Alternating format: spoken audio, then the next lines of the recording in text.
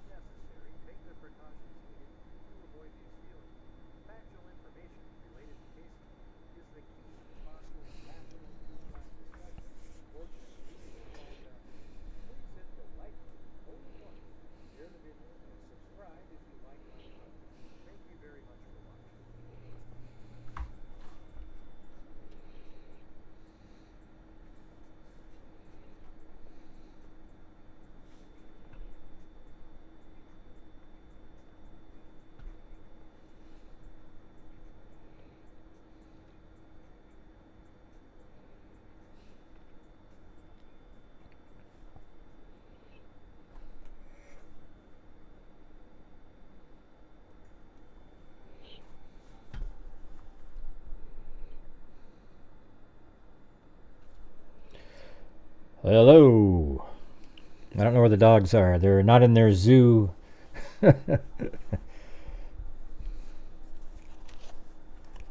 I don't care what you hear. Charisma? Anyways, all right, there we go. We are on the air. Had a really scary moment earlier. It was so weird. I gotta tell you. You know, I was looking at my camera and I didn't see my dogs. So I go into the house. Wow, rude, charisma, jeez. Get a better attitude. Okay, can we have a better show tonight with just better people? You know, that'd be great.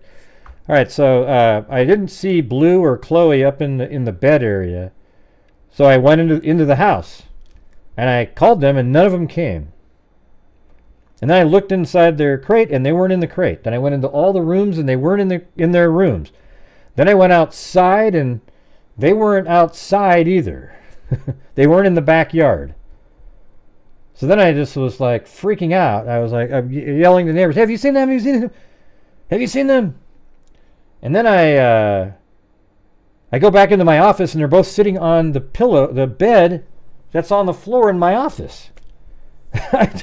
I don't know how the hell I guess what happened is I have this little mesh magnet thing, and one of them walked out from the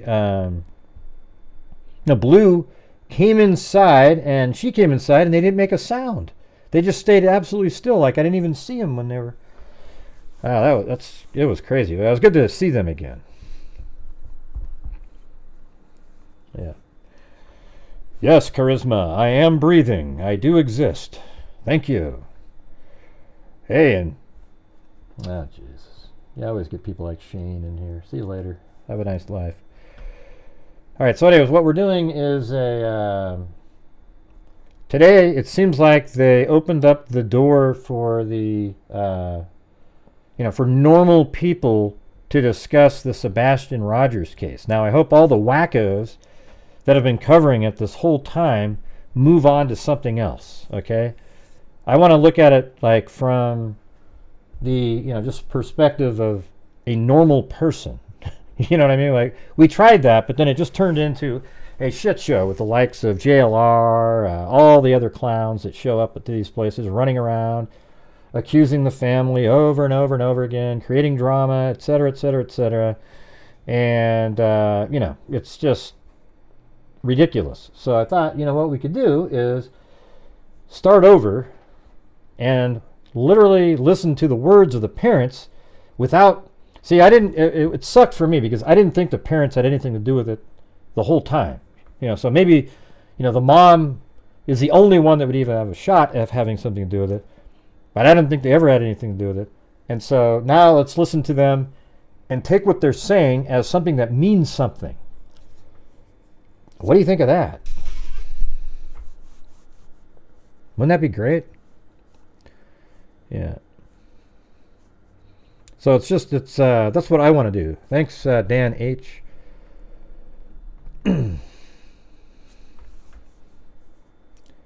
Right. So that's what I'm thinking is, can we just have a show? I mean, people can call in, etc. I don't want any drama crap tonight.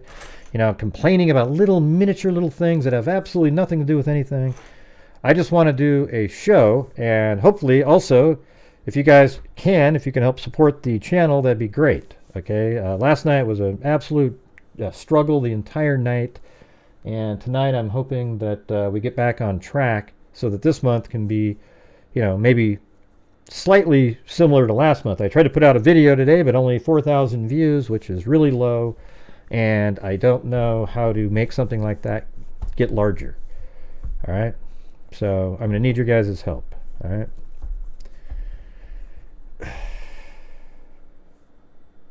Right. Yeah, I don't know why you were ever subscribed over there. That's the thing. Hey, Gray, best mods in chat. Yep. And Charisma. Nobody. I wasn't mad or anything. I'm just goofing around. You're like, oh, Gray, I hear you're breathing, but there's nothing. Yeah, I mean, because when the show started, there's no sound, right? You know, this part right here, look, every single show that I do, we have this part right here. So listen. Yeah, and then this part has no sound also. So I might be going, you know, like that. Like that, right? And then I do my intro. So yes, you might hear me breathing. Now, normally I turn it down and then turn it on at that point. Hey, thank you, Snarky Cinderella. And be really quick to if there's... Yeah, so anytime you see anybody in here that's trolling, just immediately remove them, okay? We've got the... you know, the...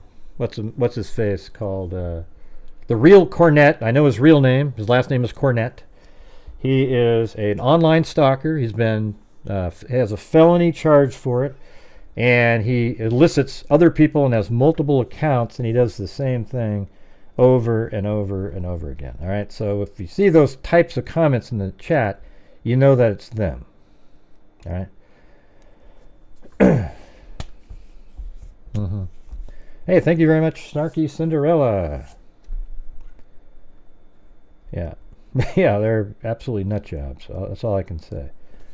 And, you know, sometimes just dealing with the drama around there, I contacted the authorities over there in Indiana. That's where he lives. All right. And I contacted the authorities over there, and, you know, they're aware. So, you know, and my local law enforcement. Maybe they'll be working together simultaneously.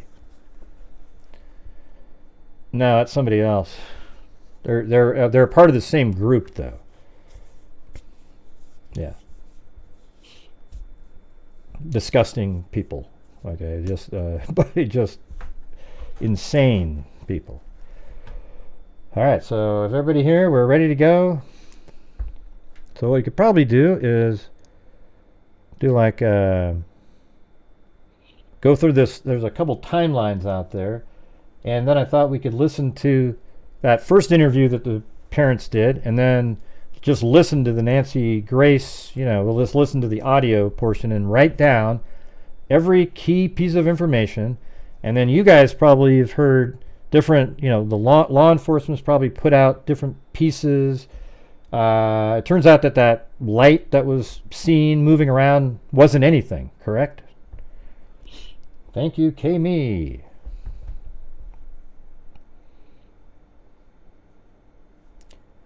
Yeah.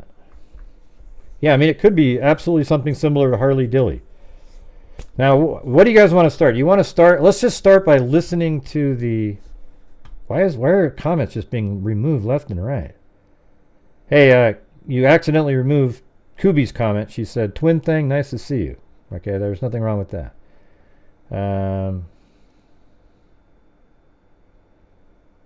I don't have a title like that, Ziggy. What are you talking about? It says, Sebastian Rogers, the door is open. Okay, hey, so Ziggy, make one more comment like that, and we're going to remove you permanently, okay? I don't know what you're talking about. You're making no sense to anybody. Seth's okay. Well, let's just wait. Let's just wait for all. I don't know what you're talking about, Kubi or anything. So we're gonna have to just keep. We're gonna have to wait. All right.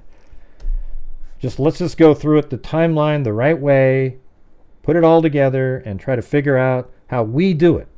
And by the way, earlier tonight I was on the local news in the area of Amanda Nenegar's case regarding the GPS coordinate information that I uncovered.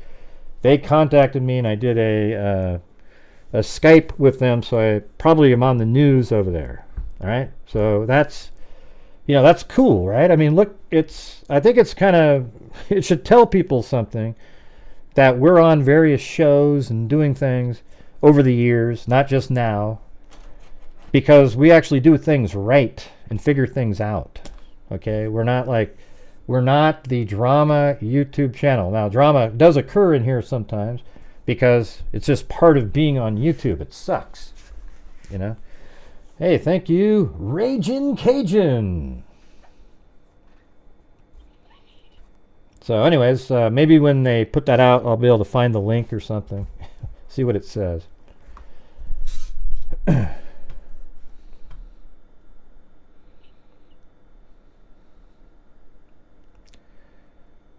it was kind of neat to be able to explain it to the lady. I explained it exactly how it is, that he just typed in the degrees, minutes, seconds, all out, straight out in a decimal form.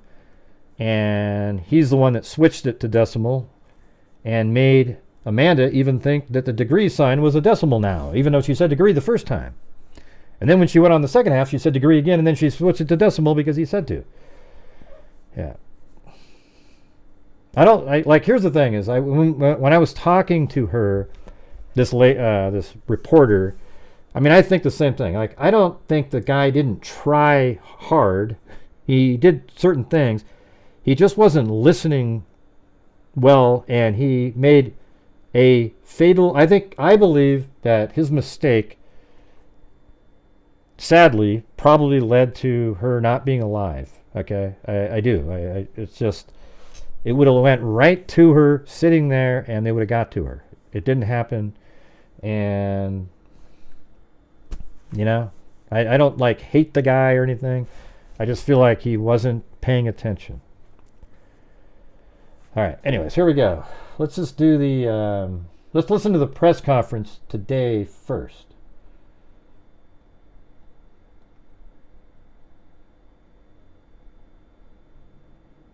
Do I have it? Maybe I have to do it through here. Let's just do it in here.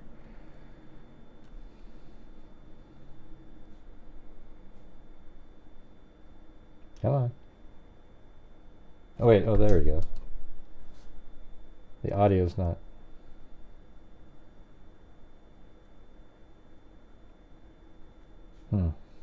Okay. I'm just wondering if I have to turn off. I don't want to do that. I was about to turn off some. Let me shut this down and then reopen it up, because I think there's a driver that got disconnected. All right.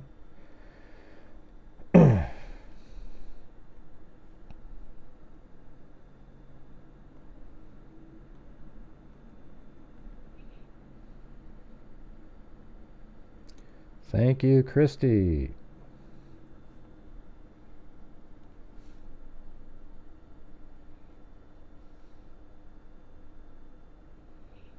Hold on. And the press conference is what made me go, okay, finally, I think there's an opportunity for, a rational look here. And I'm just trying to, I don't know what's going on right now with all this, but let's see, does it play now? Hold on.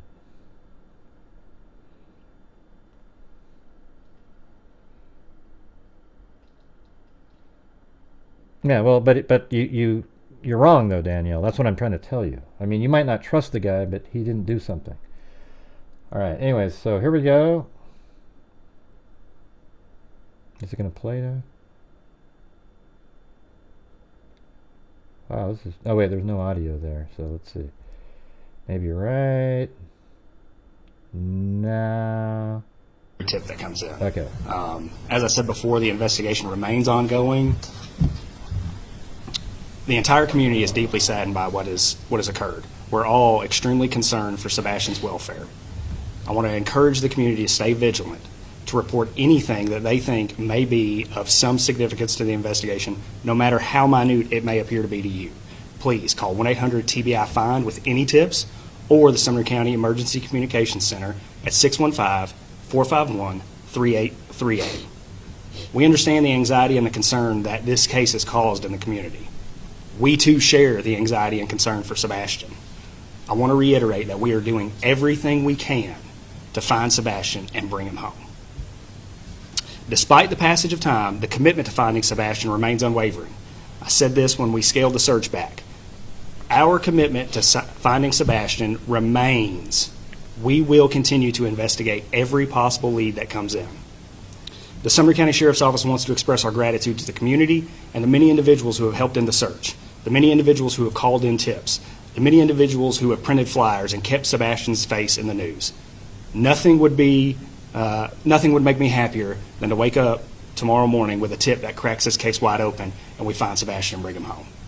At this time, I'll turn it over to Susan Allen from the TBI. Thank you, Deputy Chief.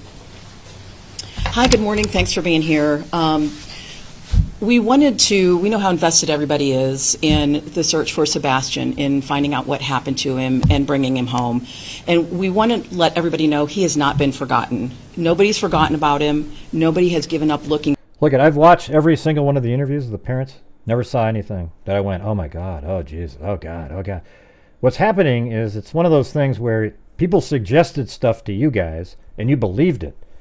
Like for specifically the father, the stepdad, never sent one single vibe to me, ever, like when I was watching it. Not one time. Now the mom sometimes was kind of like, out of it and stuff like that, but it's her biological son, so you can understand her feeling the way that she feels. They're just like, not normal. I mean, what's normal anymore? You guys all said the same damn thing with those parents in Australia. You remember that? Every one of you was like, oh, yeah, there you go. Look at that. Look at the way she looked over here. Look at that. Look.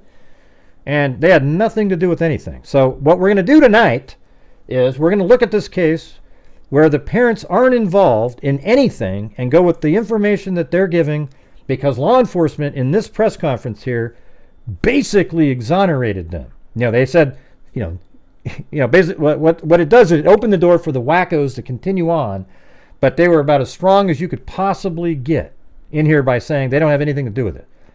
All right, so that's what we're going to do. Now, if you keep I don't know what we have to do is time out people. If you keep talking about the parents and, oh, look at the way she said it, I'm not interested, okay? Finally, the door is open for a rational look at this, and I don't know what the final outcome is, but we're just going to do this the normal way now, okay? It's crazy. You guys are just so... watched too much of the garbage out there, so you believe idiots in this case. I mean, people that are the worst of the worst in true crime jumped in, and I just stayed away from it. This press conference today made it seem like, okay, now we can actually talk about this case. Yeah. For him. At the beginning of this investigation, there was a large land search for him. It was very visible. There were also waterways, lakes, ponds that were searched. There were aerial searches with helicopters and drones and fixed-wing planes. They were done at night. They were done on weekends. They were done during the... So what are you saying, Paulette? That you were gonna sit there and accuse the parents again? Is that why you're gonna have to be watch and listen and not speak?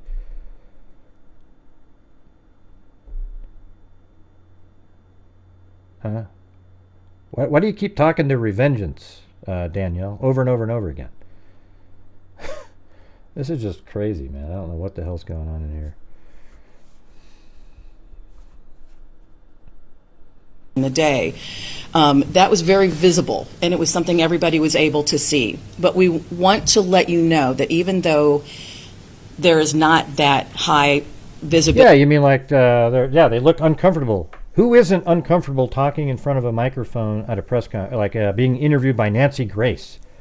When they were interviewed by Nancy Grace, that's when I went, you know what, you guys are still going after these people? They had the guts to get in front of freaking Nancy Grace, who grilled them like a prosecutor for a freaking hour and answered the questions, every single question she had, and you're still going, oh, you look at. If they were guilty, he would have stayed a mile away from that shit. You know, maybe the relationship with Sebastian sucked and everything, but man, I don't know how you don't see this. They're just not comfortable. You know what you are, main hypnosis? An idiot, okay? How is that arrogant and rude for me to say what I'm saying right now? I'm telling you that I don't want to go through this case blaming the parents the way we're going to do it. Is that something that's possible for you guys? Are you able to do it? Can we listen to what they're saying and try to figure out what the hell's going on? All right? Gosh, Gray, you're rude because you won't let people keep saying that the parents did it when you don't want to do that. Oh my God, what a joke. Jesus. Who are you talking to, Abby? I sure as hell hope you're not talking to me.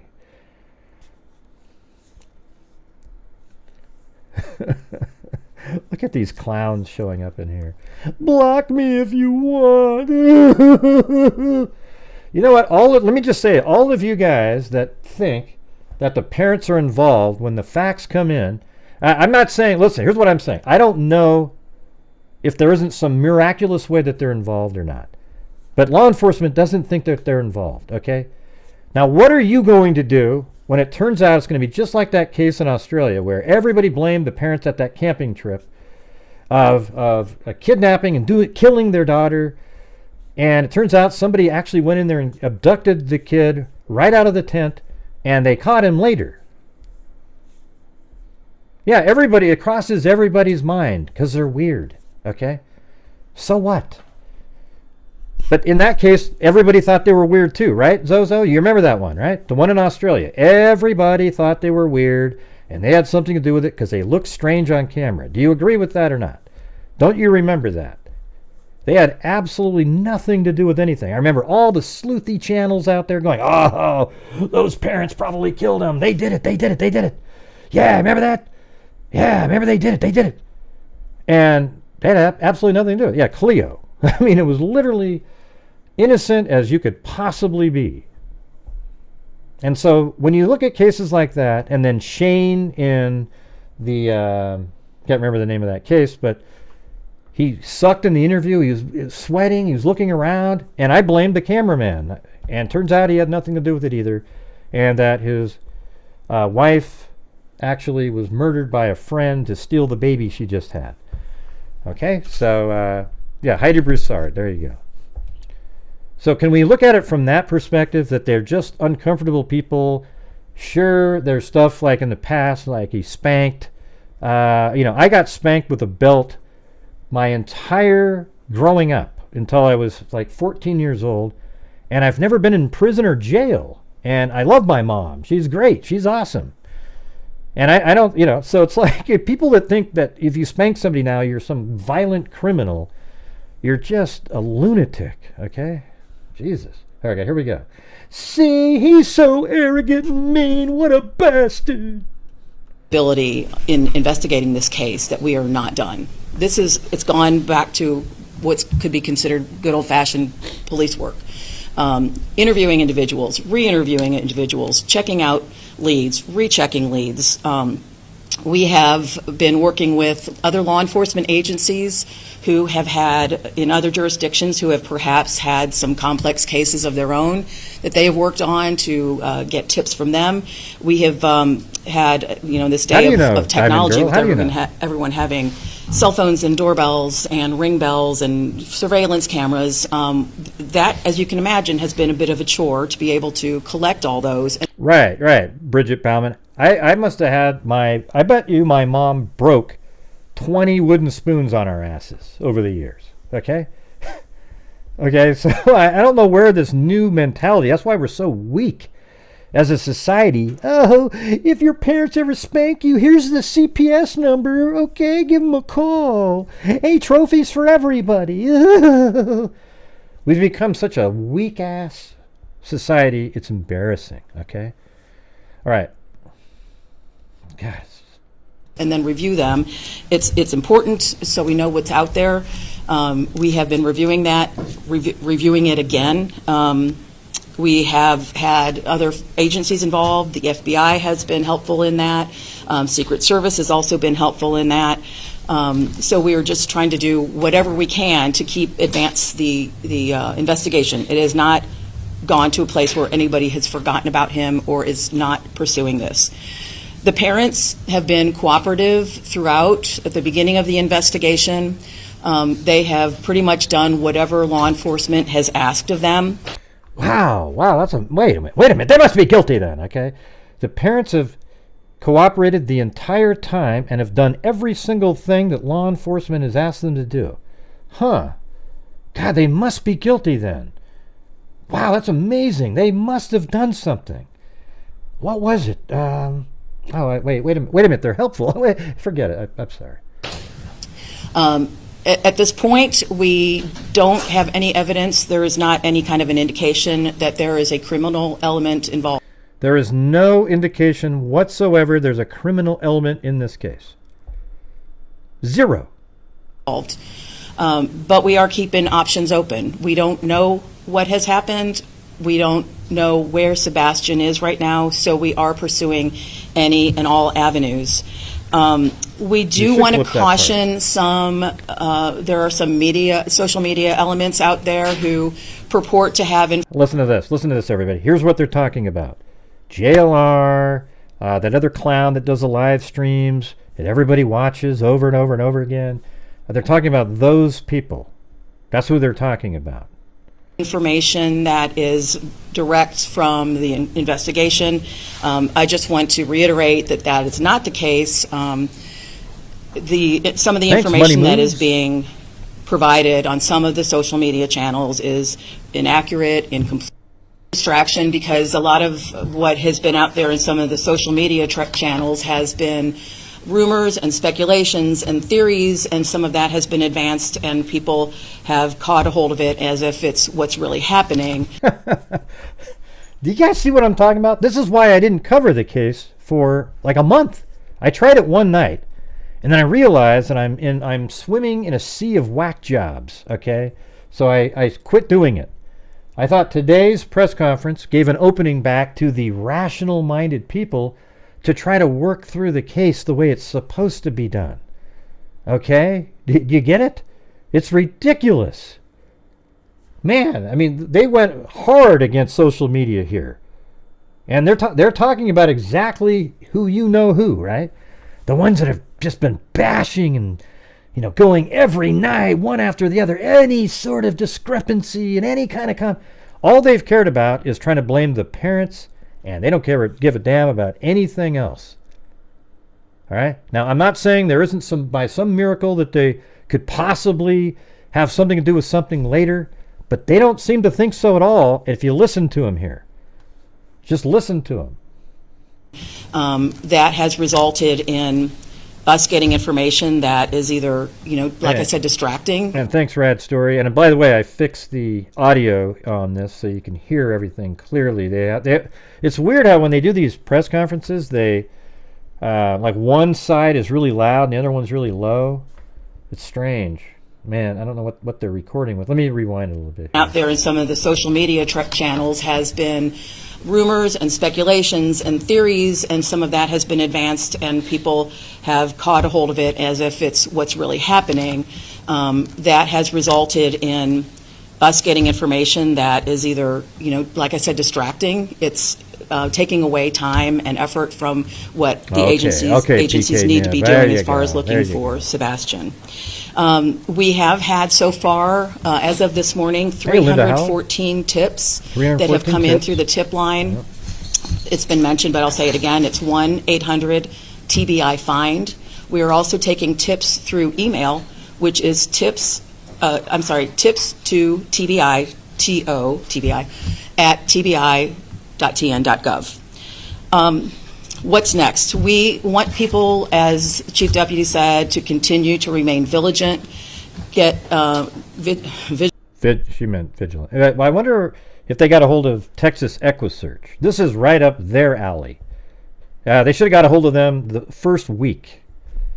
You know, like Texas EquiSearch, this is exactly what they do right here. Not, I think, you know, there's, like, I support the United Cajun Navy, but they're more like a water situation, you know. Maybe they're branching off.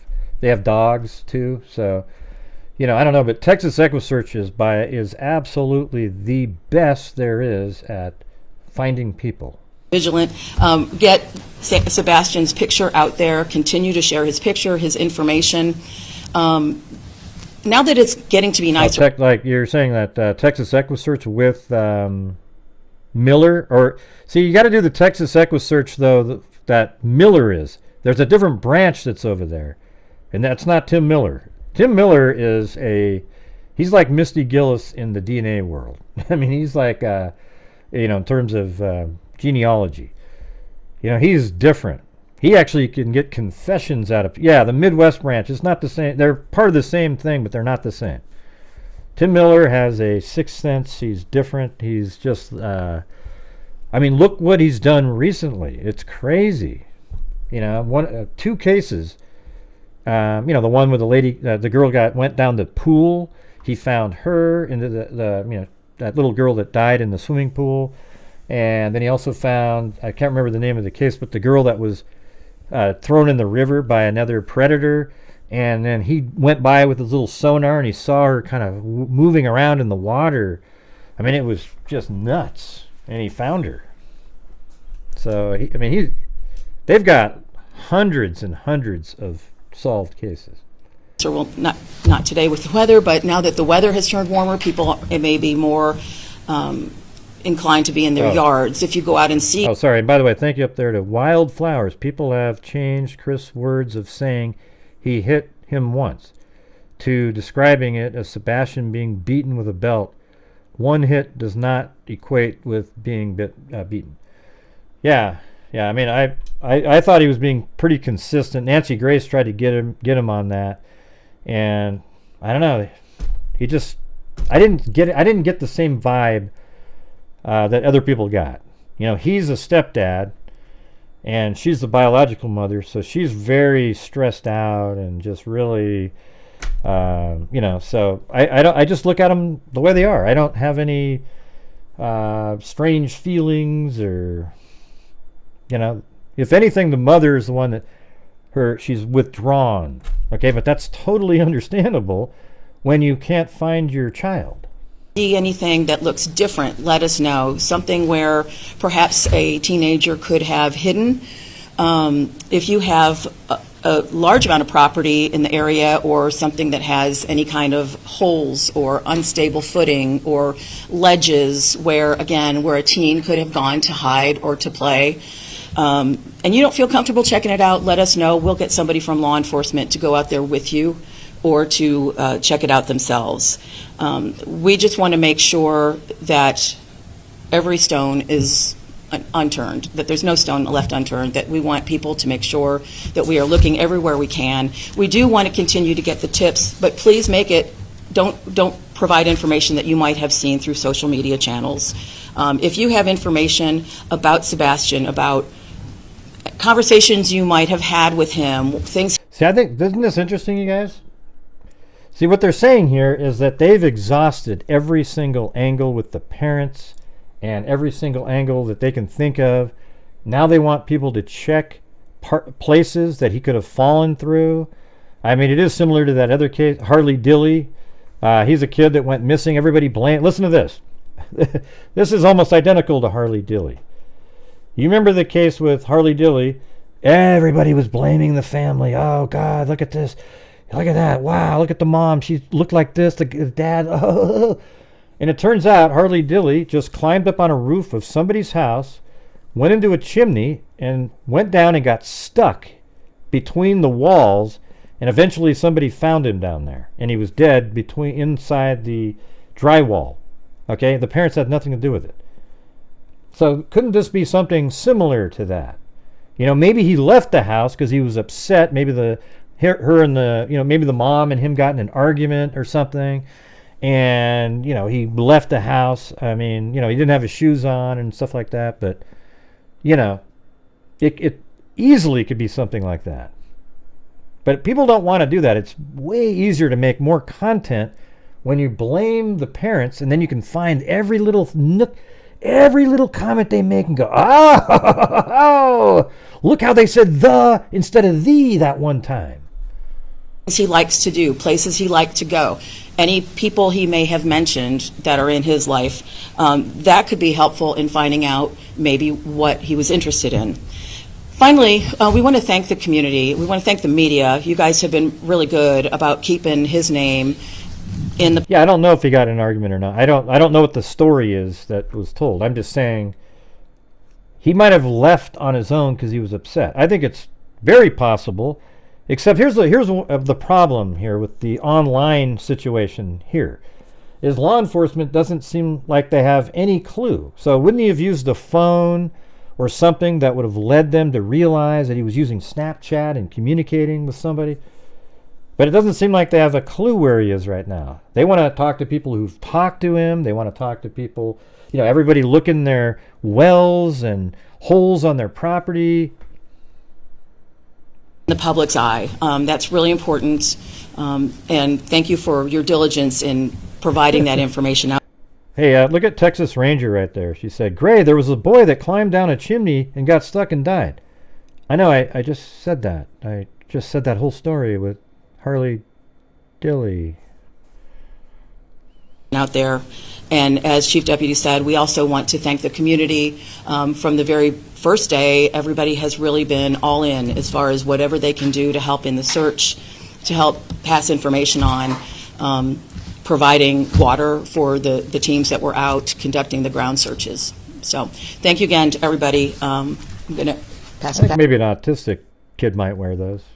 Zozo, you know, the people that I've known that are autistic, like I dated one lady and her child, they always had, everything was really specific, you know, like they have to have like a routine. And so maybe if you wear pajamas, you might want to, they just keep wearing pajamas because that's what they do. It's almost traumatic to change something. I remember she only would feed him exactly what he wanted to eat because I just said that, Carla. Do you guys ever notice that I'll say something and then people say the exact same thing in the comment section, literally 10 seconds later? Yeah, so I mean, like he would eat macaroni and cheese and all kinds of things, and that's all he would eat for dinner. That to their credit. The weather is rolling in. We've got time for some questions, so yes, ma'am. I was a few minutes behind, so sorry if I missed this, but has there been any indication at this point of foul play or anything of that nature? There is no evidence to support foul play is involved in the disappearance of Sebastian. Huh. Let me see. What did you say? There's no evidence to support foul play in the disappearance. Huh. Okay. But at this point, you don't rule it out? We're not ruling anything out. So 5 weeks. Yeah, they're not ruling anything out, but they see no evidence of foul play in the case. And you guys covered so much ground, searching. Yeah, by the way, we're at 272 likes. We're going to need to get that up before we continue. We're going to need to get that to 400, so if you can hit that like button right now, according to Caligal3. Thank you very much. Hit that like button, hit that like button, 10, 20, 25, 30, hit that like button, 40, 40, 45, 50, do I hear 60? Do I hear 60, 65, 70, hit that like button. It's one of the easiest damn things to do in the world. You just take out your finger and press the damn button. It's so simple. Okay, here we go, one more time. Okay, we got up to 317. Here we go. Hey, everybody, hit that like button. 10, 20, 25, 30, 35, 40. Hit that like button. 10, 10, 15, 20, 20. We got 813. Do I hear 40, 40, 45, 50, 55, 60. Use your elbow, use your nose, use your toes. Whatever it takes, just hit the damn like button. We got to do it one more time. We got up to 351. We got to get to 400. Here we go. Here we go. Hit that like button. Gosh, great. I want to hit the like button. There was 818, and they go, I'm not watching anymore. He told me he would just do the show if he hit the like button. At 10, 20, 25, 30, hit that like button. 40, 45, 50, hit that like button. 40, 40, 20, 30, 35, use your nose, use your toes. Do whatever it takes, even if your nose is broken, use your... Okay, there you go. Yeah, all right. Going back, researching, checked out every case of a possible sighting, nothing confirmed. Not a trace of Sebastian anywhere, nothing found. No footprints, no video, nothing. Nothing that has taken us to locate Sebastian. And are there any working theories? We come up with theories almost daily and try and investigate and make sure that we're doing everything we can to find Sebastian. Share any of those? No, sir. Two questions, if I may. Have you ruled out Sebastian's mom's and stepdad's involvement in this case? And as a follow-up, have you cleared their alibi? I think the TBI said it best. They've been nothing but cooperative with law enforcement since day one. Okay, just listen to this. This guy is like literally absolutely convinced the parents have nothing to do with it. That's what he feels like. Have you cleared their alibi? I think the TBI said it best. They've been nothing. Here we go. Let's listen to that again. No, sir. Two questions, if I may. Have you ruled out Sebastian's mom's and stepdad's involvement in this case? And as a follow-up, have you cleared their alibi? So yeah, he does say we can't rule out anything, but that's where the wackos will jump on and hold that tight because they got to keep doing it. I think the TBI said it best. They've been nothing but cooperative with law enforcement since day one of this investigation. There is no evidence to support foul play on the part of Sebastian's parents. They've been nothing but cooperative from since day one, and there's nothing to support their involvement. Right?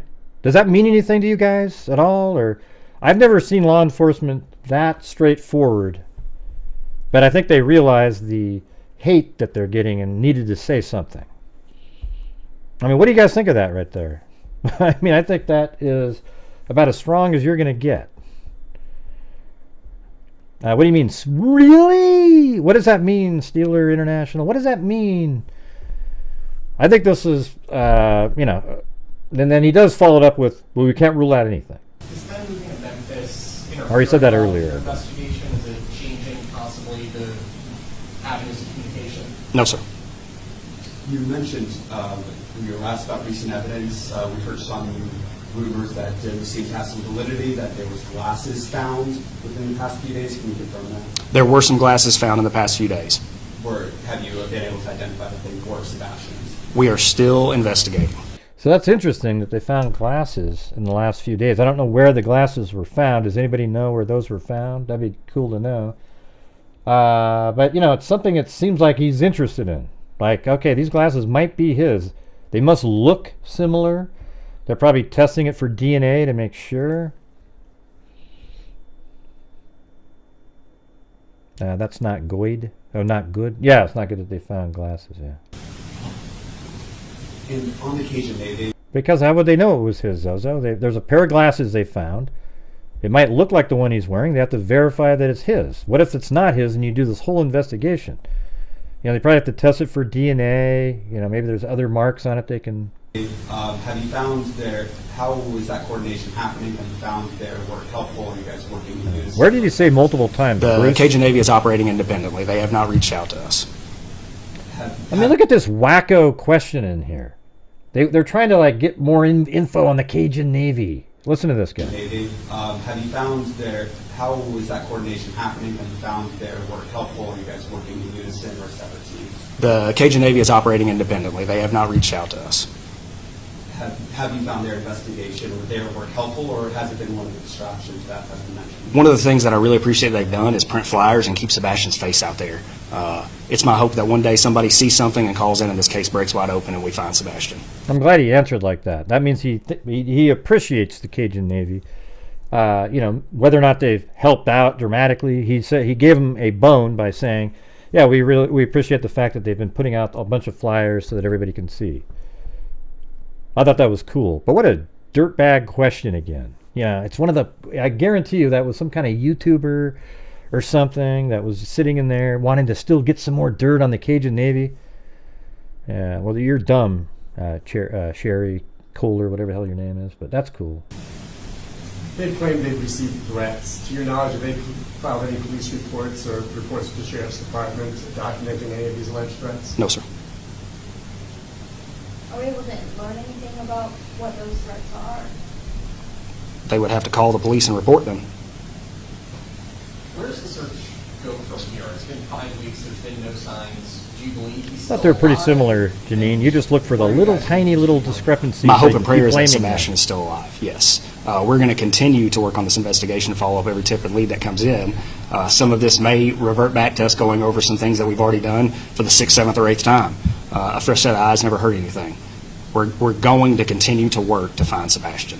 Have the stories been changing at all? Have you been talking with people, interviewing them for a second time possibly? There is no It evidence to does. support It does, foul play. Steelers. It does. It does. Are there any active current leads that you guys are pursuing? We have tips called in daily. Any of those tips seem legitimate enough to expand law enforcement resources? Regardless of their legitimate Listen, if somebody comes in here and says they love JLR, that means you're dumb. Okay. If you didn't look up and look at this, what the person really is, everything that the United Cajun Navy wrote, a lot of the stuff they put, I know is true. I don't know about some of the other stuff. Look it up, and if you don't look it up, then you're willfully ignorant. Okay? People change, Gray. People change. legitimacy, we're going to follow up on them. Will there be any other agencies pulled in to help in the search efforts for this case? I'm certain there will be. Yeah, they're the same You person. met with the biological father and mother this past week. Is that I have no their idea what request, that your means. request? Is that just re-interviewing them again? That was at the request of law enforcement. It's not uncommon to talk to the family in investigations like this. I've got time for one more question. Just overall, how has this investigation impacted the morale at your department, especially with all the scrutiny coming online? Let me put it to you like this. If my kid was missing, this is the team I'd want on it. The men and women of the Sumner County Sheriff's Office, of the Tennessee Bureau of Investigations, the FBI partners, the other local agencies, the Secret Service, everyone who's had a hand in this case is doing everything they can to find Sebastian. Morale's high. We are here and we are dedicated. Thank you all for being here today. Thank you for keeping Sebastian in the public. Please continue to publicize this photo. Thank you all. So they seem to think that he might be out and about and alive, or that he fell into some hole or something somewhere, because they've found absolutely nothing, okay, to connect the, like the parents. They found no even evidence of any kind of violence or a struggle of any kind.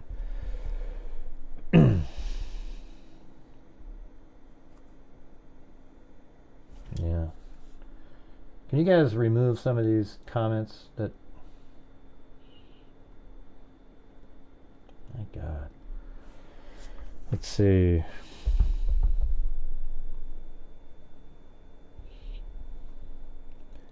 Black sweats for his pajamas. Right. Oh, Jesus. I'm gonna have to put that name as a banned word.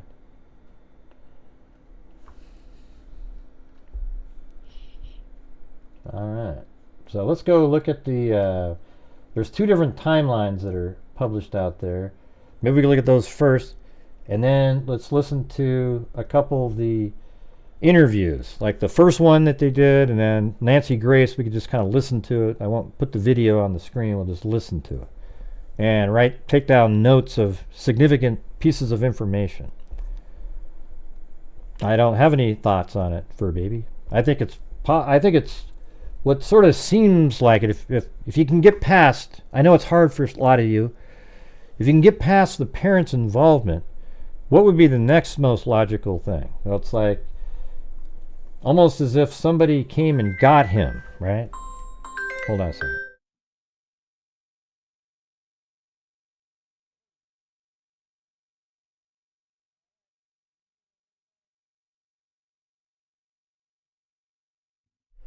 All right. Yeah, it seems like it's going to be like something online where, except they haven't seemed to have found anything related to online, because if they had, wouldn't they have been talking about that a little bit? You would think they would have, right?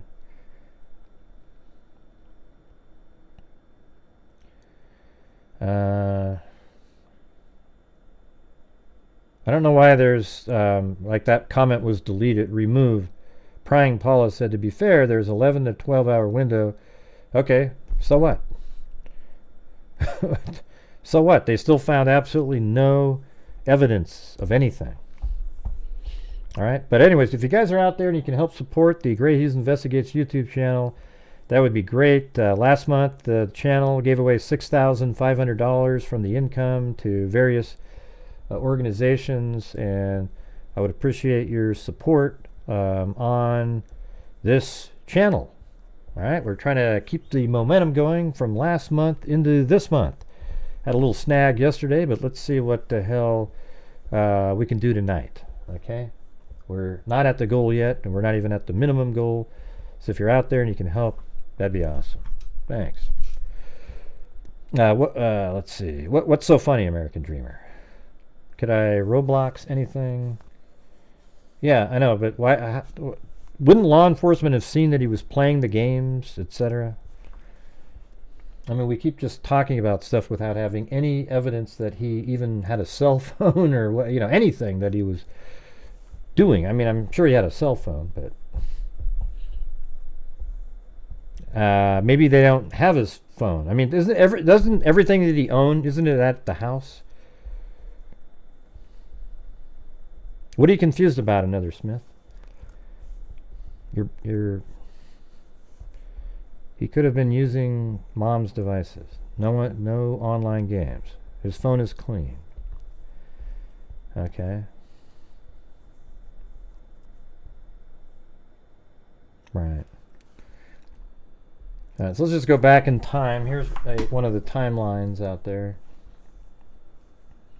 Sebastian Wayne Drake Rogers was reported missing from the beach area of Hendersonville and was last seen Sunday in the area of Beach and Shackle Island near Long Hollow Pike. Rogers is 5'5", 120 pounds, and has dirty blonde hair. On the 27th, an Amber Alert was issued for missing Sumner County teen with autism. The TBI issued an Amber Alert for Sebastian.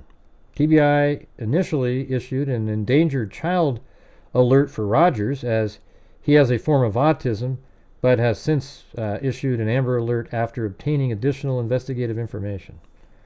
Thank you, Ginger Keys. Also on the 27th, while searching for the teen, search and rescue crews played music to help soothe and in hopes to find him. We know that Sebastian likes cats, said Eric Craddock, chief deputy with the Sumner County Sheriff's Office. We were told that his favorite song was Eye of the Tiger. We tried playing that to just kind of calm him and let him know we're here to help. So at that time they thought maybe he was just sort of, out in the woods somewhere near the house or something, right? Thank you, Kimmy. Only facts here at GHI. I have thought since day one that this could be something online. Predators everywhere. Right. But it's so much easier for online content creators. See, that's why, here's one of the things. Like, this case is a case that isn't a ton of information to go on. So creators were like, oh, look at this. It's a hot thing. It's a hot thing. So they jump in and they start saying, oh, it's the parents and parents. And then they can come up with a ton of content. Start looking up the parents and, digging into this and that and the other thing. And it turns into this whole separate thing with days and days of vigils and people just, but now I feel like now that the parents basically have been officially cleared, other than they say, well, we can't really clear anybody, but, they have been cooperative the whole time. They have done everything that they've asked them to do. I think it's time to set them aside and look at the case like almost a fresh set of eyes, pretending, if you can, that the parents don't even exist, really. Just listen to what they say in terms of timing and everything and see what that leads us to. Is that something that's possible? Or are some of you just so, you can't get past it? And if so, you're going to be really frustrated here, okay? I would go watch those other online streamers who just scream that they're guilty at the top of their lungs every 5 seconds and get nothing done, all right? We're just going to do what we do. Gosh, Gray, you're so arrogant and mean. God, you guys just grow up. The people that feel like that, you guys are embarrassments, All right, 28. Sumner County community gathers donations for search crews looking for a missing teen. Donations were poured into the Premier Center event space on February 28 to help the search. The 28th, foul play not suspected as Amber Alert remains for missing Sumner County teenager. Investigators said nothing was leading them to suspect foul play. They said that on February 28th. Yet, and added, the family has been cooperating. They've been saying this the whole freaking time, you guys. That was on the 28th of February. But that didn't stop the YouTubers, boy. Urgency rising in search for missing teen with autism in Sumner County. The Tennessee Bureau of Investigation, this is on the 20th also, and law enforcement agencies, thank you, wise child, began urging people in the area to check their surveillance video for signs of Rogers. The Amber Alert was issued due to the teen being off his medicine, which could compromise his health. And that's sort of interesting because that, similar to J.J. Vallow, right, where he, Lori, in that case, intentionally didn't give him medication so that she could claim he was a zombie to the rest of the family. But obviously, not on that medication, you might act more erratic. So that makes it a little bit worrisome that, let's say he did go off with somebody. How did that person get his medication for him? Right? Oh, no. Wise Shell said, hello, Gray mods and freaks. Okay, well, that's good. Now, none of us can say 100% because we're not really, this is just, we're not investigators. But listening to what law enforcement said in this press conference, I feel pretty confident that the parents have nothing to do with it. Now, you might have heard them say a certain thing on one interview and a certain thing on another one, and it's a little different. It doesn't matter, man. I'm telling you, if you have the guts to get on Nancy Grace, you're likely have nothing to do with anything. That's the stupidest thing in the world, to be somebody that's guilty of killing a kid and go, yeah, let's go on Nancy Grace. I mean, they didn't even look nervous when they were on there, really. They just were the same as they always are.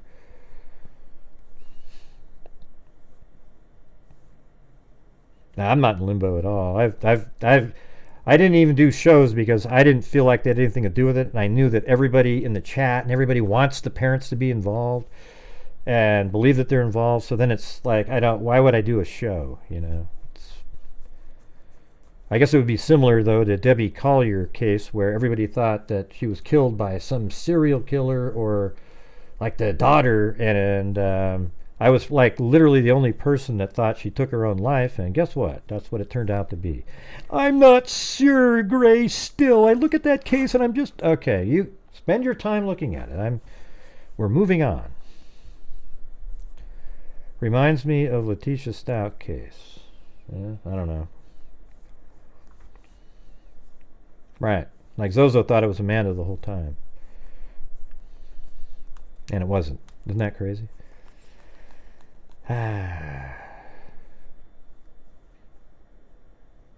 Let's see.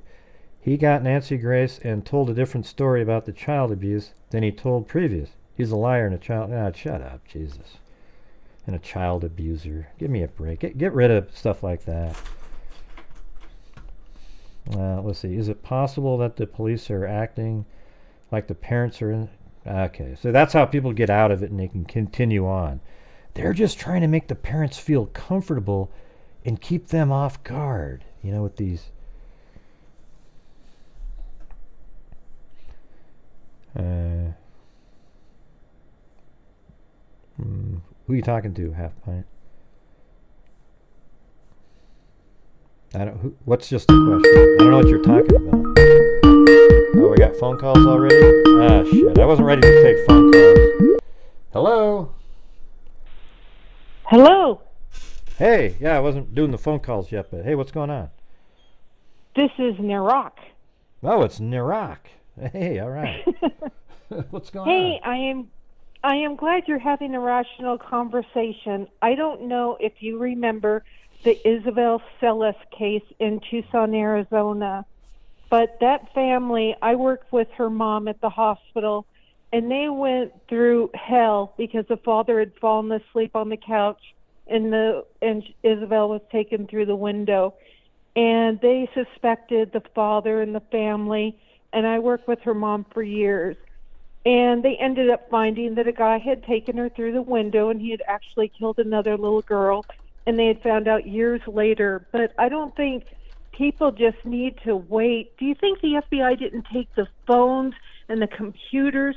They know what the parents and their footsteps and everything that they have done. Right. I mean, I'm just so glad that you're having a rational conversation. People just need to put on the brakes. They're ruining these people's reputation. Everybody has a past, but that needs to just stop.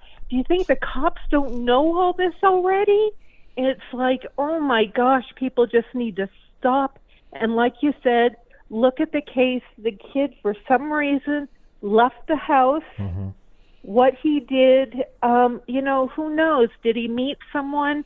Did he wander off and, have an accident? Is he still out there? Is he in an encampment somewhere? I mean, there could be 100 reasons, to where he's out there still somewhere, and I hope he is still safe. But I mean, I think you're doing the right thing by having this show tonight. So I thank you for that. Well, I think it's finally time, because tonight law enforcement pretty much said that the family's been absolutely cooperative. They see no evidence that anything nefarious happened on their part. And, it is what it is, everybody. I mean, you might not like them because of all the stories that all the YouTubers have put out about the family. And you believe it, and then you embellish it a little bit in your minds to make it even worse. And you turn it into, like, he's a psychopath. It's nuts. All right? So we're just going through it. I agree. Yeah. Well, cool. So, anyway, I just wanted to thank you for having this conversation tonight. And, and not everybody feels comfortable talking in front of the public. And, just because, and I'm sure they don't want, everybody's digging into their past. How uncomfortable do you want your dirty laundry being on YouTube everywhere? I mean, of course, it's going to put you in a defensive and posture, and depending on people's personality, you're not going to want, I mean, my gosh, Yeah. I mean, nobody wants their dirty laundry all over YouTube. Yeah, here's the thing. Like, So how is that- at the age of 15, if I had ran away just because I wanted to, and somebody went and asked, like a brother, well, how was family like? Did your mom ever spank Gray? And if it was today's world and said, oh yeah, he got spanked with belts, wooden spoons, people would go, oh my God, what a monster! She's one of the worst people in the world. And I'm a girl, and my dad used a belt on us too, and I am perfectly fine, well-adjusted person. And it kept you from doing things again, right? Like that's what spanking was for. Yes. I mean, yeah. I mean, I don't want to get spanked Very in the ass. I'm not going to eat that last. I'm not going to drink the last bit of milk again and eat, whatever the hell it was. I don't know what the things. They're always usually something bad that we did, like something that it's dangerous or, very irresponsible, something like that. Yeah, and so, luckily my kids were good kids, and but I grew up just fine, and like you said, we are a weak nation with a lot of weak kids, and so we definitely, I'll tell you, it's a scary world out there. But also, it's really funny when you had mentioned the other day about Hamas. I agree with you 100%, not that we're on political stuff, but I agree with you 100% on everything that you're saying politically and on Hamas. So just wanted to tell you that also right, when I heard thanks. you the other night. So anyway, I just wanted to let you know. Okay, well, thanks for calling in. Appreciate it, Okay, Nirok. Have a good one. we will talk to you later. All right, bye. Bye.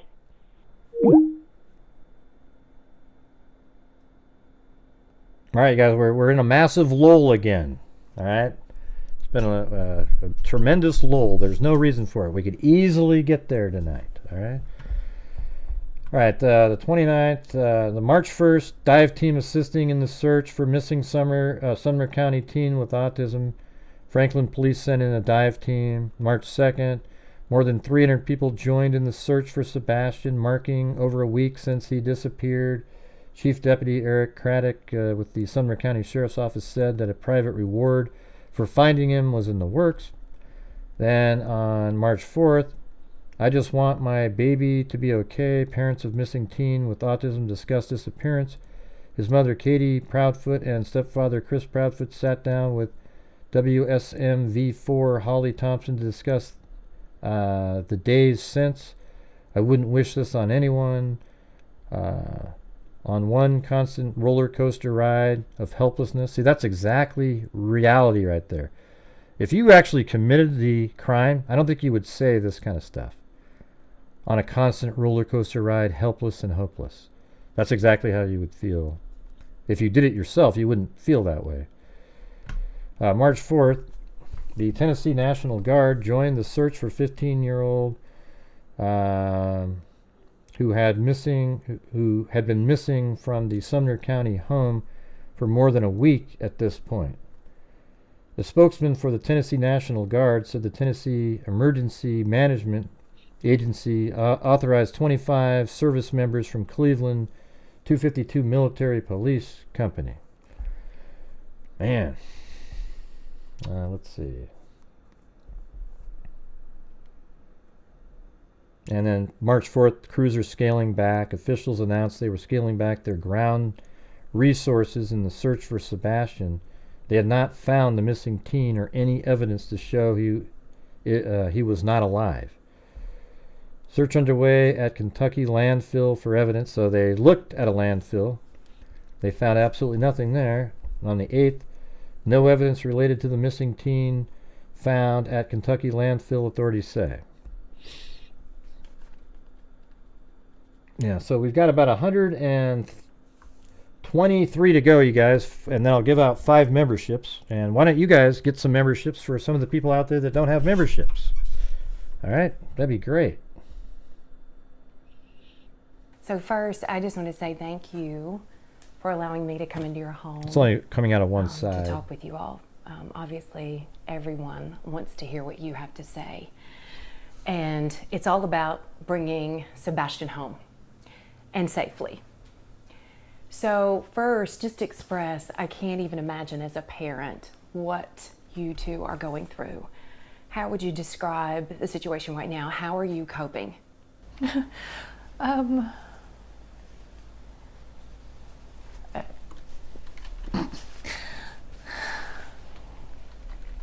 on a constant roller coaster ride of helpless and hopeless and many other emotions all in one, and it's a never-ending roller coaster. It doesn't stop. Yeah.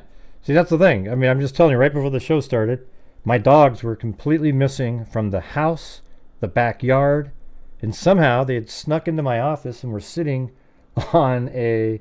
I don't know how they did it. I mean, I guess I let them outside, then they came through the door, and then snuck through, you know. They were in my office, just quiet. And they didn't come when I was outside going, hey, come on, you know. Absolutely freaked out for about 10 minutes. And that's a dog. I mean, I could imagine if it was your child, it'd be way worse. Hey, thanks for gifting a membership there, M. Jordan Jarding. It won't stop until he walks through the door. I wouldn't wish this on anyone.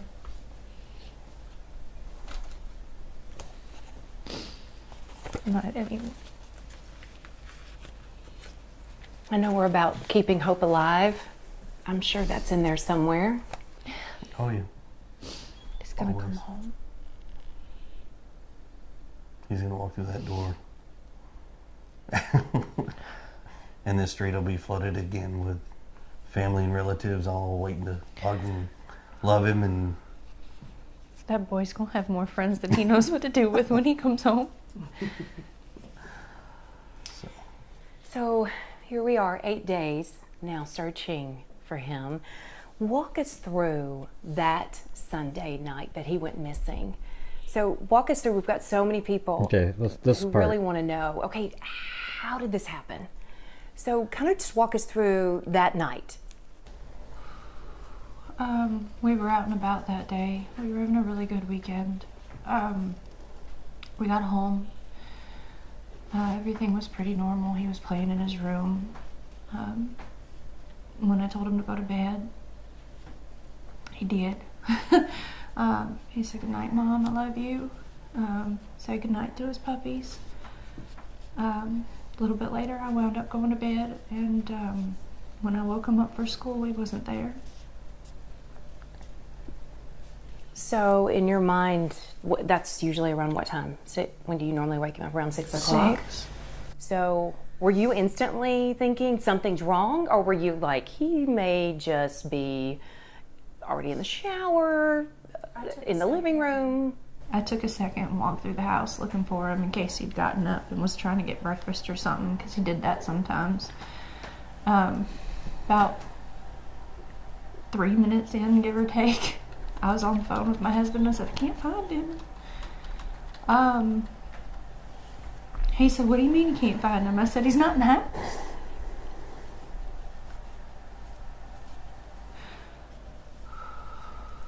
And so at that point, is that when you call 911, or what's going through your mind?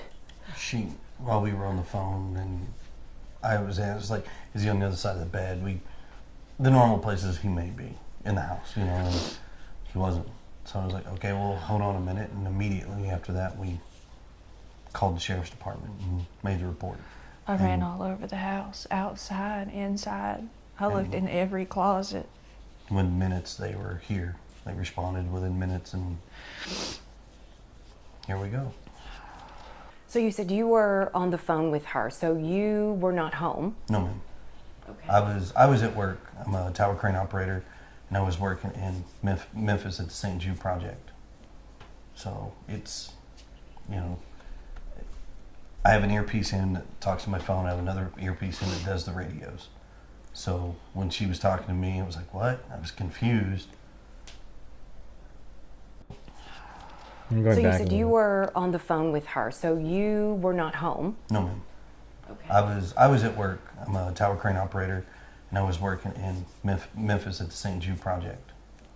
So it's, you know, I have an earpiece in that talks to my phone. I have another earpiece in that does the radios. So when she was talking to me, it was like, what? I was confused. We talked about where he could possibly be, and then we went from there and led to calling the cops, and here we are now. And within minutes, Yeah, so it sounds like, they got on the phone together when he's missing. Of course, that's the first thing you do, right? You call your husband or wife, whatever, and say, hey, where are they at? And then you talk about it, and you probably look around in the places that you think he might be, and then your next step is then, when the realization is that they're actually missing, you call the police. And thank you up there to Paulette Leonard, Allie Cake, and Lisa Mounts.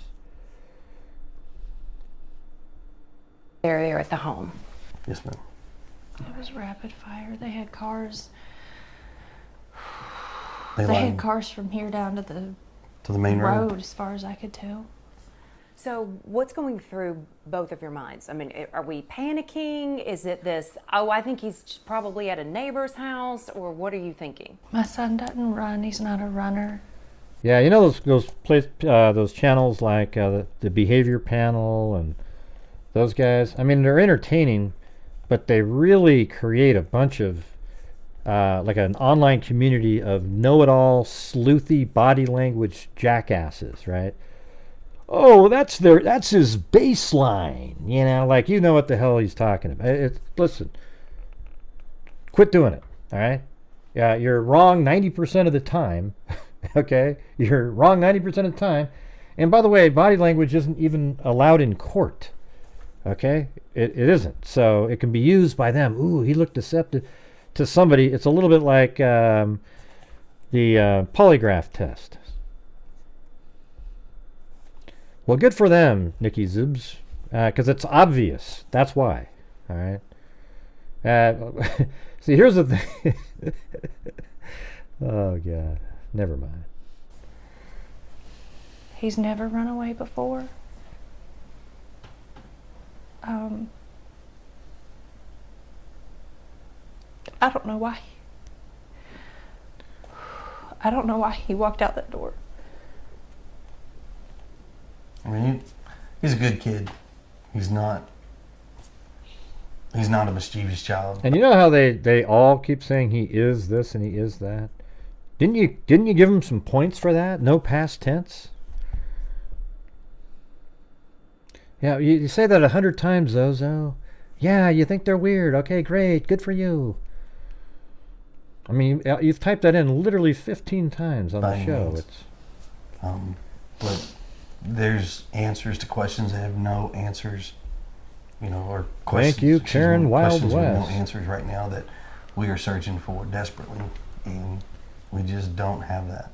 Is there anything that I think he seems day pretty that you think normal, back actually. and there might have been a reason he was possibly upset, or something outside that could have enticed him to go outside. Was there anything? Hey, thank you, Karen Wild West and Caligal3. She said, new favorite term, sleuthy jackasses. Oh, yeah.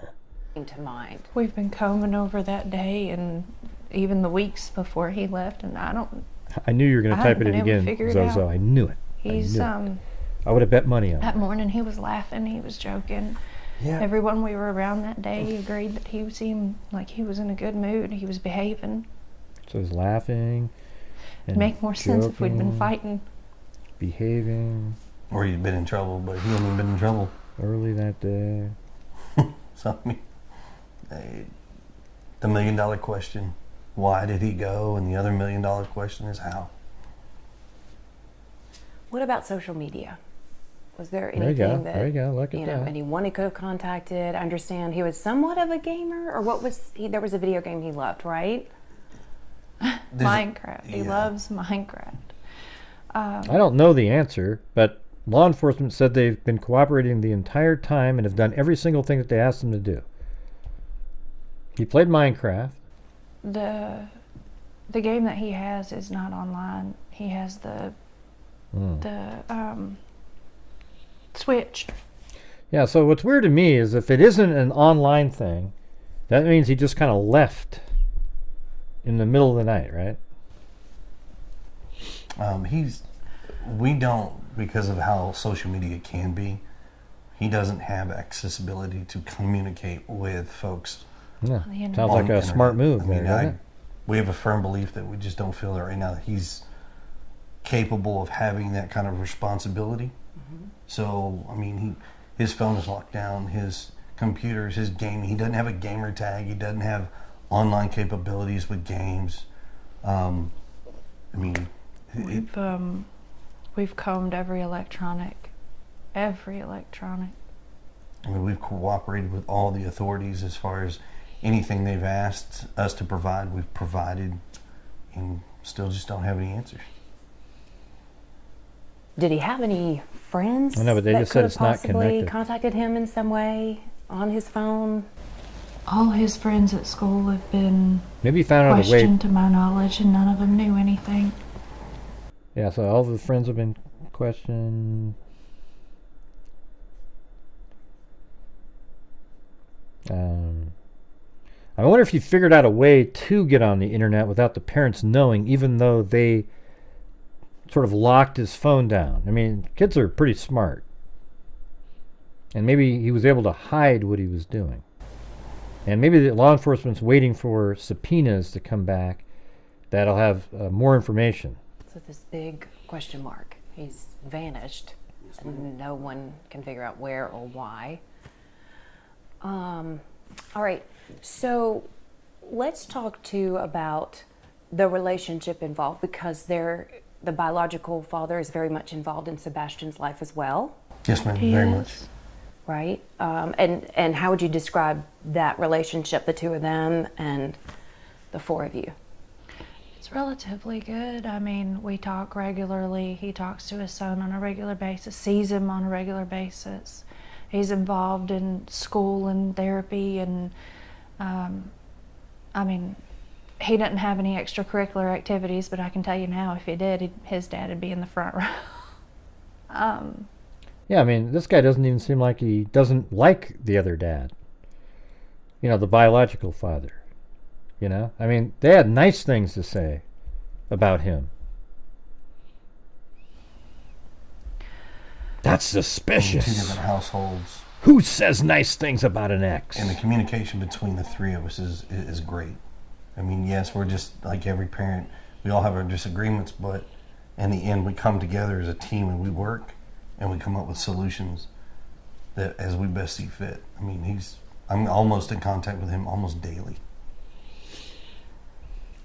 Let's talk about Sebastian.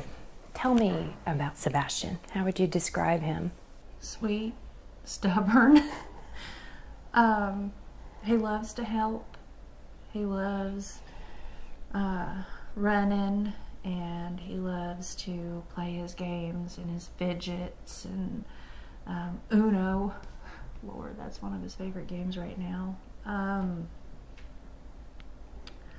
I didn't watch his show tonight. Does he love music? Oh, God, he loves music. An eclectic taste. I An mean, eclectic. I mean, from... And that was already in the press conference. We had just read that a minute ago about the glasses. The press conference said we don't know if they're his or not. So it's not like breaking news, okay? It was in the press conference. As everybody knows, I the Tiger to Eddie Vedder. Oh, yeah. Oh, yeah. So we got Pearl Jam on one hand, we've got Survivor on the other over here, we've got Taylor Swift, and he's got a big crush on her. I mean, country, rock, no classic. hip-hop. We don't allow the hip hop. Well, he doesn't really get into it Rap and anyways. things. You mentioned he loved running. So did he love the outdoors at all? I mean, would something outside that was somewhat outdoorsy Maybe they were told not to enticing to him go on the or searches. pull him outdoors? They often say that. He loves, like, when we were in California and the school had this lap thing to gain money. It was a fundraiser. And every year he was, I did this many laps, I did this many laps. I mean, I've got T-shirts where they would write on his back. Every time the kids went around, they'd mark a mark on Right. Everybody hit the like button again. I mean, not again. If you've already hit it, don't hit it again. All right? But also, on this channel, every single night, we raise funds to help support the channel, and we also give away a lot of the money that I bring in to various charities, and the only way to make that happen is based on the generosity of you guys. So if you're out there and you like the way I do the show, hell, even if you think I'm a jackass, at least we're doing stuff out there that helps. I would appreciate your help. We're having one of those massive lulls again where we were doing really well and then just went, boom. All right, here we go. On the back, and they'd keep running, and he just had marks all the way across his back. He likes playgrounds. He hates being dirty. He don't like being dirty. Yeah, he's not your tomboy style child where he goes outside and plays in the mud. He loves animals, but he's terrified of bugs. Oh yeah. Wow. Okay. I mean, even a fly, and he's like, And let's talk too, because he's highly functioning. I know you all have described him as having a form of autism. He does. But describe that to our viewers too, as far as his way of thinking of things and maybe how determined he was about certain things or his mindset. He's got a stubborn mindset. If he believes it's this, he gets on a one-man track, and he is just on it, and he is all about it. But I mean, he's very smart. He can play chess. He can beat adults in chess. Wow. So he's he loves playing games. What about See, navigation? I'm telling you, when I watch these guys, I just don't feel anything like they did something. You know, I don't know where you guys are coming from that see it. You know, I have pretty good intuition just as a person, and you know, I don't see anything here. You know, that guy, you know, he looks like they're thinking about things. They're just talking. Man, did he have a sense know. of direction? Do you think he could have possibly? And did anybody hear what I just said a minute ago? Hitched a ride or gotten a ride on a bus or some sort of transportation? that is a speculation that we don't have an answer for. Just directionally, he knows he could guide you from our house to his dad's house. Yeah. He could get from like this house. I think he can make it up to Culver's ice cream. He can go to Culver's. Oh, the boy loves He knows malt. where Culver's is because Culver's has malt. Uh-huh. He loves malt, extra malt. Every time, extra malt. Now, how far away does his dad live? Clarksville. His dad lives up by Clarksville. So he could guide someone all the way to Clarksville. Mm-hmm. Oh, wow. Okay. So a pretty keen sense of direction, at least with certain things. Familiar routes. Yes. Familiar routes. Familiar routes. I mean, if I took him another route going this way, takes he would it. not know it. He goes up there so often that he knows how to get to his daddy's. We know that. His dad works with him as far as, well, we're going this way, we're going that way, and keeps the same thing, and it works out. So, Let's talk too, because earlier, Chris, you and I were talking, and you were saying that there are a lot of people who are harassing both of you. What of any of that do you want to address? What do you want to say to any of these people? Just that you don't know, and I don't wish you to ever know. I would say it like this. Everybody has an opinion, you know, and it's perfectly okay to have that opinion, but you're not in this situation. You don't quite understand. I wish people would step back, I wouldn't say what he's take a saying. I'd different, be like, wide open view, and not they assume don't have a right to have an opinion. what they know. It's just better to stick to the facts. On that part. If they have questions, all they have to do is ask. And I pray genuinely that no one ever goes through this. Thanks, LM. Just be kind to people. I mean, it's real simple. There are some people who have been talking, because I know this is part of the harassment. Is there anything you want to address about this child custody situation? With the previous. So I have a current case that is ongoing in another state. We've requested that case to be sealed because there are some individuals who have taken it upon themselves to put stuff out there that they don't. I know you quite don't, Carol, know, because you've been watching all the other all they have to do is channels and you ask. believe I'll he's tell you. guilty. I know it. I've seen you there. But My because God, of that, it's ridiculous. Get over it. It has nothing to do with our son. It has nothing to do with the situation. You know, I just people would respect that and then keep an open mind. It's totally different. If Sebastian was able to watch this, and maybe he's watching this as it airs, and if he is, what do you want to say to Sebastian? What do you want him to hear from you right now? Oh gosh, that we love you so much and we want you to come home and you're not in trouble.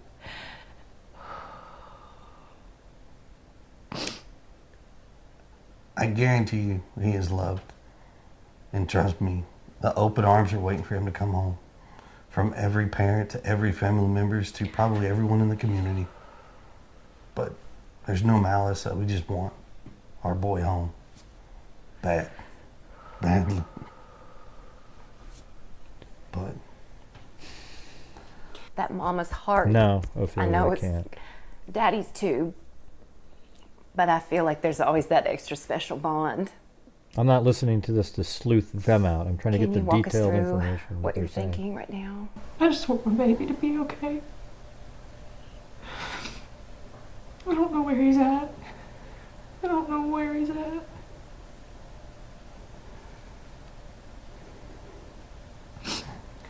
Let's talk about the community, because I want you all to know, even my church body, I mean, we're all praying for his safe I think return it's on the 4th. quickly.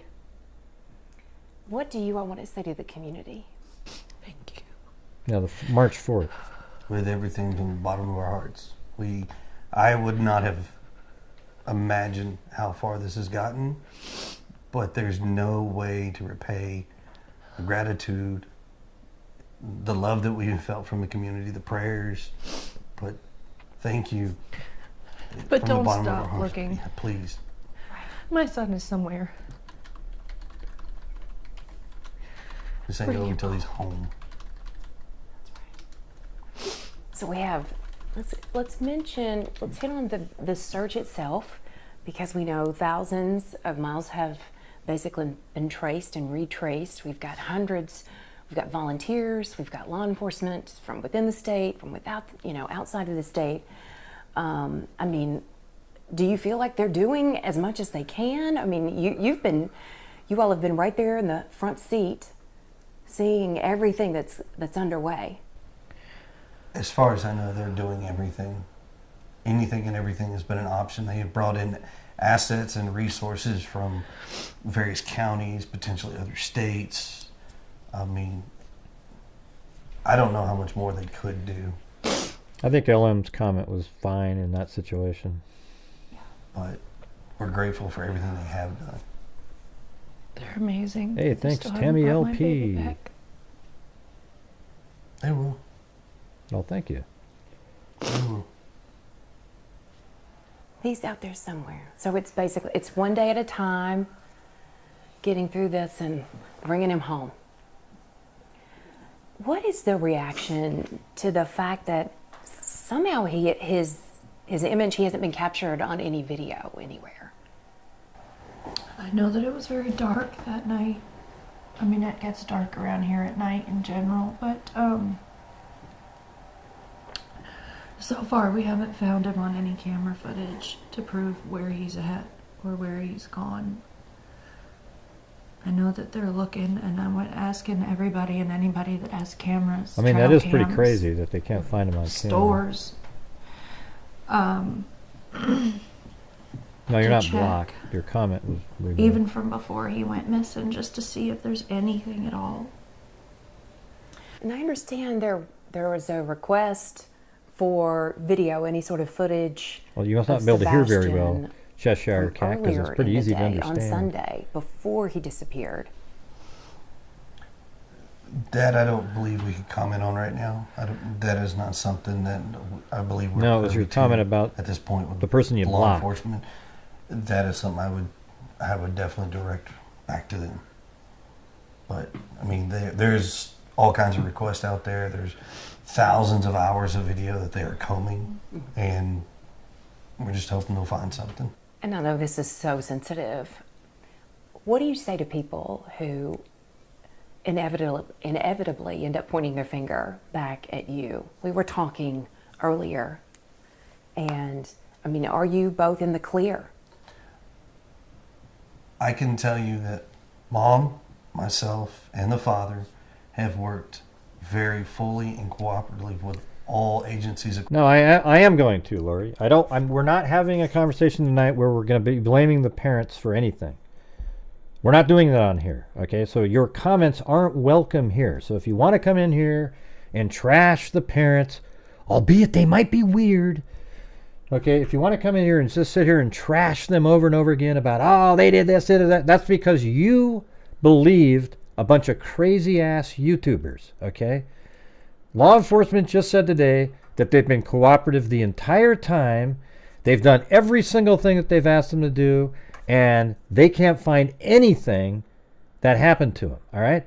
So it's time for you to look in the mirror and realize that it's a good chance that you're wrong. And I bet you if they analyze you in your house, they'd be saying the same damn thing, okay? It's embarrassing. Across the board, we have anything that they've wanted, we have provided. You know, it's more embarrassing that we can't get to the goal again. Cooperation is there. I mean, it's just such a crazy thing. We were doing so well at the beginning, and it just went. To our viewers, anybody who's watching, we've got a lot of folks in this community and in other counties just throughout the state as well. What do you want to say to them? Help spread the word and keep searching, and thank you. And just if you think you see him, call him in. That doesn't help. Thank all the viewers, everybody that's helped from across the board. I mean, everybody has been tremendous. Call his name. Yeah. He'll answer, and if he doesn't answer, he'll look, even if he's not being verbal at the moment, because he can talk, but sometimes he don't talk. Call his name. Tell him to stay put. And he could be on the move, so keep checking Thanks, your Ginger, properties. for the Yes. pal. The search is And never Ellen. over until he comes home. That is for He's sure. so smart. But thank you for everything that everybody has done, has volunteered, the continuous efforts. I mean, it's, like I said, I've never seen something to this magnitude before. Our community is amazing. We're all praying, hoping, and searching for Sebastian's safe return for that day. Thank you. Yeah, so there you go. That's that. That was that timeline. Then there was another one. I think in this one's more, let's see, but it seemed like oh, that wasn't the one I was looking for. I think it was this one? Oh yeah, so that surveillance footage didn't turn out to be anything, okay? It was a big deal, got everybody hyped up, running around, showing this little light moving around, and I bet you they did the overlay thing that we talked about. That's what I bet. How did they figure what out? Thanks to Nita McCord.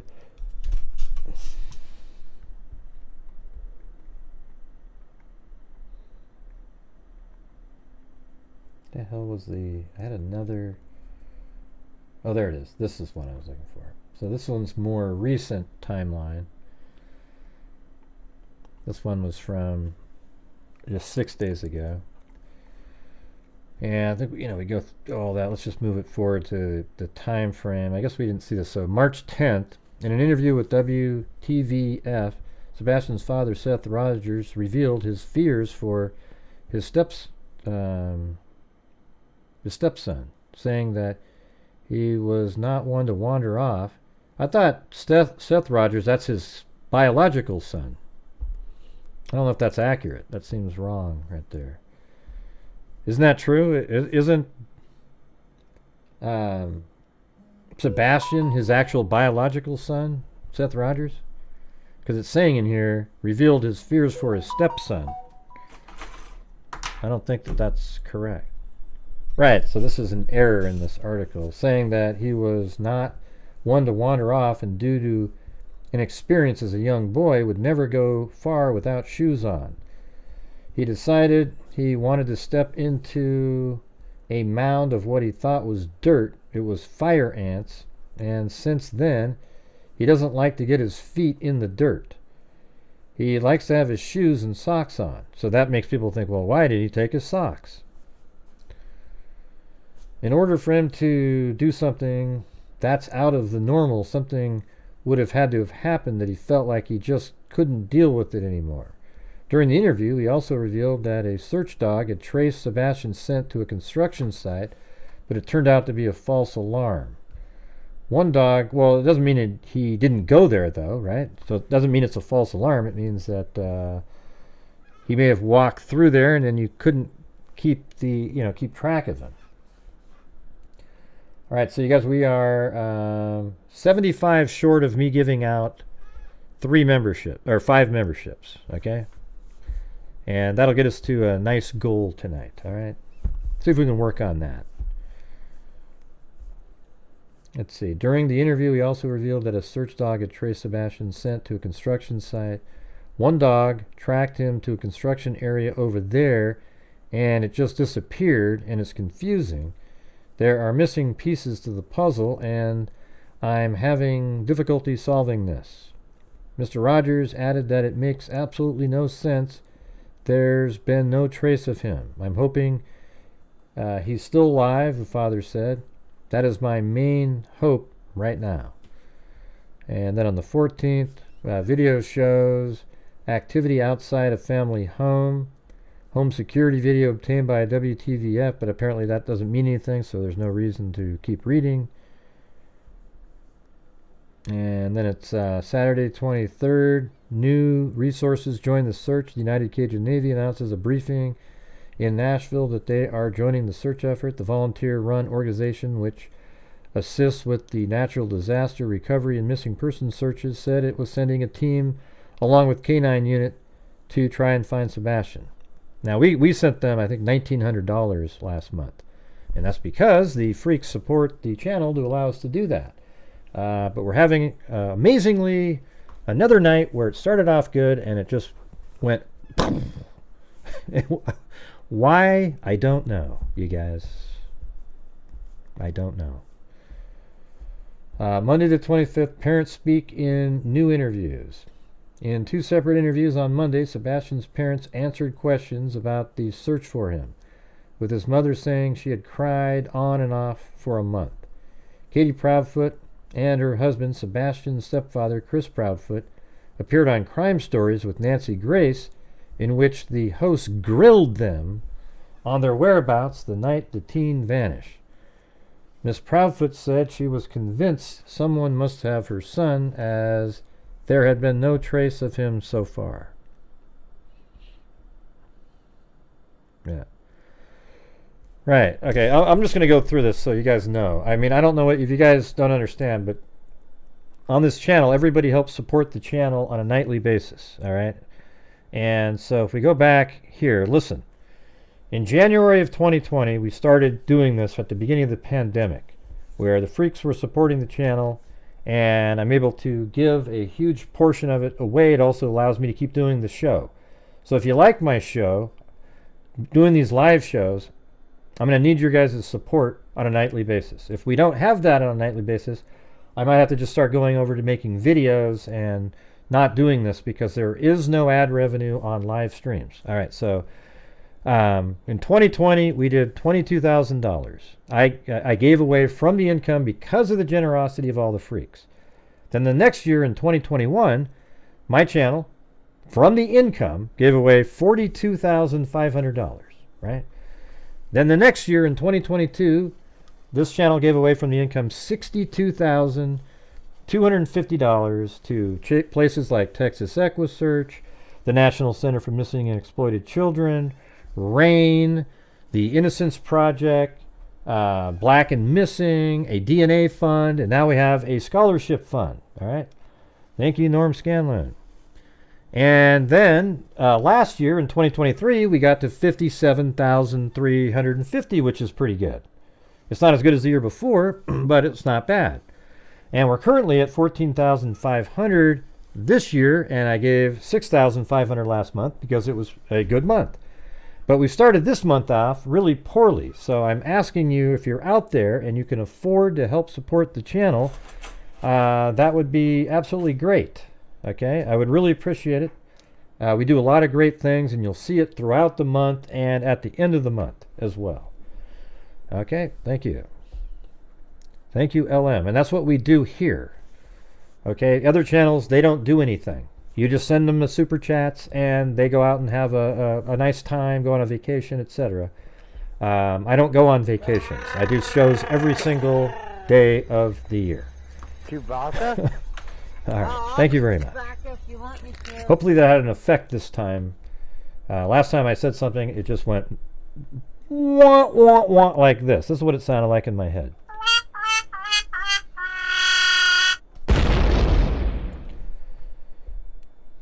All right. Let's see. Let me get to this one again. All right, so now let's listen to the Nancy Grace thing in the background here. All right, we won't play the video. Monday morning, 6 a.m. From everything we. Thank you, April Rain, and look at that, 46 months for Just a Friend. Wait, what was Just a Friend? What were you called before?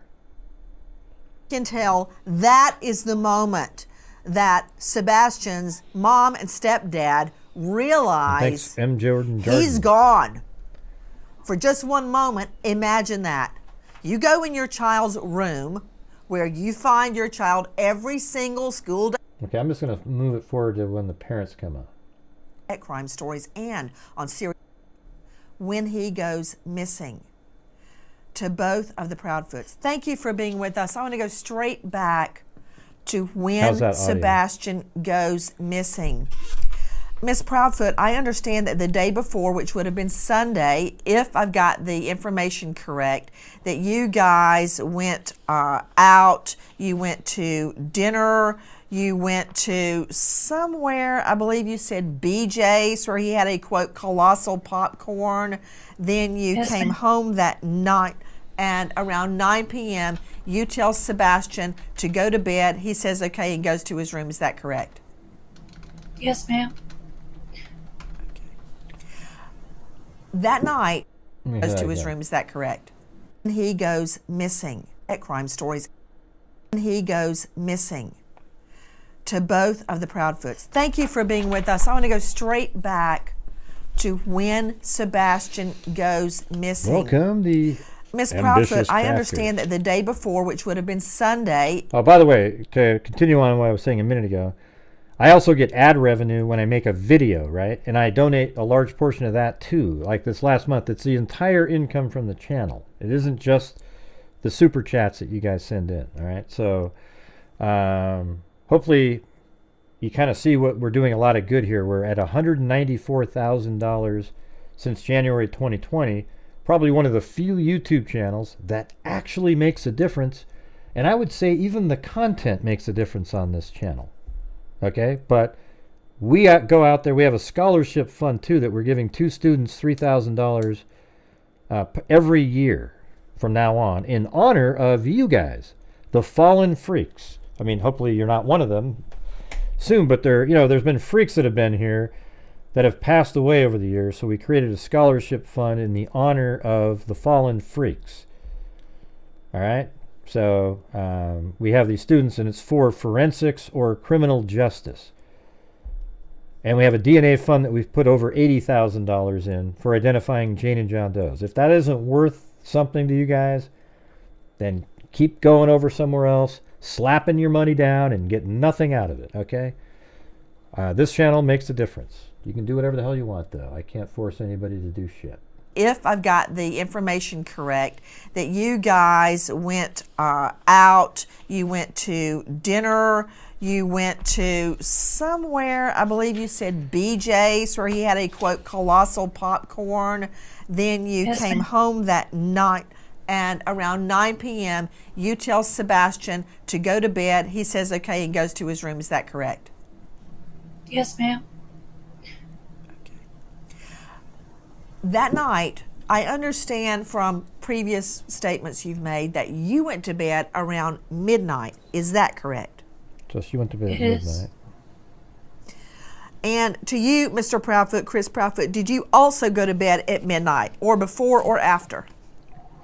What's her name No, again? ma'am. What's her We first went name? We went Mom. to bed around the same time because we were on the phone together. And He was not home. please excuse any of my questions. I'm simply trying to find out more about that night. Do you two sleep in the same bedroom? Well, he wasn't there though. He wasn't actually in the home at all that weekend. You were wasn't. not home. He said that already. No, Okay, ma'am. so where were you, Mr. Proudfoot? I was in Memphis, Tennessee. How far away is that? Thank you, Peter. 3 hours and 37 minutes from doorstep to doorstep. And what were you doing in Memphis? Working. Where do you work? I'm currently working, or was working, at the St. Jude Children's Hospital construction project. Yes, I'm very familiar with St. Jude's. You said you were working there. Are you no longer working there? Right now, that's up in the air. Well, you've been gone ever since Sebastian went missing, so I understand. When you are home, do you two sleep in the same bedroom? Yes, ma'am. Is this a 3-bedroom home? Yes, ma'am. Where is your room as it relates to Sebastian's room? It's on the opposite end of the house. The master bedroom's on one side, and the other 2 bedrooms are on the other side of the house. Okay, so your master bedroom is on one side of the house and Sebastian's room is on the other side of the house. Is that correct? Hey, I know it's Proudfoot the last name, but what are the parents' first names? Anybody? Proudfoot. And then what's the mom's name? Anybody? Oh, Katie and Chris. Okay. Wait. Okay. Are there videos that say Katie and Chris on them? I mean, you guys all type it in exactly the same. All right, so it's Katie and then father Chris. Okay. I guess his name could be Katie, and he's identifying as. Yes, ma'am. Okay. Now, you have a 3rd bedroom that I believe you keep for your other daughter. Is that correct? Yes, ma'am. Is that Faith? Is your other daughter named Faith? Yes, ma'am. Okay. So where is Faith's bedroom as it relates to Sebastian's bedroom? It's in the back side of the house. Sebastian's bedroom is So on the it's- front side of the house. Okay. So his bedroom is away from Faith's bedroom and away from your master bedroom. Is that correct? Yes, ma'am. Is Sebastian's room on a top floor or a ground level? We have a ranch style house. It's a 1.5 story, so everything is flat, and then you have the bonus room above the garage. Okay. So his is on ground floor, right? Yes, ma'am. Yes, ma'am. Okay. That morning, was there any sign of a break-in through a window, a front door, a back door, a sliding glass door, anything at all? No, ma'am. Okay. No sign of forced entry. Was anything taken from the home at all? Not that we could find anything. We couldn't find anything missing. I want to circle back to Sebastian's shoes regarding if anything was missing. Do you have a burglar alarm? Burglar alarm? No, ma'am. Who the hell is a burglar? Do you have a Ring doorbell cam? No, ma'am. Okay. You mean security Have the alarm? two of you Okay. taken a polygraph? I have. It says that have the two of you taken a polygraph? Now watch. I have not.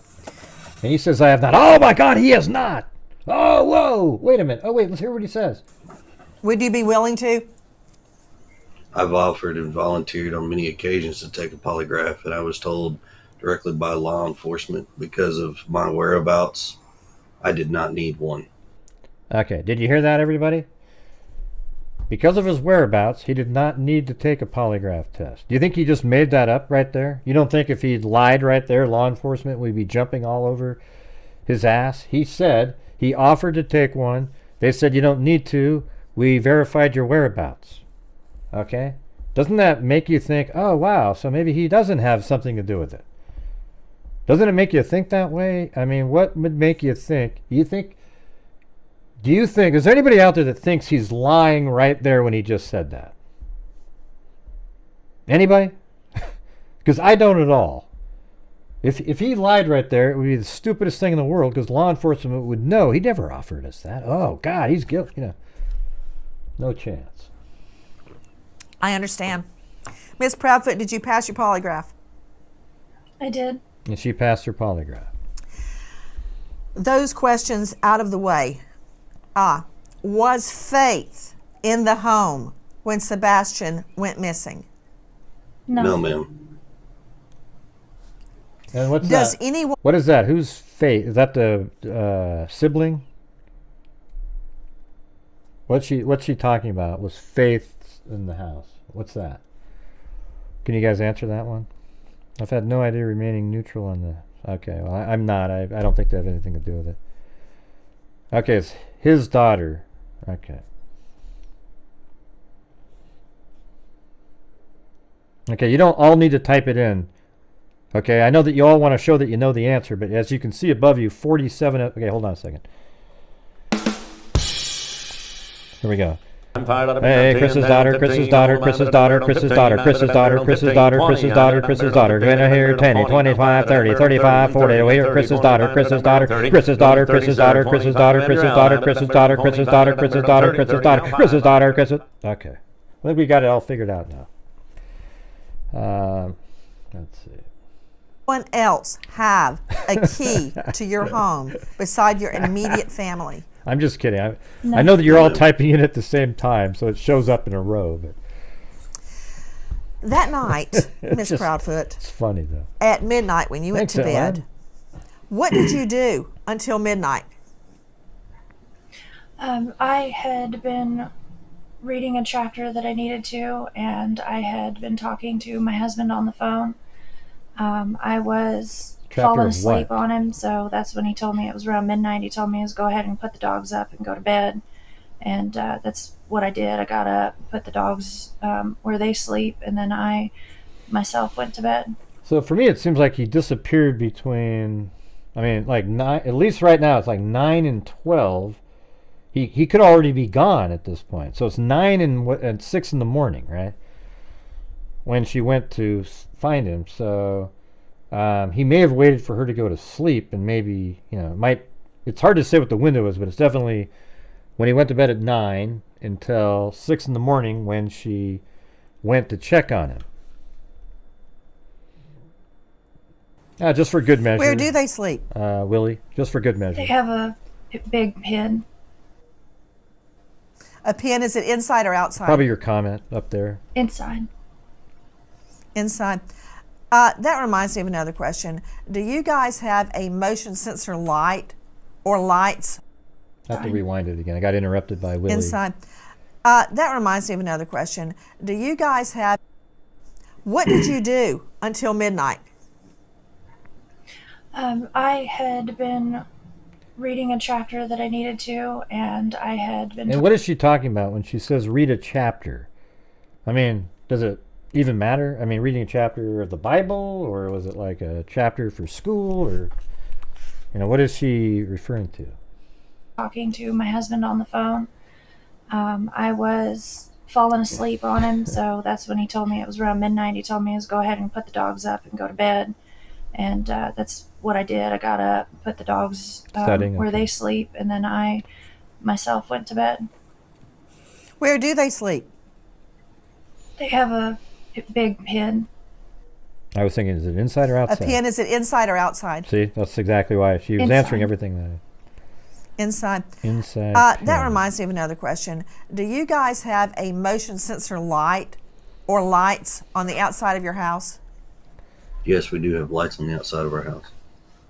Did they activate that night? They're not motion censored. Well, she just asked you that, though. We have lights. Were they not on that motion night? censored.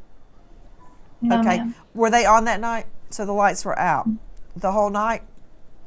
Yes, ma'am. We don't typically turn the floodlights on. Right. You wouldn't. You turn them Were on there when you're any going lights outside the but- house on at all? Like Just- you might turn your lights on if you're going outside to go to your car or do something, and then you turn them back off when you go back inside. A lot of people have them where they're motion activated, so you don't have to think about turning them on. Theirs aren't, and I don't find anything suspicious about that. My little solar lights that we have in the garden. There's 2 lights on the side of the house above the garage that are on at all times. Oh yeah, those are on. Oh, there's a light above the thank you, garage Lisa, that's for on the at all PayPal. times? There's 2, yes, ma'am. Okay. Thanks so far. Thank you, Lisa and LM. I think that's you, isn't it? On PayPal. It's a different name. And Ginger Keys. Thank you. Also, thank you there for Apple Maps Car Driver. Apple Maps? Come on. Don't you just use a regular map? Yeah, I guess you have an Apple phone, though, so I guess that makes sense. Okay, so those lights were on? Yes, ma'am. Okay. The reason I'm asking is because I heard you say earlier, Mr. Proudfoot, that your neighbors have been very, very forthcoming with their Ring camera info. And I was Yes, trying to determine if any lights were on, what, if anything, they may have caught. But I understand from your previous interviews that nothing of any evidentiary value was caught. And also, in another statement you gave, I understand that the video of the 2 flashlights, and I'm saying This that is what with it air looks like. quotes, They're just like that. that's not exactly Okay. what that was at all. We now don't believe that 2 flashlights were observed around your home. Is that correct? You're Yes. very correct. I wonder what they did to disprove that part. I'm wondering if they did the overlay that I was talking about, because that's such a huge tool. Yeah, I think it's amazing. I think that should be like a standard now in law enforcement. If you have a fixed camera that is daylight, and then you have a motion at night, even if it's kind of dark, all you have to do is overlay it over a light shot and then sort of dim, make it somewhat see through the darkness, and you'll be able to see exactly where they were moving. It's awesome. I mean, they should do it for like just any case. If it's at a nighttime digital image, go back and get a daylight shot, put it behind it, and then it makes everything clear where the motion and movement's going. Okay. Question regarding your vehicles. Ms. Proudfoot, what make and model do you drive? I drive. I mean, I'll show you guys something here. Hold on a second. I mean, it was one of my achieving moments as a true crime YouTuber. Let's see.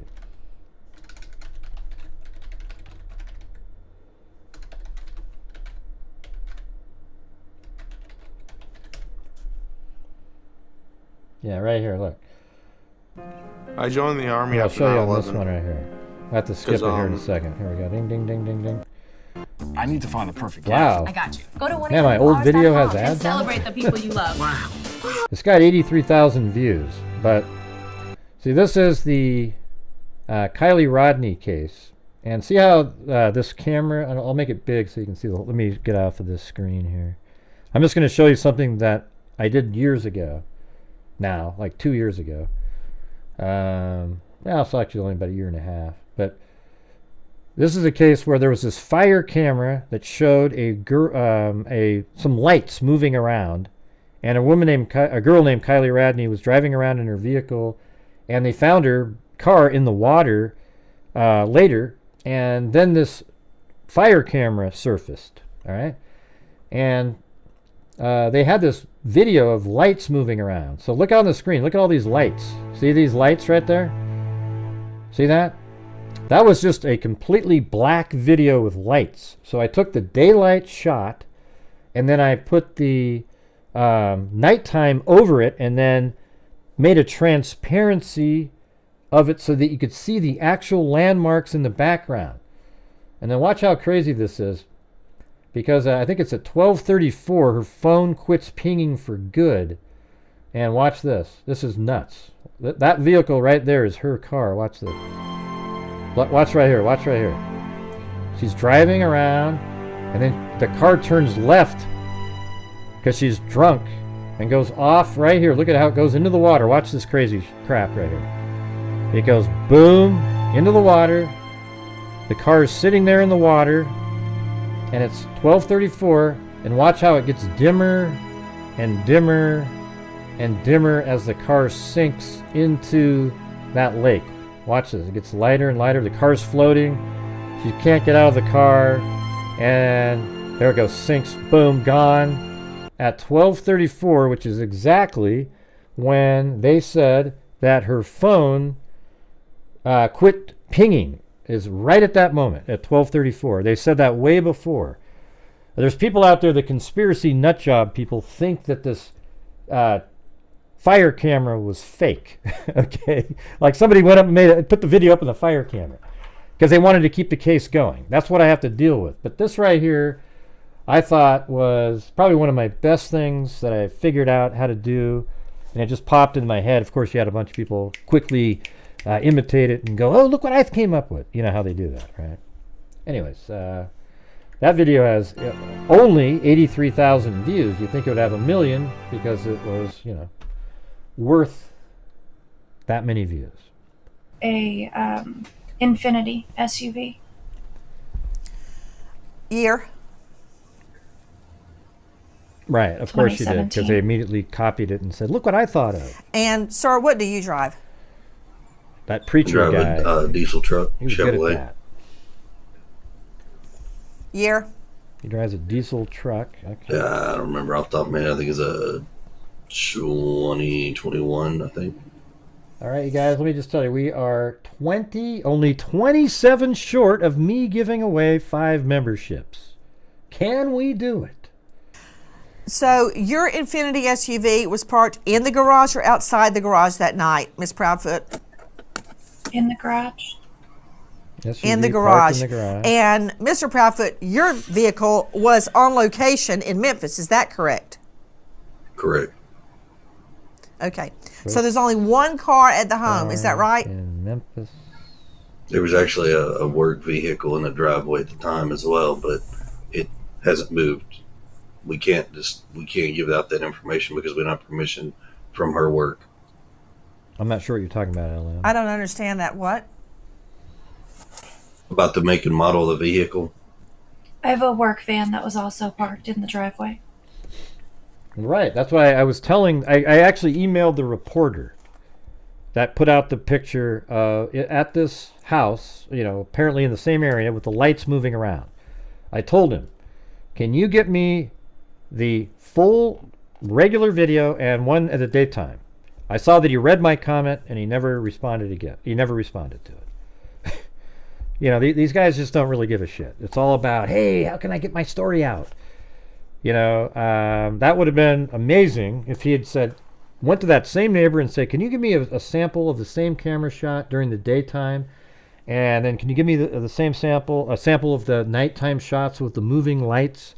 And then do an overlay, and then you'll be able to look at it and go, oh, okay, wow, you know what, that was actually, maybe law enforcement did that later.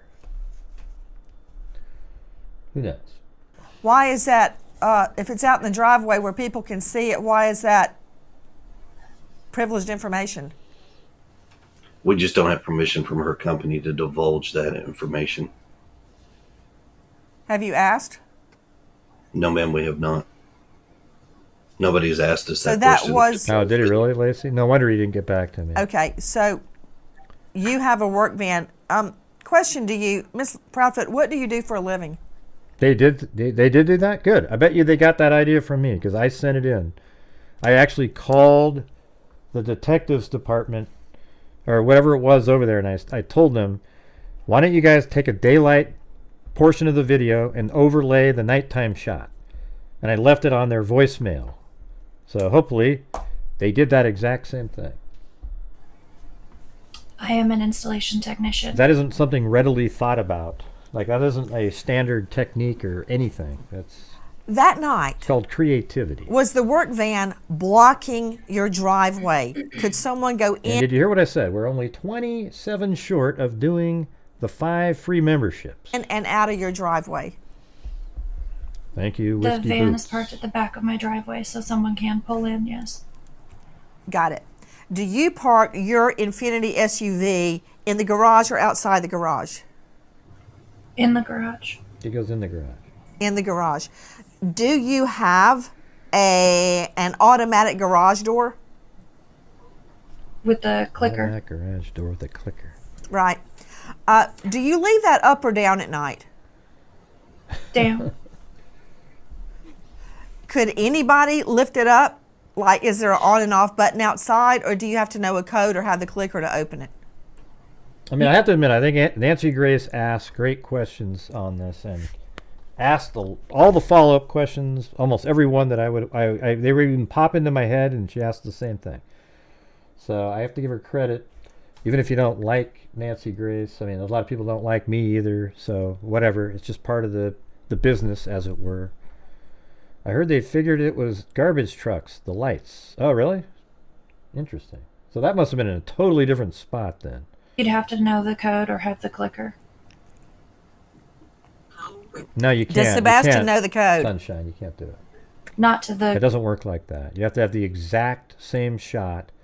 That's how they do movies too, by the way. You know when you see somebody just disappear, like they're standing in a yard and they disappear? It's the same thing. Or like if you could talk to yourself in a video, you keep the camera static, so it's just filming in one position, and then you stand one way and face like, hey, how's it going, Gray? And then you film the same thing, hey, Gray, how's it going? And then you just cut it right down the middle, and the clip, one clip's on top of the other, and it looks like you're standing in the same yard talking to the same person. It's the same thing. One clip just has to be on top of the other, and you can't do something where you use Google Earth or anything like that. That doesn't work. Thank you, Lip Puppy Paws. Guess what, though? I think we just... we're $3 short, darn it. I was just about to... The garage door, but to the man doors. Not to the garage door, but to the house doors? The regular door, That's because yes. I invented it. 1, 2, 3. So rock is there a drive. code to get in your home, or do you use a regular key? Not the split screen, though. All right, regular... There's a code. And he knows that code? Let me rewind it. Over. So is there a code to get in your home, or do you use a regular key? Code, huh? There's a code. A code. And he knows that code? Yes, ma'am. Question. I'm just trying to figure out how he would have gotten out, or if somebody came into the home.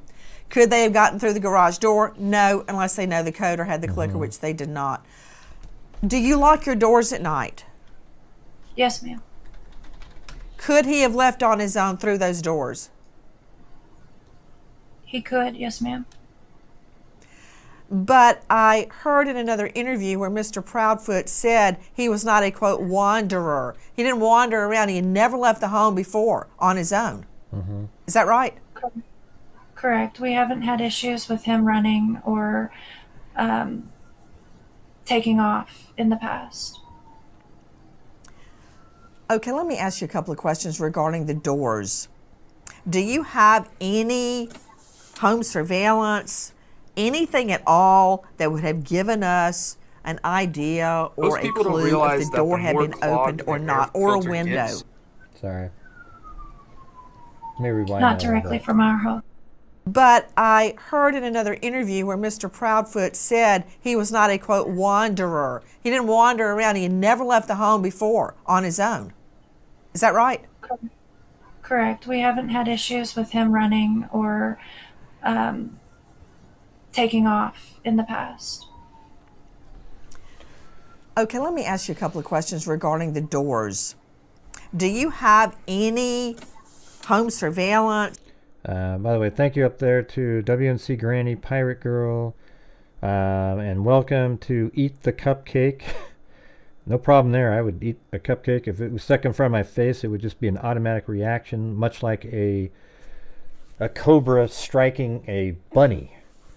Julie Fagone, D. Cherry, Ellum, and Lacey H. Anything at all that would have given us an idea or a clue if the door had been opened or not, or a window? Not directly from our house. Well, then from where? That's what we were hoping that neighborhood ring cameras and may have picked something. Let me read that again. But I Listen heard in again. another interview where I wanna hear Mr. that Proudfoot said he was not a, quote, wanderer. Not a wanderer. He didn't wander around. Didn't He had wander. never left the home before on his own. Is that right? Correct. We haven't had it. Right. So here's the thing, everybody. Aren't some of the answers that the Proudfoot wouldn't it have been so much more helpful if they had said, this is where I actually believed them and everything the whole time. Because right there, wouldn't they have easily just said something like this, like, oh God, yeah, he wanders away a lot, man. There's some nights where he walks down the street and we're like, hey, we try to get him back here. So sometimes that would have helped him out tremendously, where people would have went, wow, okay, wow, so he walked away sometimes. But instead they're telling you the truth, that he doesn't ever leave the house, wander away. So what happened on this night, right? I mean, I don't know, man. When I listen to this stuff, it helps them. It doesn't hurt them. And I don't know why they got so much hell from everybody. I'm not saying there isn't a chance that somehow, some way down the line, something might lead back, and they fooled everybody. But law enforcement said today, and I've been waiting for something like this, and they've said it similarly to this, but today they finally almost like put their foot down and said they've been cooperative from the very beginning. They've done every single thing that we've asked them to do, and we can't find anything.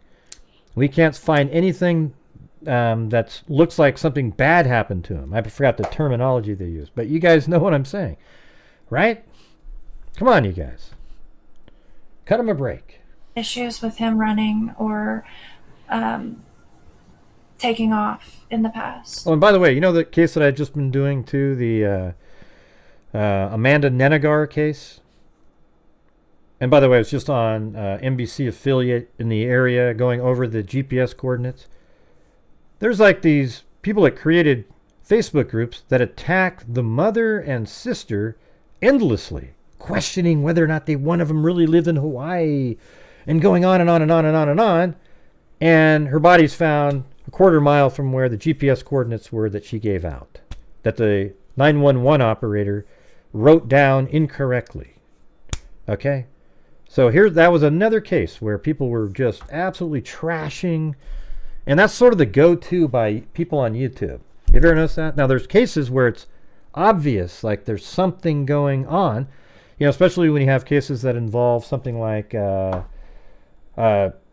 somebody goes missing, they're about to go to court, and it's a child custody issue. At that point, you're going to be in the ballpark when you start saying that the person that they were in the dispute with probably did something to that person. It's like 99% on that one. All right, anyways. Okay, let me ask you a couple of questions regarding the doors. Do you have any home surveillance, anything at all that would have given us an idea or a clue if the door had been opened or not, or a window? Not directly from our house. Well, then from where? Oh, and by the way, thanks up there, Caligal 3 said, I heard they figured it was garbage trucks, the lights. Okay. But we were hoping that neighborhood ring cameras and may have picked something up. Gotcha. I want to go back to that night. You said you were up till midnight. You were reading something. What were you reading? Now, see, she got back to that. A chapter for school. There you go. A chapter for school. Are you in school? I was, yes, ma'am. I've since dropped my classes for the time. What are you studying? I bet you Business Nancy Grace administration. believed them at the end, too. That's what I think. Gotcha. Where do you go to school? DeVry. That's like one of those online. So that night you go to bed at midnight after you've been talking to Mr. Proudfoot on the phone. You put the dogs away in a cage, a crate, inside the home, and you go to bed. Did you check on Sebastian at that time? I did not. I don't think so. I thought he sounded absolutely normal in the first video, Danny, ICORN. Not typically. I watched him. You just Since don't want him to he's sound gotten older, normal. I've not been checking on him as frequently throughout the night because normally he's good to go in his room once he goes to bed. Earlier you had stated you heard a noise in his room before you went to bed. What time was that? Around 10 Well, they're all hard questions, Cindy, because she's working through and trying to catch him on something, and they're answering all of them because they're remembering it, because that's what happened. That's the thing. That's the thing.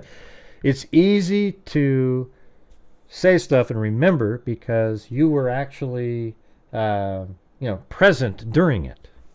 Like they don't remember any, they don't know what happened to him, but they remember what happened in the evening. They can tell you how the lights were, all that kind of stuff. Is it possible that there's something else going on here? I guess you got to say, yeah, but doesn't it seem like we need to drop that at this point and sort of focus in on what they're saying and look at other things? Because that's why I'm jumping in now. I feel like it's a good time to sort of get rid of all of the people, have a conversation about this case without the I hate the parents, they did something crowd. Don't you think? Who cares? You guys are 10 p.m. What did it sound like? right. I think she methodically Just works a thud. through. A thud. You stated that you said, look, I don't care what you're doing in there, go to bed. Is that right? I was on the couch, which is near his room, and I said, Bubba, did you fall out of the bed? Here, let me rewind that a little bit. Because normally That's pretty he's, interesting right he's there. good to go in his room once he goes to bed. Earlier you had stated you heard a noise in his room before you went to bed. What time was that? Maybe 10 or 11, maybe? Around 10 o'clock. Oh, there you go. There you go. 10 p.m. What did it sound like?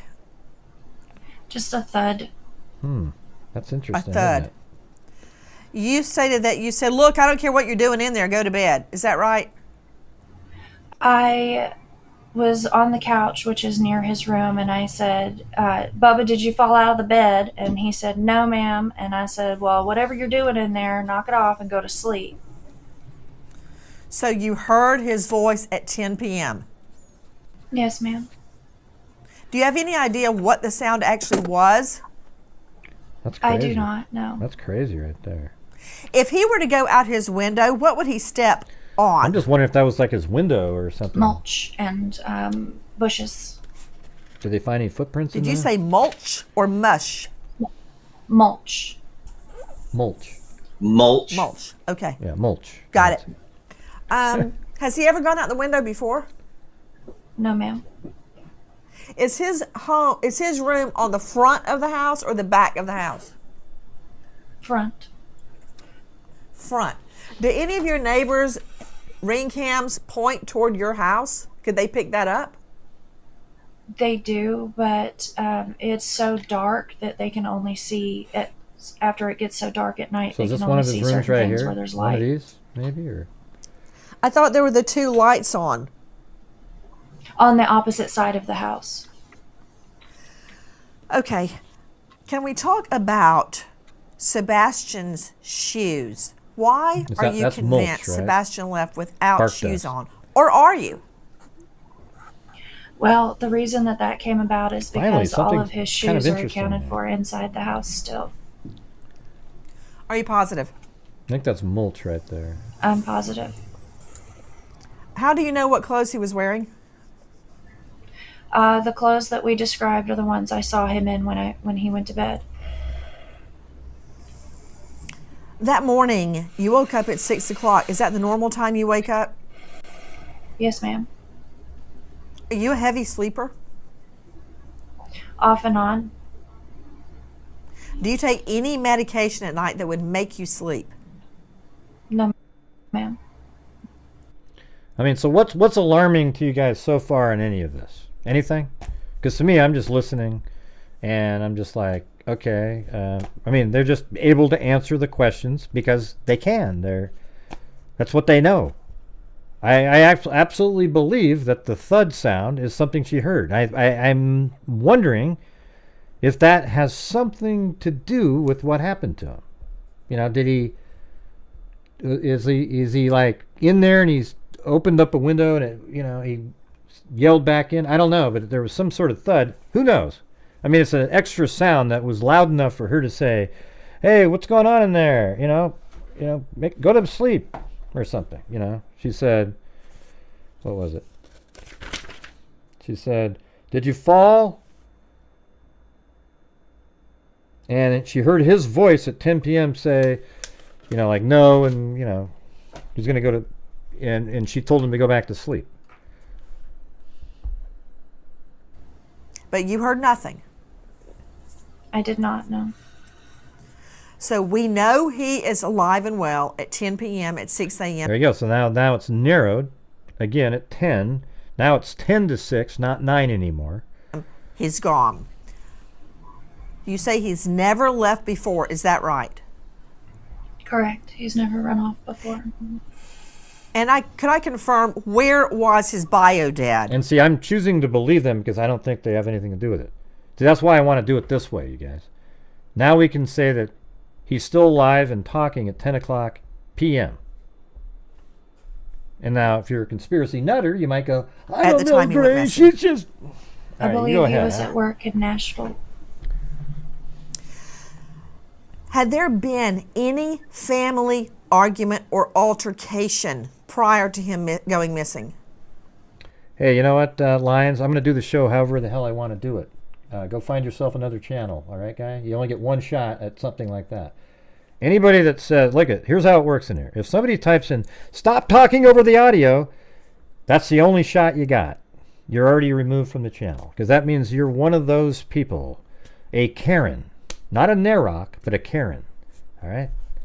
Here we go. No, ma'am. And Mr. Proudfoot, when did you leave town? Early February. So you had been gone for days before he went missing. Is that correct? Correct, ma'am. Had you visited home since you left? You said from when I initially left? Yes. Yes, ma'am. I came home February 26th, the morning I was told that he was missing. From the time that you left for the job in Memphis to February 26th, did you visit the home? That's what she wanted. Yes, ma'am. When? See? See, that's what I'm saying. I don't know what it is, ma'am. I just, the same back, every question she asked, there was a 5 or 10 minute period where every single backup question, I had the same one. I mean, it was like exactly the same every single time. It's pretty crazy. I was home. I can't give exact dates. Law enforcement has told me not to provide exact dates. It's so bright. But I had been home multiple times prior to February. And then I left early February and then didn't come back till February 26th, the morning he was missing. So you were not home from the time you left early February till Feb 26th. Is that right? Correct, ma'am. Right. He's just saying he came home when the news came Where out. were you living in Memphis? I have an RV trailer that I stay in at an RV park. RV park. Okay. Why is it a terrible answer, Following Cindy, back for up you? on that morning, God, your brain is just whacked out. you search the home, Miss Proudfoot. Then you get in your vehicle and you start searching. Did Sebastian know how to drive? No, ma'am. I'm going to rewind it. So you were not home from the time you left early February till Feb 26. Is that right? Yes, ma'am. I came home February 26th, the morning I was told that he was missing. Right, see? From the time that you left for the job in Memphis to February 26, did you visit the home? Yes, ma'am. When? The 26th. I was home. I can't give exact dates.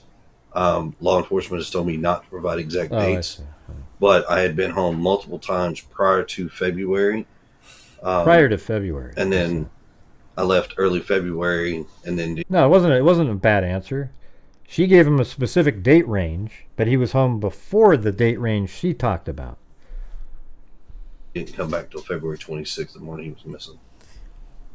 So you were not home from the time you left early February till Feb 26. Is that right? Right, but he came back before that. Where were you living Forget in it, Memphis? Cindy. You're just an over analyzer. I have an RV trailer that I stay in at an RV park. RV park, okay. Following back up on that morning, you search the home, Ms. Proudfoot, then you get in your vehicle and you start searching. Did Sebastian know how to drive? No, ma'am. Was your car in the same location when you woke up that morning as it was the night before? Yes, ma'am. Has your car been searched by police? Multiple times, yes, ma'am. Okay, we're going to have to rewind it now. Have sent dogs. Mainly just because of Cindy.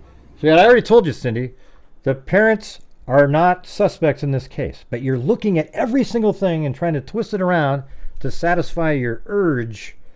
Nobody can get past it. Look how this has to go. Do you take any medication at night that would make you sleep? I'm going to have to rewind it again, everybody, and listen to it again. But you heard nothing. God, it's just so ridiculous. I did not know. So we know cares if he he didn't is answer alive it and well exactly at what 10 she wanted p.m. to at say. 6 a.m. He's gone. Yes, they were cleared. You say he's Cindy. never left before. Is that right? Correct. He's never run off before. And could I confirm, where was his bio dad at the time? Oh, really, Lee Baker? Try like signing out and signing back in again from Google. Try doing that. Or try a super thanks and then type in a comment if you want, and I'll read that. Super thanks seemed to work. He went missing. I believe he was at work in Nashville. Okay, let's do this part again. Here we go. Had there been any family argument or altercation prior to him going missing? No, ma'am. And Mr. Proudfoot, when did you leave town? Here we go again. Early February. Okay, so he leaves So, early February, yeah. You had been gone for days before he went missing. Is that correct? Correct, ma'am. Mm-hmm. Had you visited home since you left? You said from when I initially left? Yes. Yes, ma'am. I came home February 26th, the morning I was told that he was missing. Mm-hmm. But then he does say... From the time that you left for the job in Memphis to February 26th, did you visit the home? Yes, ma'am. When? I was home. I can't give exact dates. Law enforcement has told me not to provide exact dates, but I had been home multiple times prior to February. Yeah, he's talking about before February. It's just sort of a misunderstanding in the conversation. You guys are crazy when you look at it too much. You know, it was before that, before February. You know, he's saying when he left in February to go to work, he came back on the 26th, but then he sort of went back even prior to that time. I don't know why it's like it has to be so sleuthy, super sleuthy, super sleuthy. It's ridiculous. Yeah. And then I left early February and then didn't come back till February 26th, the morning he was missing. It wasn't the charm. It still has the same thing, Cindy. Were not home from the time you left early February till Feb 26. Is that right? Correct, ma'am. Where were you living in Memphis? I have an RV trailer that I stay in at an RV park. RV park, okay. Following back up on that morning, you searched the home, Ms. Proudfoot, Then you get in your vehicle and you start searching. Did Sebastian know how to drive? No, ma'am. Was your car in the same location when you woke up that morning as it was the night before? Yes, ma'am. Has your car been searched by... Don't you think it's... doesn't it make you just go, wow, there's so many times if they gave a different answer, it would have helped a little bit. For the, he went missing in the night. But for them, you know what it's like for them? That their child just absolutely disappeared between 10 o'clock and 6 o'clock in the morning, and they have no idea where he is. That's how I take in this whole situation. So that's all they have to say is these different things. Police? Multiple times, yes, ma'am. Have scent dogs looked at your car? Yes, ma'am. So your car's in the same place. You get in the car, you start looking in the neighborhood for him. Is that right? Yes, ma'am. Mm-hmm. Then you call Mr. Proudfoot, right? I believe I was already Yeah, on the phone. they were already on the at phone. that I was going to point. say that. They were already talking, Okay. and that he was saying, this is where he might be. He might be here, might be Who called 911? I did. You did. Yes, What ma'am. time? Without looking at a call log, I can't give you the exact time, but on or about 6:20. And So when is he already back or kind of in the area at the time? Because if he calls 911 from where his job site is, it wouldn't go to the, wherever the children's place is. It probably wouldn't go to the right people. But apparently he came back though, right? And had you guys been talking on the phone before 6 a.m. or did you initially call Mr. Proudfoot at the time you realized Sebastian was gone? I know, I it's an called interrogation him when I and they're realized doing Sebastian was well gone. in it. I called the sheriff department. Have you guys been out looking There you for go. So it wasn't Sebastian? 911, he called the sheriff. Yes, ma'am. Yes, ma'am. We were... Yeah, but they said 911 on here, right?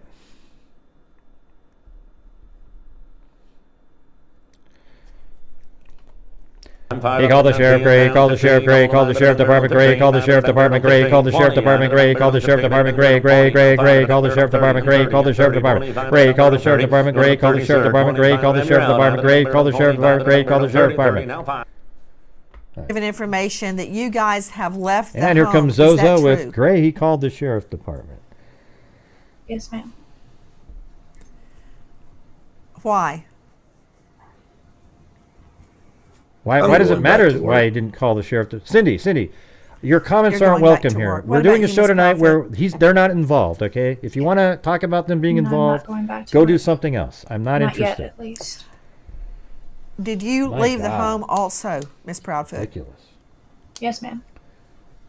Why? Why would it be an interrogation? She wouldn't even have known that he called the sheriff department. She just listened to what he said. God, you guys.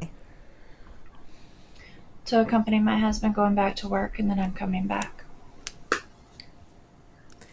Okay, when will you be back? Do you know yet? No, not yet. Are you concerned about being away while the search is ongoing? Absolutely, I am. Then why are you going? Because my son could be anywhere, and we're looking everywhere and anywhere. I mean, I didn't really like her answers, but I think there's another answer. This one, she didn't answer this good, but it's like, I've listened to him a million times. She gives a lot of information. She's like, oh, we went over because he could be anywhere. Like, oh yeah, he's just going to show up at this park that we're at.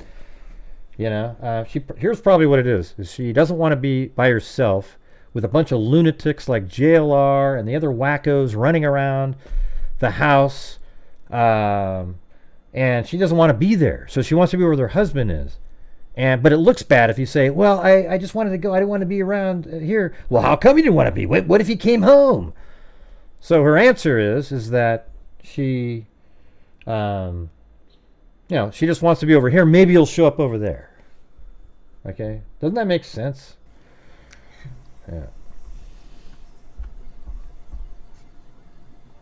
I've got a question for you.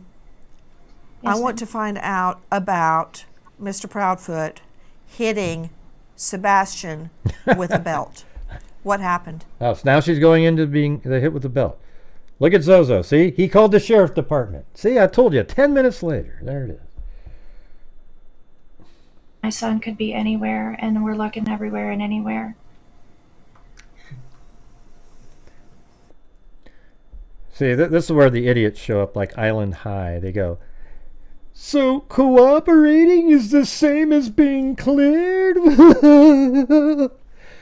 Hey, no, that isn't what they said. They said the family has cooperated the entire time, and they've done every single thing that we've asked them to do, and we have found nothing that leads to any sort of violent act, something like that.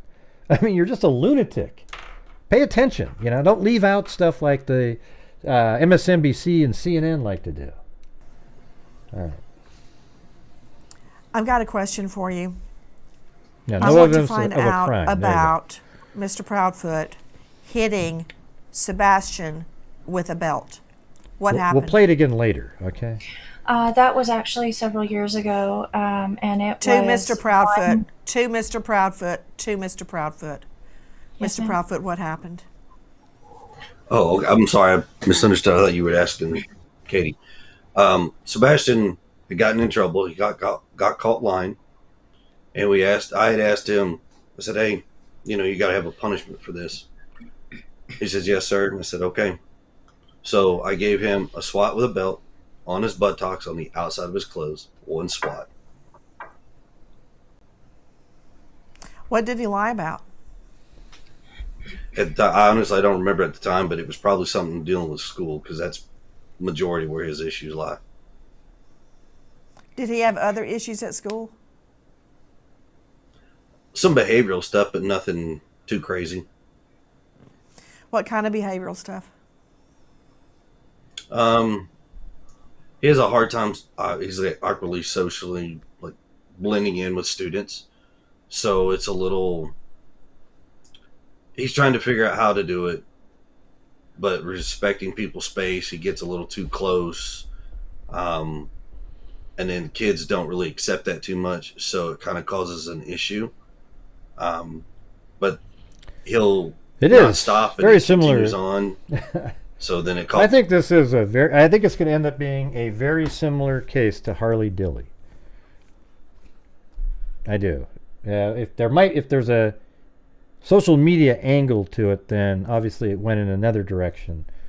But it could just be something where he wandered off and went in the wrong place at the wrong time, and they haven't found him. This is an issue, and instead of being honest about it, he'll lie like, "No, I didn't." You know what I'm saying? Okay, Sebastian. Oh, Jesus. We're lying about doing Was that the first time? Was that the first time you had ever hit him with a belt? Yes, ma'am. The one and only time, actually. So what, Dr. Quinn Harley? Who cares? When was this? Years ago, ma'am. Any idea how many? 3, 10, 1? It probably at least 3 years ago. I don't understand how that turned into a CPS or Child Protective Services complaint. How were they alerted that you hit him with a belt? That did not turn into a CPS service call. He corrected the whole. There were other CPS reports, right? Were they regarding your other child? There is one in regards to my daughter that I know of out in New Mexico with my ex-wife and myself. What happened?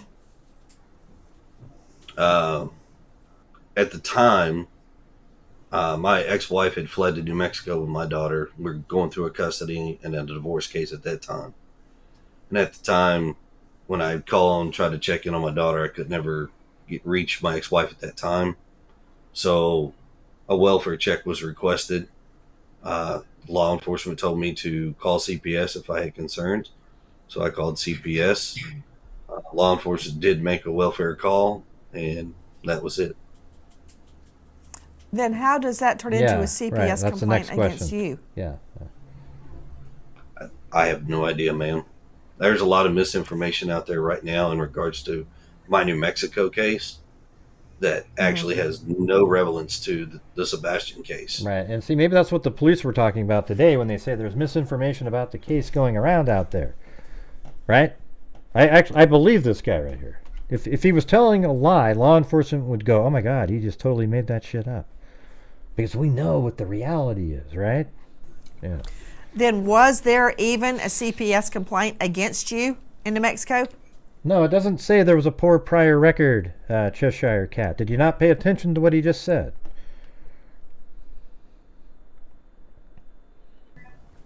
Not that I am aware of.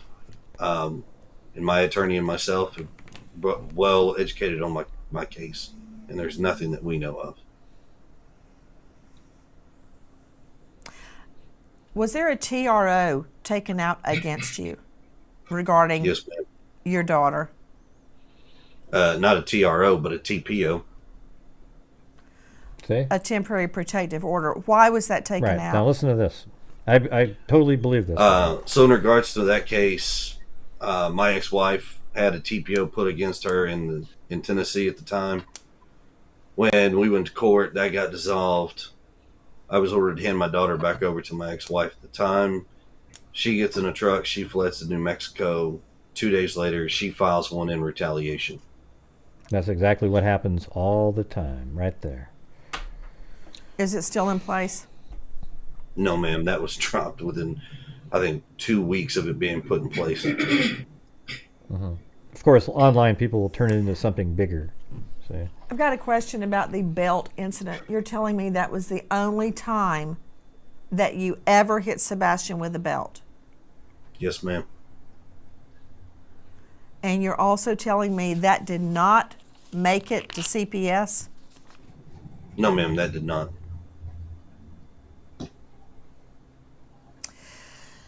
Question. Yes, ma'am. Regarding Faith's furniture. Yes, a few ma'am. days after Sebastian goes missing. So here's the thing: is like,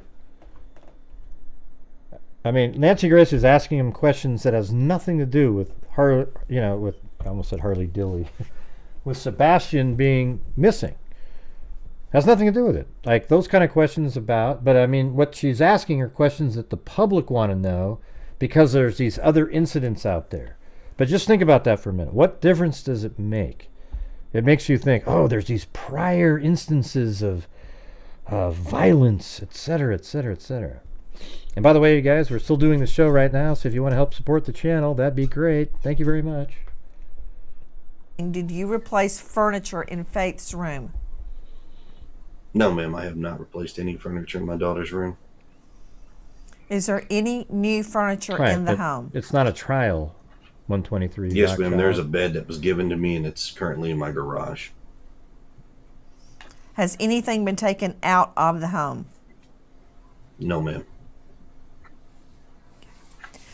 I was curious about a statement that Miss Proudfoot made earlier that canine dogs hit on the barn around the home and near a retention pond. Did that happen? I'm not sure about the barn, but the retention pond, yes. Because law enforcement says the dogs did not hit.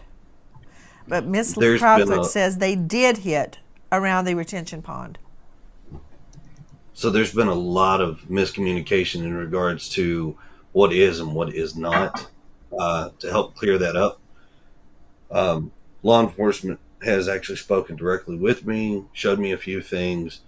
What I can tell you is from day one, there was 5 dogs that started the scent for the search. And then after that, from the next 8 days out from that, there have been dogs from all over the country that have come in and done searches and had scent hits in various locations. But I would say a certain percentage of them tend to go toward the same spot, which would have been a retention pond. So the law enforcement dogs did not hit on the retention pond. Is that what you're saying? No, I'm saying they did.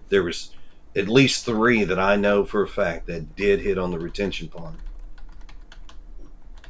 And the pond has been drained, correct? And there was nothing there. Yes, ma'am. They have walked it, drained it, and there's nothing. The retention pond was only knee deep anyways. I don't even know where that is. On one occasion, Mr. Proudfoot, you stated that you and Mrs. Proudfoot have been, quote, vetted and cleared of foul play. That was stated on Chronicles of Olivia. Is that true? What do you mean by that? Yes. So after working with law enforcement of all agencies, they have actually told us that there is no foul play, no nefarious issues. We've been cleared of all wrongdoing. We are working extremely cooperative with all law enforcement agencies at any point in time that they've called, come to the house, anything. Yeah, that's Was exactly Sebastian right. That's exactly angry or upset before he disappeared? No, ma'am. Not to my knowledge. What is your theory about where is Sebastian? I wish I knew where he was, to be honest. Your theory. Hey, Half Pint, you seem to have all these theories you keep throwing out in the chat. Let's just kind of stick with what we're doing here, all right? I think it's possible that someone has my son. Why? Because I feel like if he had been close to the house or had walked off, that we would found him by now with as many people as we had searching. Have you checked his social media? He doesn't have social media. Have you checked his phone? His phone has been thoroughly checked, yes, ma'am. Have you handed your phones to police, both of you? Yes, ma'am. Yes, ma'am, we have. I mean, look at this. I don't think I've ever even heard of a case where every single person, I mean, every single thing that they've been asked to do, they did. Both their phones, the kid's phone, every single thing that they've been asked to do. And I think by the time this is over, I bet Nancy probably feels like, man, I don't think they had anything to do with it. Has police searched all of your devices, your laptop, your iPad, everything? Everything. Yes, ma'am. Other than you, Miss Proudfoot, who is the last person that saw or heard Sebastian alive the Sunday before he went missing? 2 of his aunts, a cousin, and the staff where we had dinner. And that was at BJ's the night before or the bowling alley? So BJ's, and then we went to the bowling alley, and then after the bowling alley, we went to dinner before coming home. I want to follow up again on the dogs hitting. Earlier, Ms. Proudfoot had stated the dogs hit around the house, the barn, and at the retention pond. Is that correct? I don't know about the barn, but I do know that they did track to the pond, yes. Did the dogs also hit around the house? Yes, ma'am. On the outside of the house? Yes, ma'am. Were they scent dogs or cadaver dogs? They brought in both cadaver and tracking dogs. Which dog hit? A cadaver dog or a scent dog? Scent dog. It's all been scent dogs. No, if it turns out they have something to do with it, I said that's possible they have something to do with this, okay? I'm just saying they've said they have nothing to do with it at this point. Everything. Now, it could turn out some wild investigation comes back. And, but this is how you should be looking at it here, is that they had nothing to do with it because law enforcement is saying that. You can spend all your time sitting there trying to sleuth out the parents over and over and over and over and over and over again. And it's just a waste of time at this point. Okay, so now we got to go back and listen to what the parents are saying and believe what they're saying. Okay, because they're trying to give answers to questions. They've been cooperative the whole time. It's crazy, you guys. All right?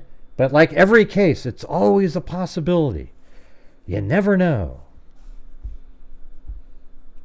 Have hit. The cadaver dogs have not hit on anything that we know of. What do you believe Sebastian was I just don't wearing want to look when at the he case from that. disappeared? And would that have been what he I mean, don't you guys support the idea of not looking at the case through the vision of the parents being involved? I don't want to do that. Okay? I'm going to listen to law enforcement who said that they've been absolutely cooperative, that they found no evidence that they had anything to do with it, and they've done everything that they've asked for. And because of that, I want to take them out of the equation and look at the case based on the words that they're saying, because they're the only ones that know everything that went right up until, at least the mom is, for sure, because she was there. And there was a loud thud around 10 o'clock, and they communicated, and that's it. I mean, aren't you guys bored out of your minds that just keep going after the parents, and there's nothing really towards the case at all? It's just, the parents did it. The parents did it. You must be like an hour behind, Half Pint. Jesus. Slept in? Yes. So the clothes, the black sweatpants with the white stripes and the long sleeve black shirt, that is what he went to bed in. Who said he fell out of bed, Zozo? And Who said he the fell out reason of that I bed? believe he was still wearing those clothes is because when we searched, I did not find those clothes in the house. All they said was there was a loud thud, and she said, hey, like, what's going on in there? Get back to sleep. And he said, okay, or like, are you okay in there? I have the actual written down the term. It was, she said, did you fall out? Let's see. Did you fall? That's it. Did you fall? Because there's a loud sound like that. I don't know where people just kind of come up with stuff. It's weird. I have to assume that that's what he was still wearing. I'm sorry, I couldn't hear you. Did you say that's what he wore when he went to bed? Yes, ma'am. Joining us right now, in addition to Katie Proudfoot and Chris Proudfoot, the bio mom and stepdad of Sebastian, an all-star panel. First to Brian Trasher. And people fall out of bed all the time. Yeah. Joining us, Vice President of the Cajun Navy, who has joined the search. Brian, thank you for being with us. Who asked you to join the search? Well, we had deployed a team. But sort of like questioning that, though, is where you get the... that's where you're starting to blame them again. Like, it's an invented story. He didn't fall. There's no thud, Let's see if they ask the parents more questions. Let's see. He had gone outside particularly barefoot. Okay, they're back on here again. Would he go there on foot? 6%, it's to get out of an aversive situation. It's to get away from something that's overwhelming or overstimulating to them. Ms. Proudfoot, does he know your phone number? Can he call you if he could get access to a phone? We have gone over my phone number. I don't know that in a high-stress time he would remember it, but yes, I have taught him my phone number. Mm-hmm. Was he ever allowed to go visit friends' homes? He didn't get invited. What was what did they say on the other channel? Yes, we have had play dates in the past. Would he go there on foot? No, ma'am. Joining me now is Lauren Conlon, investigative journalist, host of the Outlier podcast, host of Corruption, What Happened to Grant Solomon, and you can find her at laurenconlon.com. Lauren, thank you so much for being with us. What can you tell me about that stretch of road, if anything, between Sebastian's home and that retention pond? I have fallen out of bed. Well, look, Nancy, I mean, I think like everything else about this case, it is very confusing because the public hasn't heard much from the... But I mean, here's the thing. All she said she heard was a thud. Who cares if she thought maybe he fell out of bed? Okay? I mean, what difference does it make? She heard a thud and said, hey, did you fall down or whatever? What if she did say, hey, did you fall out of bed? Oh, no, Mom, everything's fine. All it means is that she heard a thud sound. Who gives a crap what her question back to him was? It's just, it's irrelevant. Police. We haven't heard much Hey, from the thank you, Proudfoots, Dr. obviously, Quinn when it comes to Hartley. that, or Seth Rogers. He And did now, respond. He I'm did. learning a lot here as I hear Chris Proudfoot. He did respond, because she said he responded, Zozo. So when you say, but did he respond? And the answer is yes. He said something like, well, I guess I didn't write down what he said back, but he did. She said he responded. And Nancy Grace even said, okay, so he responded at 10 o'clock. That's the last time you heard his voice. And that was yes. Say, okay, we can't speak about this because of law enforcement. And now with the Cajun Navy coming in, I think a lot of us are very excited that they are going to. Let me see if they're back on. Okay, here they are. Ask more questions here. Cut all of that out, and I called straight to the sheriff's department because they have jurisdiction of where we live. So look at that. Sorry that I decided to buy. Dan Schmitz, I keep trying to figure out some time to call you.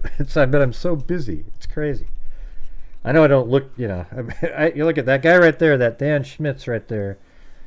You know want to hear something crazy? Like, I remember so much about him. Like, I went to Western Oregon State College, and he was, like, he was just, you know, one of the dudes in the dorm, right? And then we sort of got to know each other, and, you know, I mean, we just hung out all the time. Crazy times back then. But anyways, it was pretty cool. Yeah. Pretty wild. I mean, that was 39 years ago. Isn't that weird? Yeah. Pretty strange. I pass a few steps and go straight to the source where they responded within 10 minutes of the phone call 39 being years made. ago. It's so weird. It doesn't seem that long ago, but. Miss Proudfoot, that evening, were you drinking? No, ma'am. Had you used any type of drug at all, even OTC, over the drug? counter? No, ma'am. And you had no argument with Sebastian that night? No, Cindy, we can't. No, ma'am. You stated you put the dogs away into a crate before you went to bed. Is the crate... Hey, Cindy, have other people ask for something, and maybe I'll do it. It's just you're incessantly asking to have something repeated over and over and over again. Okay, I guess we'll just do it. Here we go. We're going to go right to here. ...made of that. And I'd like to hear your response. I'm not judging one way or the other. I'd like to hear your response. To the fact of not looking at the camera all the time is because a picture of my son is sitting beside me, and I'm looking at him. As far as the crying thing, I have been crying off and on nonstop for a month. What did she ask him? What a shitty... Hold on. What's been made of that? Hold on a No second. emotion at all. They may be numb. Right. At all. That's exactly what I think. I think she's been crying so much that she eventually is just sort of like, I've been through this stage, you know? Like, as a matter of fact, right after I left Western Oregon State College, the next year, 1986, my brother died in a fraternity. And at first you're just sort of like in the shock phase. Then you just start crying. I mean, I remember just like, just crying and just going, God, he's, you know, I'll never be able to talk to him again. And then there's a phase where you're just sort of sitting around like a zombie for a long time. I went through that whole thing, you know? Maybe numb by the time interviews are happening. I'm very different. When I talk about my fiance's murder or I talk about my dad's death, I still cry. Thanks, even Brett. when I swear I'm not going to. But everyone reacts differently. I'm going to throw this I got to give her credit for saying that. directly to Mr. and Mrs. Proudfoot. Much has been made. I'll ask you. You very often look away, don't look at who's asking you questions, show no emotion. Much has been made of that. And I'd like to hear your response. I'm not judging one way or the other. I'd like to hear your response. So the fact of not looking at the camera all the time is because a picture of my son is sitting beside me, and I'm looking at him. Well, you guys, I must be a nut job because I never look at the cameras. I never go like this, hey, everybody, what to? I mean, that's ridiculous. I'm looking at the screens and things, you know. Maybe she doesn't want to look at the camera. I mean, I think it's kind of weird and creepy when people look at the cameras. You know, on a YouTube channel. Hey, everybody, let me tell you something. You should see this guy. He had this one. You know, isn't that weird? I mean, why are you watching these people that are staring at the freaking camera? I mean, wouldn't you rather have them looking at stuff out in the, you know, what they're trying to present to you, etc.? My God. As far as the crying thing, I have been crying off and on nonstop for a month. Dan? I don't know if you're still here, but... Many people have asked me, why did Miss Proudfoot not call 911 immediately? And here's your chance to answer that. Because they were just wondering if he was walking around. Because by the time I realized my son was missing and I called my husband at that point, I was hysterical. I was at the point where I couldn't even form words anymore, and my husband is the one who remained calm enough to call them. Yeah, I don't have any problem with her not calling 911 right away. Do you guys? Let me ask you something. If your kid, you wake up in the morning, they're missing, wouldn't you look around a little bit for a few minutes, like 30 minutes or so, run around and look around and try to find the person? You know, wouldn't you put a little effort in there like that? And then if you can't find them, then your heart starts beating. You start freaking out. Like just like today, I was just telling you with my 2 dogs, for God's sakes. I went into the house and I didn't see them on their bed because they weren't on my camera. So I go, oh, wow, this is crazy. Where the hell are my dogs? And I thought, okay, they're probably in the backyard. And I go, come on, dogs. And I looked everywhere in the yard, did not see them there, looked into every room in the house, and then I started panicking. I started going, oh my God, oh Jesus. And then I went into my office and they're just sitting there on this little bed that they've never been on before. I don't even know what they were doing in there. They went through like it was weird anyways. But for those minutes, I was absolutely panicking, thought they went out in the backyard, broke through a fence, ran away somewhere.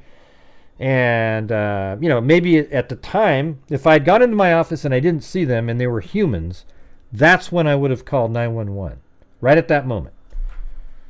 And also when you call 911, there's a finality to it. It means that you're admitting to something, right? You're admitting at that point there's something really bad that happened.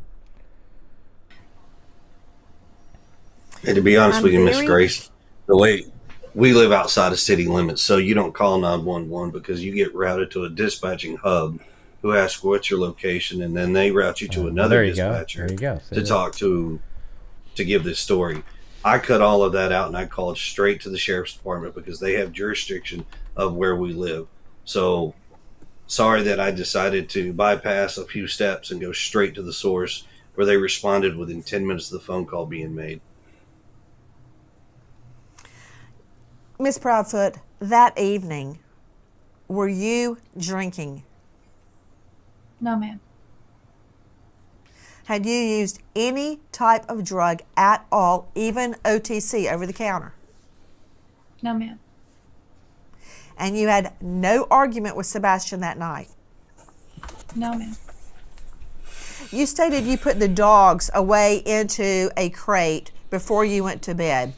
Is the crate located near the exit, near a door? No, ma'am. Where the dogs would have barked. Would the dogs have barked if there had been an intruder or if Sebastian That's what I'm telling had left? you, man. See, that's what I'm saying. Nancy Grace set up the question. I knew exactly what her next question was going to be. And so I have to give her credit because I never really listened to her. This is one of the first times she's really ever spent that much time interrogating 2 people that much. You know, normally it's just sort of like you're listening. I don't know. I haven't heard her do this before, like this long with a set of people. And I think she really asked, I got to give her credit. Good questions, you know. The dogs don't typically bark at me and Sebastian because they're used to us. Even if we get up, we come around, they don't typically bark. Strangers, they do tend to bark, at least for a minute or two to get attention. But no, ma'am, they don't typically bark at Sebastian and myself or Christopher. What kind of dogs are they? Morkies. What? Question. What's a Where Morkie? is their crate located? Those are cute little dogs. The they area have. near my sunroom. Yeah, their dogs are cute as hell. Over by the In kitchen. your son's. Like a Yorkie. Okay, and a, hold on. Is No, it son, outside not your son. son's room? No, ma'am, not Sunroom. Sebastian's room. Oh, yeah. Son, yeah, yes, ma'am. That's what they The have. sunroom. Right here. And that's not near the door? No, ma'am. Not near the front. Is that a Maltese and a Yorkie mix? I was just guessing what the M stood for. How big do they get? Do they have any? We got to get a buddy for Chloe, you know. So It's near my back door, but not any of the other doors. Yes, from what I've seen the layout of the home, it is not near the there. back Oh, door, there's and they one. would have heard someone coming in and out that back door, correct? Yes, ma'am. there Yes, she ma'am. No barking. Do you have a chime or anything on your doors that would alert you to the door opening? No, ma'am. What's Blue doing? It looks like he's coughing or something. Miss Grace, could I jump Question. in for something? Yes, please. And I want to follow up with a question Yes. regarding Miss Proudfoot's polygraph. But Hold on. Any of the other doors. I'm yes, rewinding from what a I've bit. seen the layout of the home, it is near the back door, and they would have heard someone coming in and out that back door, correct? Yes, ma'am. Yes, ma'am. No barking. Do you have a chime or anything on your doors that would alert you to the door opening? No, ma'am. Right, exactly. Miss Grace, could I jump Question. in for something? Yes, please. And I want to follow up with a question Yes. regarding Miss Proudfoot's polygraph. But please, Lauren, jump in. Everybody on Thank the you. panel, now is the time to ask the Proudfoots any question that may shed light on what has happened to.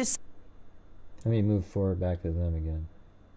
I don't really care about the experts. I just want to hear what the. There we go. Name the place and time, ma'am. I'll be there. And you're headed back to Memphis, right? Let me see. What did she say? Real deal. But that's just me. I want to go back to Katie Proudfoot. This is Sebastian's biological mother, Miss Proudfoot. What questions were you asked during your polygraph? I was asked if I knew where my son was. I was asked if I hurt him. I was asked if I had what hurt makes you someone, think they're assholes? among a few other I questions. don't even think they're assholes. They're just people. You guys are weird. And Mr. you know? Proudfoot, you have Jeez. volunteered to take a poly? Yes, ma'am. If I were to set up a poly for you, would you take it? Name the place and time, ma'am. I'll be there. Say that? Does that sound like a really And guy you're that's headed nervous? back to Memphis right now. Let me Are talk you to in my your RV lawyers. right now? That's what somebody would say. Let me talk to my lawyers if they were really. Come on, you guys. Name the place and time, ma'am. I'll be there. And you're headed back to Memphis right now. Are you in your RV right now? I am in my RV. We are not disclosing our current location just because of safety Those are reasons. whack jobs, due revenges. to That's the why. YouTubers, the Facebookers out there that have sent some very heinous, threatening information and things of that nature, threatening to be outside of our house. You hear that? There's the JLRs, who's that other dipshit that has the live shows with 3,000 people watching? Just nonsensical gibberish. I mean, it's just unbelievable. You know, All kinds of blaming the family, riling up people where they feel like they got to call the family. It's disgusting. You guys are, I mean, people who support people like that are just as bad because you're the ones that cheer them on. Yeah, that idiot. That guy. nasty things. So we're not disclosing our location at this time, unless you're law Miss enforcement. Proudfoot, is or that you need to one know. of the reasons you left the home? One of them, yes, ma'am. Gray, you're just jealous. Question to you guys. When police came in and processed your home, did they look with, for instance, luminol? Did they check? What did they do when they searched your home? They thoroughly searched my home with many different things. They removed some things for the dogs to hold the scent, and for Sebastian's DNA. I know that they used thermal night imagery. Night vision, thank you. And I don't know exactly all of the tools that they used, but I do know that multiple different searches were done on my home by many different people, detectives, sheriffs, and a few others. Yeah, Even the dogs. I wouldn't swear that the forensics folks showed up or not, because there were so many folks in and out of the house that they don't know who was in there. It was just, hi, I'm so-and-so with law enforcement. I'm so-and-so with law enforcement. Okay. Every time they've said we need to look, please do. Look, I mean, I don't know if anything on this channel, I try to get it where, on these types of cases where we're not sure or anything, to be less judgmental on the people, the parents that are being interviewed, because everybody acts differently in different situations. We've said that a million times. So I get literally disappointed when some of the longtime freaks who are watching something just start going down all the rabbit holes over and over and over and over and over again about, in cases like this. And it's like, Jesus, have you not learned anything? They could still be involved somehow at some point, but there's nothing right now other than maybe one little story being different than a little bit of another one. But when you watch these people, they're willing to talk to everybody. I mean, they've interviewed with some wacky YouTubers, for God's sakes, to try to get the word out there. And then they met with Nancy Grace here. They've done every single thing that the police have had wanted them to do, and they've done it willingly. So can't you just think about it differently? And then if something later comes that's like a literal like a smoking gun that points to them, then I can totally see it. All right? So don't go later if a smoking gun, see gray. See, that stuff's garbage, okay? It's garbage. You guys know right now, as well as everybody else, that the way they're coming across in these interviews, they don't seem like guilty parents. Now, whether they have a little different story here and a little different story there, okay, that shit happens, okay? They're not big issues. You guys are, I don't know, man. I don't know. It gets frustrating, disappointing, to say the least. Sebastian have a hardwood floor or a carpeted floor? He's an idiot. In his Cricket bedroom, Day. That's what's carpet. Yes. Carpeting. Did they remove any carpeting? No, ma'am.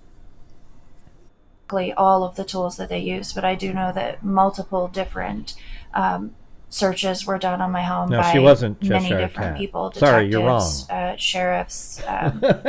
See, look at this fool in here. I'm not going to. I wouldn't swear that the forensic. Look at Cheshire Cat. I'm with you on this one, but Debbie Collier was murdered 100%. Well, you're wrong. Factually, that's what's weird. It turned out that they took their life. You sound like an absolute lunatic. All right? Unless it's a showed joke. up or not, Unless you're joking. There were so many folks in and out of the house that it was just, hi, I'm so-and-so with law enforcement. I'm so-and-so with law enforcement. Okay. Every time they've said we need to look, please do. Wow, Black Cat Mom. Wow. Sebastian have a hardwood floor or a carpeted floor? Hardwood or carpet? In his bedroom, carpet. Yes. Carpeting. Carpet. Did they remove any carpeting? No, ma'am.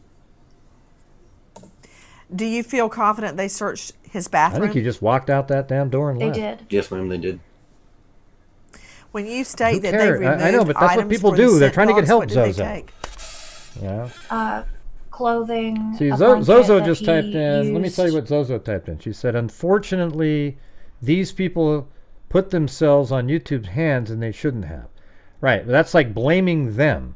But you know what it really should say is, unfortunately, the parents trusted people on YouTube to get the story out, and they didn't realize what trashy, garbage people exist in the YouTube world. That's what you should have typed in. Right. Like every day, and a few other items of his toiletries, like a. Okay, good, Cheshire his Cat. brush. Right, now it's funny. Okay, I get it now. It's funny. Lauren Collin joining us, investigative journalist. Lauren, again, thank you for being with us. And earlier you were hearing sound from WSMV4. I understand you have another question. I know what you're saying, but they just probably thought somebody wanted to help. I mean, I guess I didn't quite. I mean, I get what you're saying. Like, it was naive on their part, but they didn't do anything wrong. Somebody probably reached out and said, hey, listen, I have a large audience. I think I could really help, and could you come on my show and let's work through some of this? And they're like, yeah, that sounds great. Okay? And now they know that they would never do it again. Like, if there was another missing child somehow in their family, there's not a chance in hell that this family would go and speak to anybody on YouTube. And that's what sucks, is because YouTube, if somebody went on my channel, for example, we would be working through the case and trying to figure out what the hell happened in a rational way. Okay? And so that's the sad part is there's other people that aren't like that. And to be honest with you, when I have interviewed people, for example, when you have family members on and they're talking, you always get the people in the comments that can't just let it be what they're saying. They have to go after what they're saying and trash them and do all this stuff. So it makes it a really toxic place. Social media sucks for missing person's family, other than having a Facebook group putting the word out. And you guys should admonish people for doing that, no matter what. Like, go after them, because then they're never going to want to talk again. Other families are going to know, oh, there's no way in hell I'll talk to a YouTuber. Ah, Jesus. Where we actually make a difference. For example, the family came on the other night in Amanda Nenegar's case, and we listened to the 911 call, and I listened to it carefully, got down the correct coordinates that she said, gave it to one of the searchers, and I think that helped them get into the right location again. Okay, and that's why they found her. Now, they should have found her the same day that she was missing. Now, imagine if they didn't want to come on to a show and that information never would have got clarified. It might have been 3 more months before anybody found her out there. You never know, right? Get the clarity I wanted, in the sense that, did the Proudfoots know that this search was going on with the Cajun Navy? Were they being called? Were you guys being... And what's this whole thing about the Cajun Navy shit? Like, why do they want to... like, she really questioned this Cajun Navy guy over and over again. And she said it wrong. And that's one thing I didn't like about this interview, is the Cajun Navy guy that's on here. She said she gave out the wrong website information for the United Cajun Navy. All right, she gave out the wrong information. And then he said, no, we're the United Cajun Navy. There's some other groups out there. And she's like, yeah, okay, yeah. As if, like, somehow they believed JLR and all of his garbage he said about them. And they were transferring it onto the questioning. Man, how does that even happen, man? God. Alerted about this? Did you hear from a YouTuber that they found something, that the cadaver dog, or I'm sorry, the search dog started jumping? Or, were you just kind of blind to all of this? Just, over in your corner doing your search? No, ma'am. So here, to set that record straight and help the United Good Cajun night, Danny, Navy. ICURN. So somebody's got a picture out there saying that we're enjoying a dinner when we're actually out there, got flyers at a dinner table because we need to eat. My wife was on the phone with the Cajun Navy.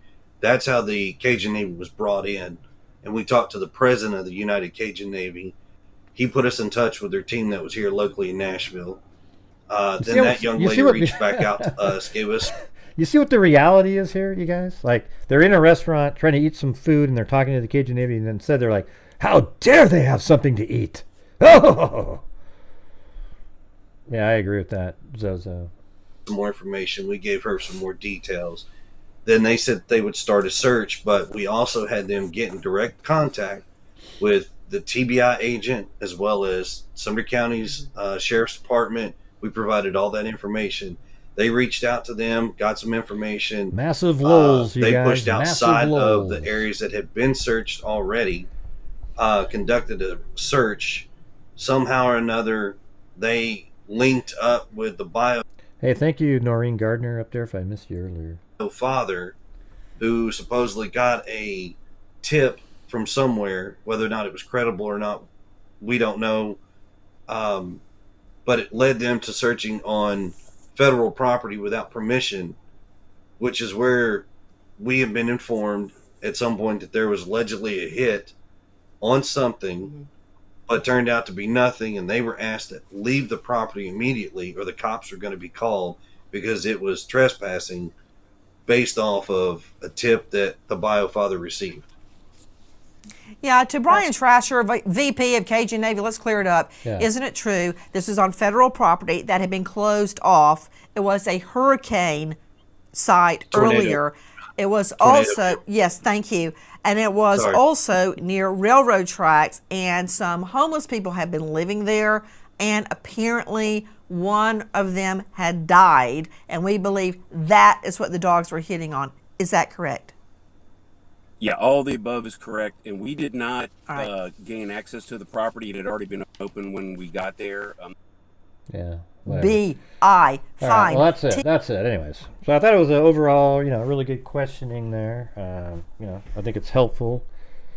I thought it was helpful. I mean, basically the key, you could look at it like they were out at, BJ's or whatever the hell the name of it was, and then they went bowling, then they went and had dinner, and then they, what was it? They came home, and then he went to bed at about 9 o'clock, and she was up till midnight, but she remembers that around 10, she heard a loud thud, loud enough where she said, "Hey, what, are you okay? Did you fall over or whatever?" And then he replied back. So she heard him at 10 o'clock. And then at 6 in the morning, when she gets up, she goes to wake him up, and he's nowhere to be found. They can't find him. So then she calls up her husband, and they're like, "Hey, have you checked here? You checked here?" So they're looking around. Then now the panic's setting in, and he's the one that calls the sheriff's department. And that's when the ball got rolling right then. All right, and she's taking a polygraph test. She passed. He has wanted to take a polygraph test, but they said there's no need to. You were out of town. All right, so maybe we should listen to, this press conference. Well, let's look around a little bit for a second, though. I mean, if you look at it, if you walked over here, there's so many areas. I mean, look at how vast some of these forested areas are. It kind of reminds you a little bit of Summer Wells slightly now, like wanders off and gets lost. Like Summer Wells could have easily fallen down in a little tiny crevice somewhere. She couldn't get out, and she died and has never been found. And that's very absolute possibility given that terrain. And I think this area looks similar. Eat the cupcake. Gray, have one of those delicious micro brews on me. All right. Might be a Coors Light, though. You never know. Can NCMEC or other similar organizations search without being invited to do so by police? NCMEC is usually a place that law enforcement contacts, not family. Yeah, so he's right here, and it said the scent dogs made it over here, and then it disappeared. So maybe there was somebody waiting over here. I don't know if the roads were developed or anything, but maybe it kind of made it over here, and I don't know. I mean, it's crazy. It's really dark outside. Not a lot of.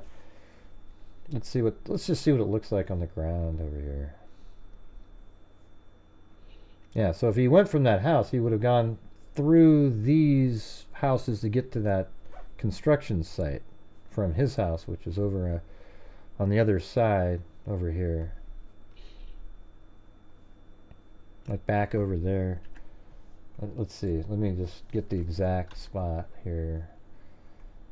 So it's right there. I think from maybe there, if you look through those homes to the left. If that tree wasn't there, you'd be able to see it. But I think it's that house right back here. But man, you would think with cameras, and it looked really dark in that one surveillance video that was put out there. So what do you guys think? I mean, I think that this is why here's the deal about this case, you guys. You're at a spot where when you believe the parents, I do, at this point I believe the parents, something might develop where you change your mind.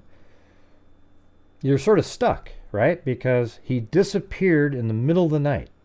It's not even unlike the Caleb Harris story, where he's just walking and he takes a picture of a waterway and just disappears off the face of the earth. It's not unlike that.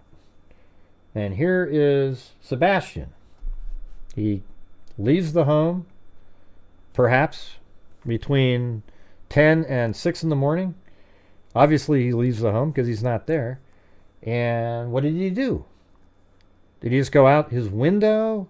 And if he went out the window, where did he? That would lead him out to the front door.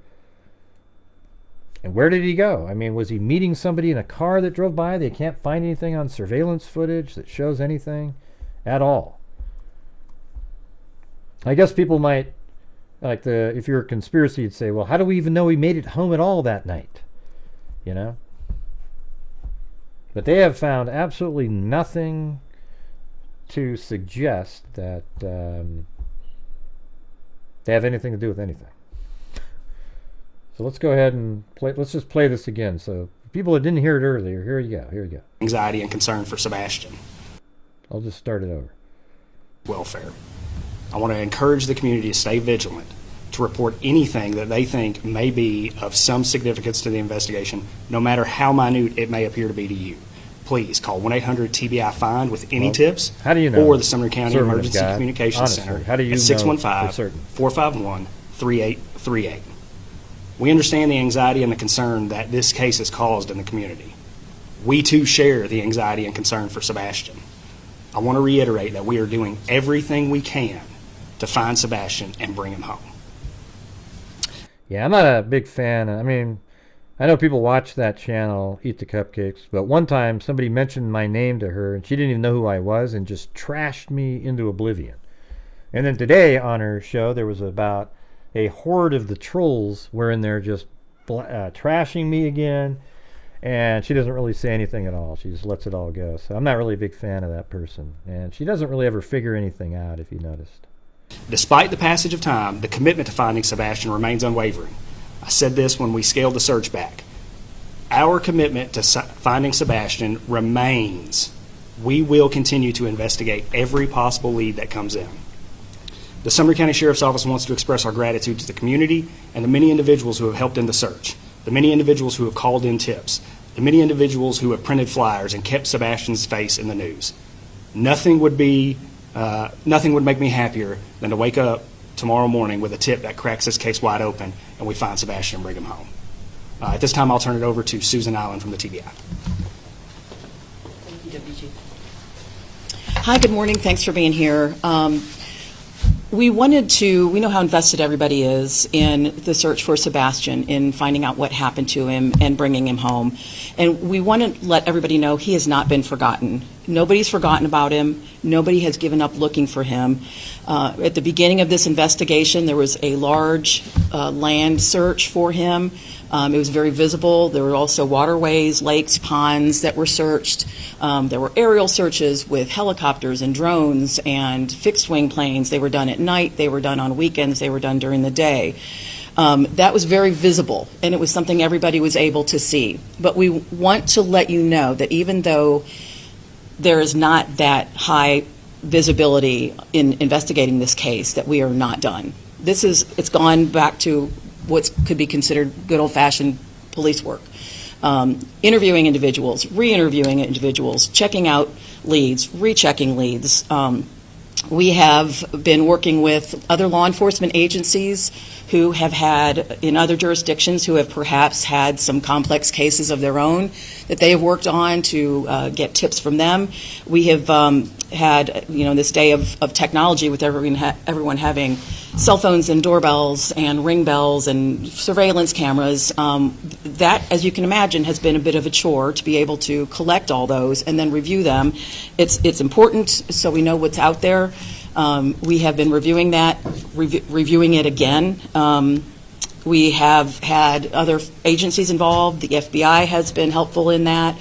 Secret Service has also been helpful in that. So we are just trying to do whatever we can to advance the investigation. It has not gone to a place where anybody has forgotten about him or is not pursuing this. The parents have been cooperative throughout. At the beginning of the investigation, they have pretty much done whatever law enforcement has asked of them. At this point, we don't have any evidence. There is not any kind of an indication that there is a criminal element involved. But we are keeping options open. We don't know what has happened. We don't know where. Right. They have no information, that shows that there was a criminal element involved, but they don't know what happened. Sebastian is right now, so we are pursuing any and all avenues. We do want to caution there are some social media elements out there who purport to have information that is direct from the investigation. I just want to reiterate that is not the case. Some of the information that is being provided on some of the social media channels is inaccurate, incomplete. Distraction, because a lot of what has been out there in some of the social media channels has been everybody?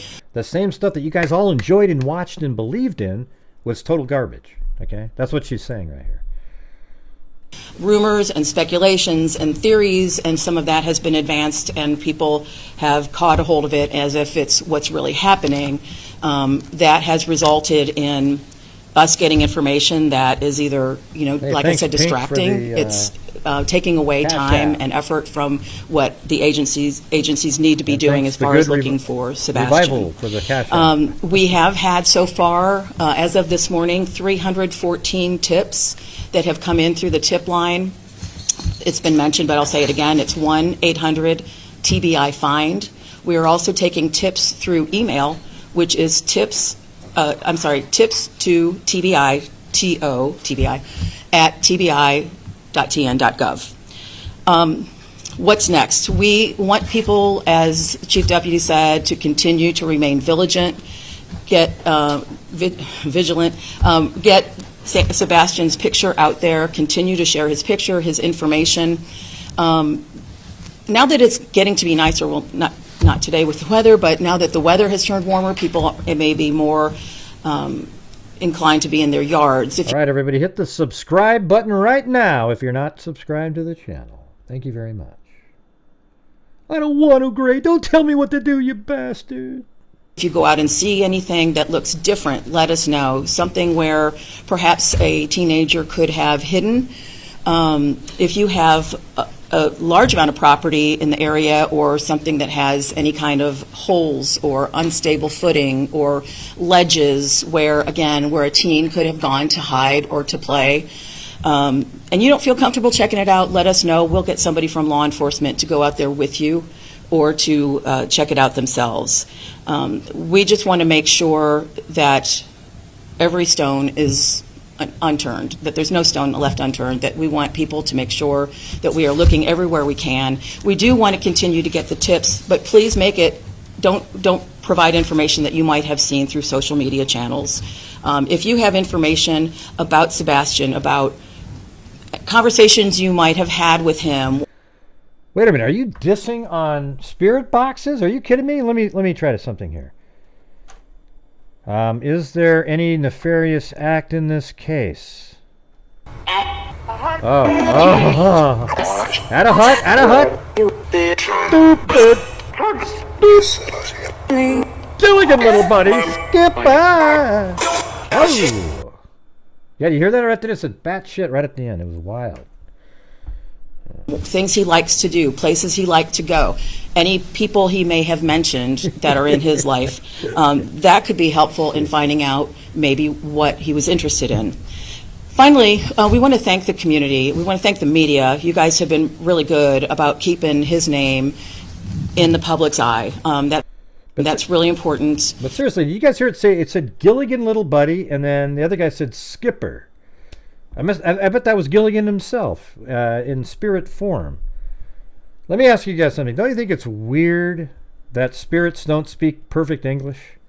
Why do they sound like this? Don't you think that's weird? Why don't spirits sound like this? Well, the Jim's body will be located behind 7th and 13th Street behind a tree that was chopped down last year. Instead of, are they just goofing around with everybody? Come on, you guys. That's crazy. And thank you for your diligence in providing that information out there. And as Chief Deputy said, we also want to thank the community. From the very first day, everybody has really been all in as far as whatever they can do to help in the search, to help pass information on. It was just a real Spirit Box recording that I put as a sound effect to make fun of people who believe in that shit. It's absolute garbage.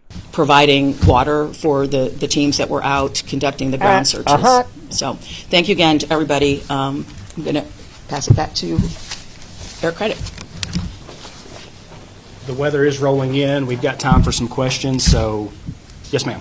I was a few minutes behind, so sorry if I missed this, but has there been any indication at this point of foul play or anything of that nature? There is no evidence to support foul play is involved in the disappearance of Sebastian. You hear that? There's no evidence to support foul play in the disappearance. Sebastian. But at this point, you don't rule it out? We're not ruling anything out. We're not ruling out foul play, but they actually think he might have just taken off at this point.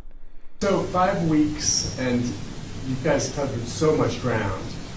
Searching, going back, researching, checked out every case of a possible sighting, nothing confirmed. Not a trace of Sebastian. Hey, Cindy Lou, your psychic's full of crap, okay? I'm just letting you know, your psychic is full of crap. Alert, alert, alert. Your psychic is full of crap.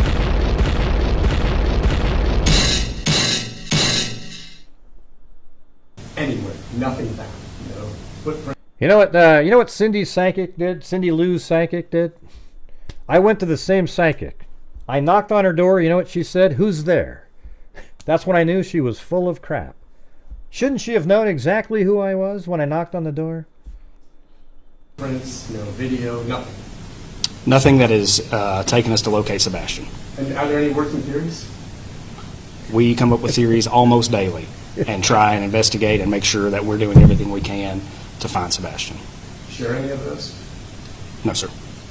2 questions, if I may. Have you ruled out Sebastian's mom's and stepdad's involvement in this case? Have you ruled out, look at what that question was. Have you ruled out Sebastian's stepmom or the stepfather and mom in this case? And as a follow-up, have you cleared their alibi? Have you cleared their alibi? I think the TBI said it best. They've been nothing but cooperative with law enforcement since day one of this investigation. There is no evidence to support foul play on the part of Sebastian's parents. Can you be more clear than that, you guys?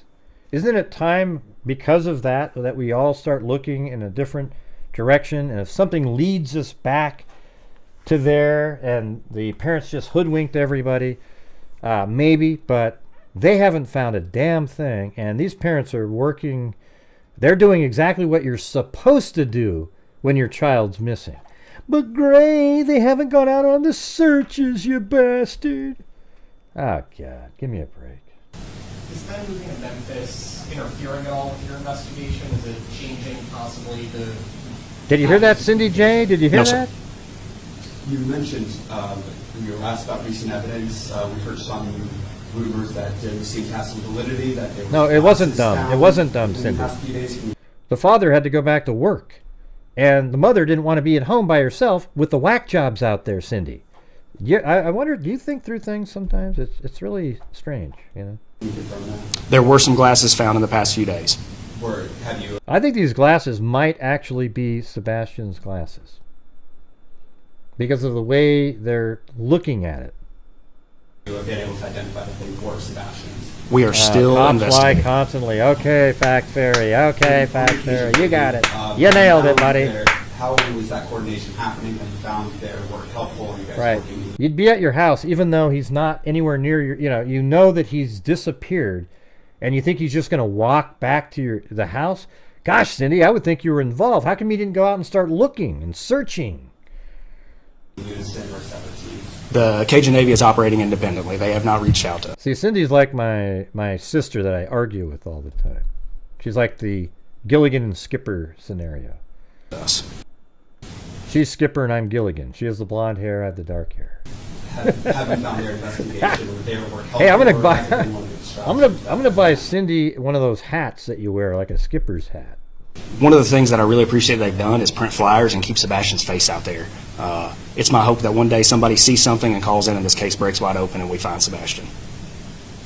They've claimed they've received threats. To your knowledge, have they filed any police reports or reports to the Sheriff's Department documenting any of these alleged Hey, eat the threats? cupcakes. Can you quit naming other channels in the chat, please? We don't want to advertise for them. Thank you. Are we able to learn anything about what those threats are? They would have to call the police and report them. Where does the search go from here? It's been 5 weeks. There's been no signs. Do you believe he's still alive? And what are you guys going to continue working on? My hope and prayer is that Sebastian is still alive, yes. We're going to continue to work on this investigation, follow up every tip and lead that comes in. Some of this may revert back to us going over some things that we've already done for the 6th, 7th, or 8th time. A fresh set of eyes never hurt anything. We're going to continue to work to find Sebastian. Have the stories been changing at all? Have you been talking with people, interviewing them for a second time possibly? There is no evidence to support foul play. Hell no, I'm not buying a blonde wig. Cindy's going to wear the skipper's hat. We have tips called in daily. Any of those tips seem legitimate enough to expand? Anyways, we already heard. I wanted you to hear the part that they said that the family has been nothing but cooperative since the beginning. They've done everything that they've been asked to do, and they do not suspect any foul play on the part of the parents. Doesn't that mean something? Or are they just tricking everybody to make them feel comfortable? I see. Okay, I get it. And you know what? That narrative has stayed the same the entire time. Right?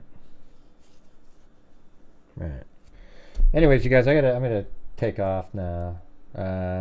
Maybe we'll have to do one where we sort of figure out, like, look around and see. Now that they said there's no evidence to support foul play.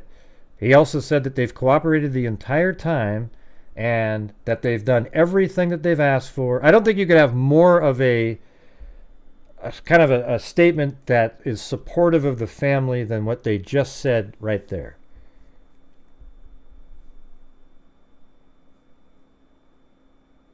Wait a minute.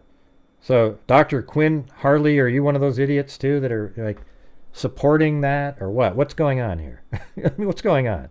Exactly, Cindy. Yeah. So he just disappeared somewhere. How do you know that he didn't get out, leave the house, and go somewhere? How come you don't understand what he just said? Do you guys not pay attention, or what? It's operating independently. They have not reached out to us. I think the TBI said it best. They've been nothing but cooperative with law enforcement since day one of this investigation. There is no evidence to support foul play. Do you see how emphatic he is on his face, too? He's not like saying it like sort of ho-humly. He's like kind of angry again. I think the TBI said it best. They've been nothing but cooperative with law enforcement since day one of this investigation. There is no evidence to support foul play on the part of Sebastian's parents. Is that moving to Memphis? There's no information to support foul play on the part of the parents. They've been nothing but cooperative since day one, and I don't know where the continual confusion is. I mean, what are you guys doing in here? It's wild. It's wild. And you know, that being said, it could be at the very end that something comes forward and they tricked everybody. Okay? That's something that could happen. But they don't believe that. The police don't. Did you hear what they just said? And that was twice. The lady said the same thing. Watch his next interview. Why do I need to hear his next interview, Fact Fairy? I think he definitely could be a distant relative. Who? This guy right here? I just don't understand you guys. You know, sometimes you get so... I hope you all write a letter of apology to them if it turns out that, which it likely will, like almost 100%, that they have nothing to do with it.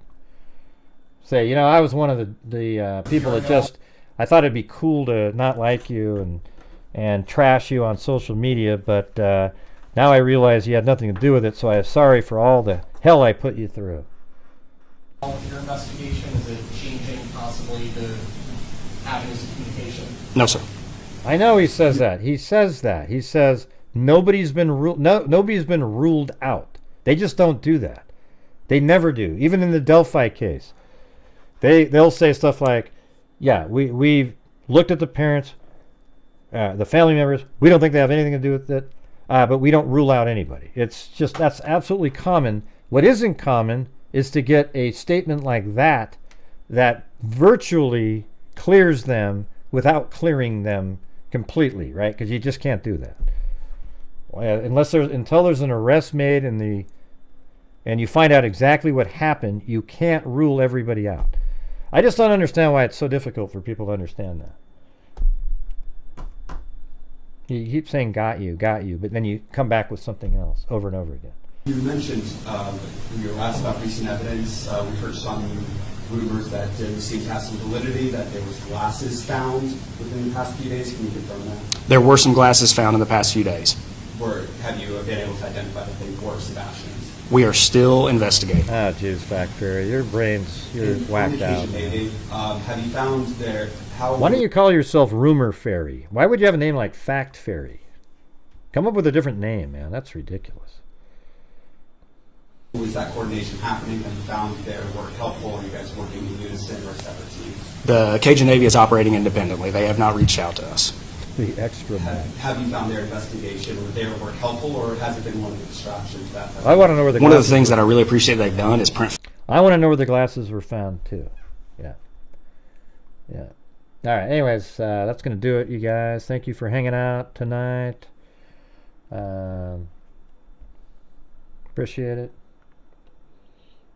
But I think right there, when you listen to what was said tonight in that press conference, you have to admit that it doesn't seem. What do you mean you listen to 10%? I listened to the whole thing originally, Fact Fairy. We listened to the whole damn thing at the beginning of the show. Maybe show up, but seriously, change your name to Rumor Fairy. You're tricking people with the word fact in front of your name. Okay, because you're nothing but rumor mill over and over and over again. All right.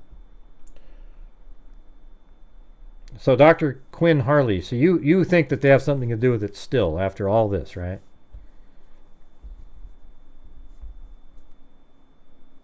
Right? Go ahead. You seem like you're just really on that train. You can't get off of it. You've got tunnel vision.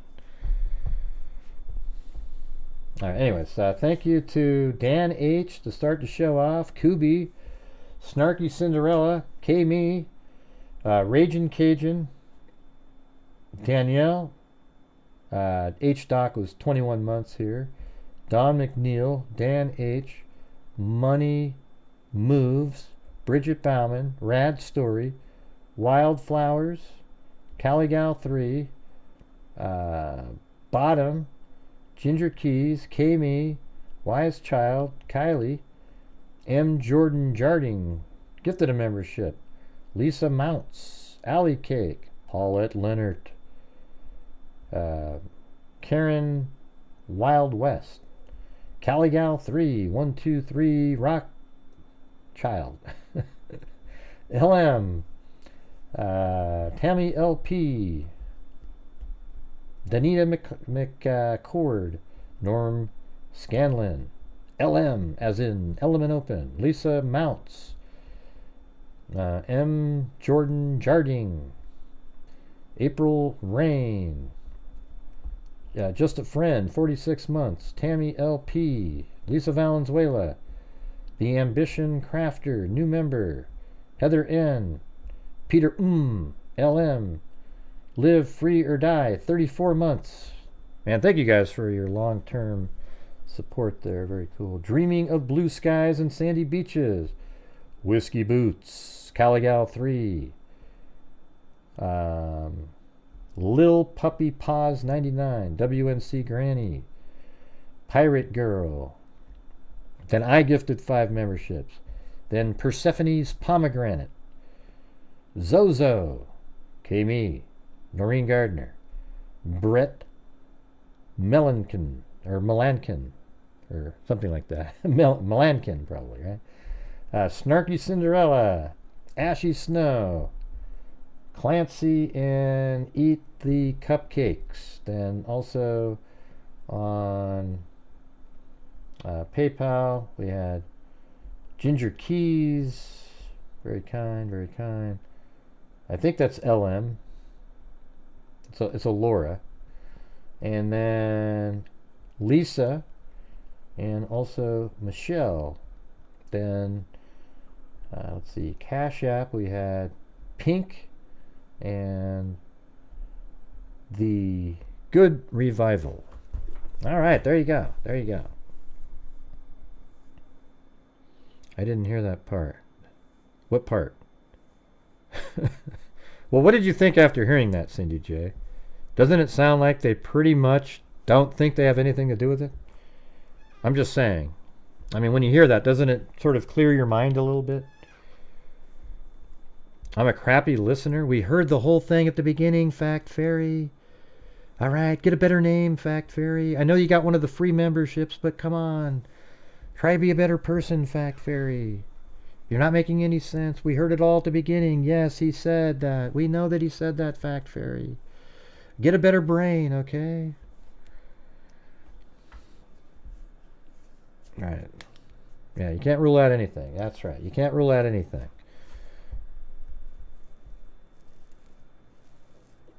Let's see. Don't ban her. Well, I wasn't banning anybody. I didn't ban anybody. Yeah, I think so. I would like for him to say his alibi checker checked out. Well, it did, right? I mean, that's why they didn't want him to do a polygraph test. Nancy Grace said, he goes, yeah, well, they checked where I was, and they didn't want me to do a polygraph because they knew that I wasn't around. Okay? That makes sense? Come on, Fact Fairy. You got to change your name to Rumor Mill. I mean, come on. Give me a break. Will you be putting out another video tomorrow, Gray? I don't know if I'll be putting out a video. Hardly anybody watched the one I put out today. What would I put a video out tomorrow on? How about I put a video out on this right here? That everybody should drop what they're doing and start focusing on other elements. What that is, it's hard to know because he seems to have just disappeared. And it's hard to come up with a, sort of like, what do you do to help? And so that's why people invented the parents being involved, because that gives them material. Every single YouTuber was just listening to the interviews and attacking them and coming up with theories based on the parents, because there's nothing else. Once you narrow it down to, he goes to bed at 9 o'clock, there was a thud heard at 10, she talked to him at 10 through the door, and that means he's there. And then at 6 in the morning when she went to check on him, he is nowhere to be found, and he's disappeared off the face of the earth with no foul play suspected at all, or there's no evidence of foul play. Okay, that makes sense. All right, excellent. Let me see what these guys have to say. At a hut. Jump over. Little buddy. Somebody out there. There's somebody out there. You hear them? One thing we know for sure, it said bat shit at the end. Okay, we all heard that. I think we can all agree. So what was your answer up there, Dr. Quinn Harley? Do you really think that... No, I actually am always trying, Dr. Quinn Harley. It's just natural for me. So you think I'm not trying to be funny, but I literally am. I don't know, there's people that have known me my whole life, and that's just how I am. I make people laugh. It's sarcasm, sort of dry humor, looking to, like when we have Thanksgiving, man, I mean, I have people rolling around, it's just sort of off the cuff, just kind of a flow. I don't know what you call it, but it's pretty sweet. And then I have them pissed off at me 5 minutes later because we might be talking about politics or something like that. Thanksgiving dinner, as we always say. Mm-hmm. Anyways, we'll try to figure out a. We need to sort of figure out like what's next. What could you look at on this? I mean, if he just went somewhere and he just accidentally fell in a hole or something as he was walking away at night, then it's like this is just going to be hard as hell to get an answer. I would look at like any houses that people are on vacation and maybe do the whole chimney search thing, you know? Who the hell knows? My God. Who the hell thought that Harley was going to be up in that chimney? Yeah, no, if they find those glasses, I'd love to know where they found those glasses at. That'd be a huge, and they're his. It'll be a huge piece of information. And it sort of seemed like they might think they are his glasses, don't you think? Yeah, that's right. It's Sahara Desert Dry for people that don't get dry humor. Yeah. Yeah, it's a big deal, but it just depends on where they are, you know? I mean, regardless, it's a big deal if they're found outside somewhere. But if they're just sort of found like, it was in the bush outside the house, you still don't really get much out of that because they kind of assume that he went and the dog tracked over to the construction area. Oh, well, cool. Thanks for subscribing, Jess. And don't forget to subscribe out there, everybody, because Gray is so mean to his subs. Well, tell you what, man. Don't make the crazy comments. Listen, I don't dislike anybody in here. As a matter of fact, I like everybody. Some nights, though, people are irritating, right? I can be irritating to you. That's why I say, Gray, you're an asshole, you bastard. Right? But just don't worry about it, man. The next night, we're all back on the same page doing something else. All right? See, there's people like... yeah, the fact fairy up there, they're probably ones that won't last long because they get too upset about stuff. They get worked up. They think they've got it all figured out, and they won't allow themselves to realize that we already went through that whole thing. Hey, thanks, Mark Willis. Yeah, we went through the entire thing already. Let me see. I don't want Fact Fairy to be blocked. If somebody, can you guys go up and check? I wasn't wanting her to be blocked. I didn't touch the account. There she is right there. You're such a great listener, Gray. Yeah, hey, Fact Fairy, I heard the whole thing at the beginning. Okay? I heard it all. I even said at the beginning that he said they can't rule anything out. All right? So you just weren't here at the beginning.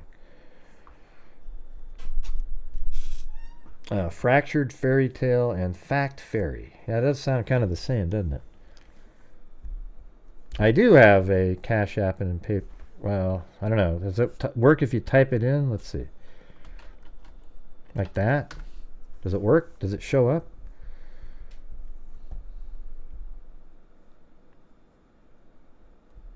Yep. There you go. There it is. There's the Cash App link and a PayPal one. Anyways, I appreciate anybody who's supporting the channel too. And everybody for being here. Hit that like button on the way out the door. What did we get to?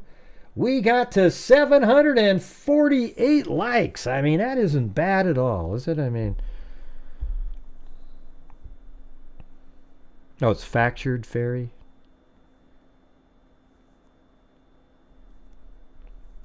Nobody knows what knob means. Is that you? Are you a knob? Are you saying you're calling yourself a knob, Fact Fairy? That's weird. Don't diss yourself like that. That's crazy.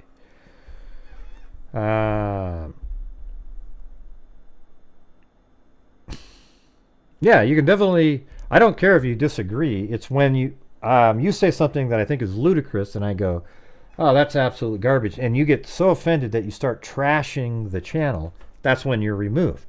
Okay? I mean, I mean, Zozo has a different opinion all the time, right? And so does Cindy J, and And all these people, they just end up being wrong later. It's weird, you know. Later on they realized, God dang it, Gray was right again. Ah, shit. Maybe next time, huh?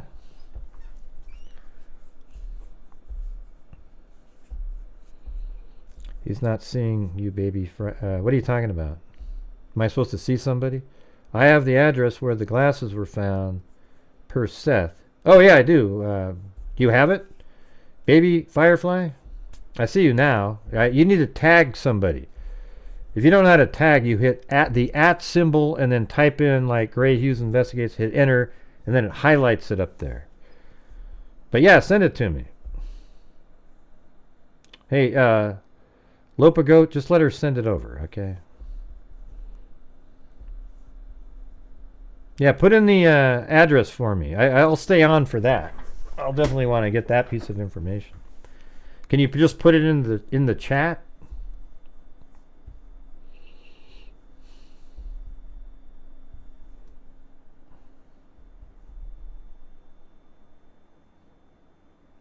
No, 123 Rockchild. I wouldn't know how to do that. Like, that's not why I wanted her to send me the address, so I couldn't. Jesus. Give me a break. Are you kidding me? He said 210 Hutchin Court. Okay, let's see. What a dumb. That's just ridiculous. Ah. Wow, so guess what? I mean, okay, so we'll just stop from there. But look at that. It goes through the construction site. And you're over here. So where was it found there? Just on the ground or something, or what? Hutch Court. 210 Hutch Court. Is this it right here? Just sitting there on the ground?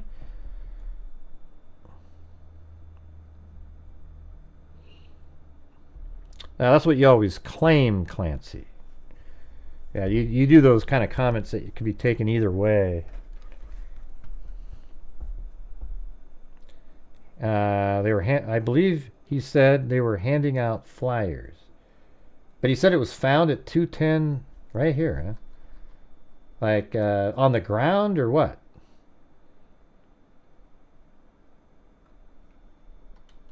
Yeah, so that makes it a crazier story now at this point, if that's really where the glasses were found. Where did he say that? Can you send me the link to my email of the interview where he said that? Here's my email.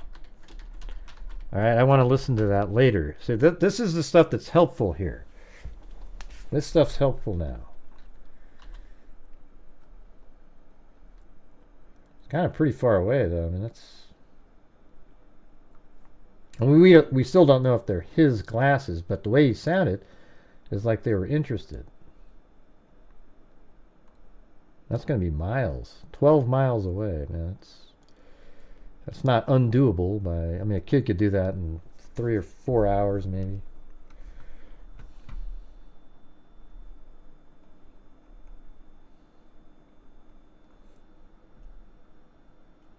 Don't give up on us. Why are you talking to factured fairy tales? I wasn't even talking to her. Nobody said a word to her about something negative or... You talking about fact fairy, you mean? Oh, God. Somebody get rid of fact fairy. That person's just a troll that got a free membership. She just can't get over it. She just up there just keeps going and going and going like one of those dolls, you know. It's wild. It's that... let's see...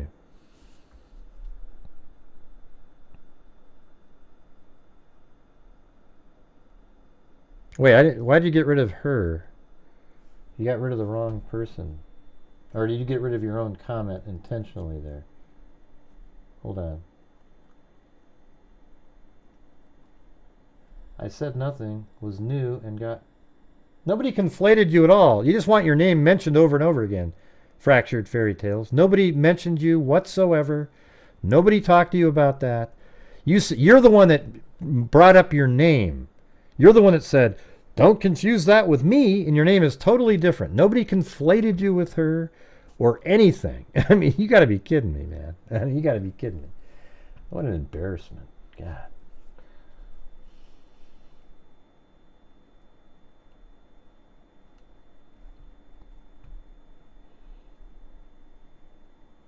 let's see.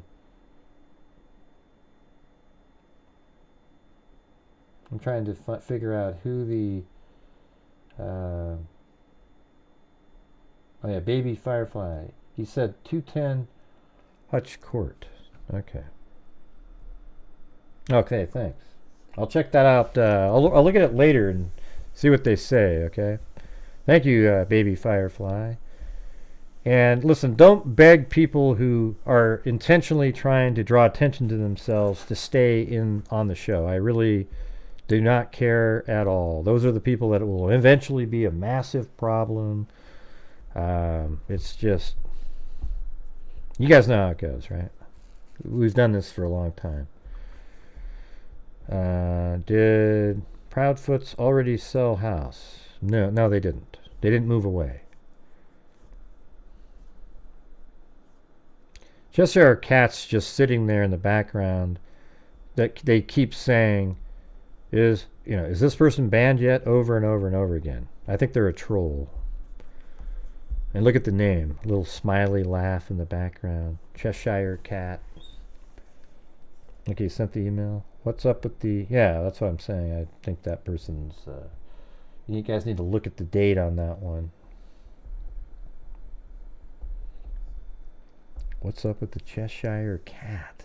I don't know. Yeah.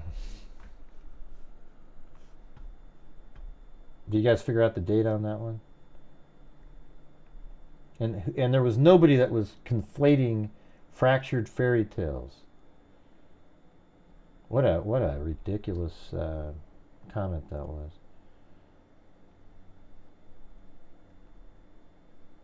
Did you guys get a date on that? What? I didn't say to delete the person unless they... Oh, it's a new account. Yes, exactly. Okay, bye. I knew it. That's why I wanted you to check them out. I knew that they were just a troll based on their comments, but I don't have the ability anymore to look at their during the show anyways. See, there you go. Nailed it. Come on, WNC Granny, you got to be able to catch on that stuff. Do the Bower Sox live on that street? I don't know. Okay, everybody, thank you for being here tonight. Tonight was 4 hours and 12 minutes after a 5-hour show yesterday. That's crazy. I hope you guys enjoyed the show. At least we went through and I think we're on the right path now. Let's try to take the parents out of the equation. At this point, sounds like law enforcement has, and let's see where some of this other stuff leads us. We've got, if those are his glasses and they're found sort of on the ground over there, then you sort of have to start looking at, like, how would those glasses have got there? Did he walk there? Or was there a car? Is there somebody that lives in that area? Start looking at stuff like that. The Bower Sox and Proudfoot. Right. Okay. Well, thanks, everybody. We'll see you guys tomorrow. Let me see if Blue and Chloe are... No, I think they're probably asleep. Who knows what they're doing. But anyways, thank you guys again. And thank you for reaching the goal and all the new channel members, etc. For all of you who got your feelings hurt because you drew attention to yourselves, I'm sorry for your ability to do that, but that's just what happens. But basically what it is here is like a Thanksgiving dinner, right? Sometimes we're arguing, sometimes we're all on the same page, but when all the dust settles, we all are, we're doing the same thing. We're here, we're kicking ass, we're out there. This channel is one of the very few that actually make a huge difference in the true crime community. And that's because of a tremendous amount, the DNA fund that we have with over $80,000 in it. Just talked to Dr. Colleen Fitzpatrick today. And our scholarship fund and all the other charities that we donate to. Because of all of your generosity supporting me, I give back as much as I can out of that. And it's a lot of money. $6,500 last month. So thank you guys. You're what make it happen. I do the shows. you support the channel, and we just keep on trucking along. I'm trying to put the videos out to augment, and you know, working my ass off. Okay. So anyways, we'll see you guys later. And as I always say, until next time, as I look into the camera, be safe out there. And a 1, and a 2, and a 3, and a 4, and a 5, and a 6, and a 7, and an 8, and a 9, and a 10, and a 11. Yeah, I've been doing this 12, true crime thing for quite a while now. And a 15, and a 16, And during this whole time, I have not seen one person. Not seen one person. Crime dissector, a projector, I'm a certified human lie detector. I'm gonna get ya on a stretcher. Evening crime play me like an old projector. Crime sector is my nectar. Professor Rogers gonna give another lecture. Crime collector, freak connector, and I'm always gonna be a protector. Fool deflector, interceptor, and I'm meaner than a spectre with a vector on his pector. With all respect, y'all. Just remember, I have a temper fucking check, y'all. I have no agenda. I'm no agenda. And I'll serve it to you straight without the blender. And in the end, I'm gonna send ya on a mission to review a true offender.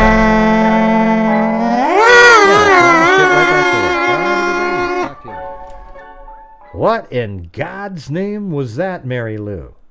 I just thought I'd add a little flourish to the end, great. Yay! Please never do that again, okay? Never do that again. Gosh, Gray, that isn't very noisy.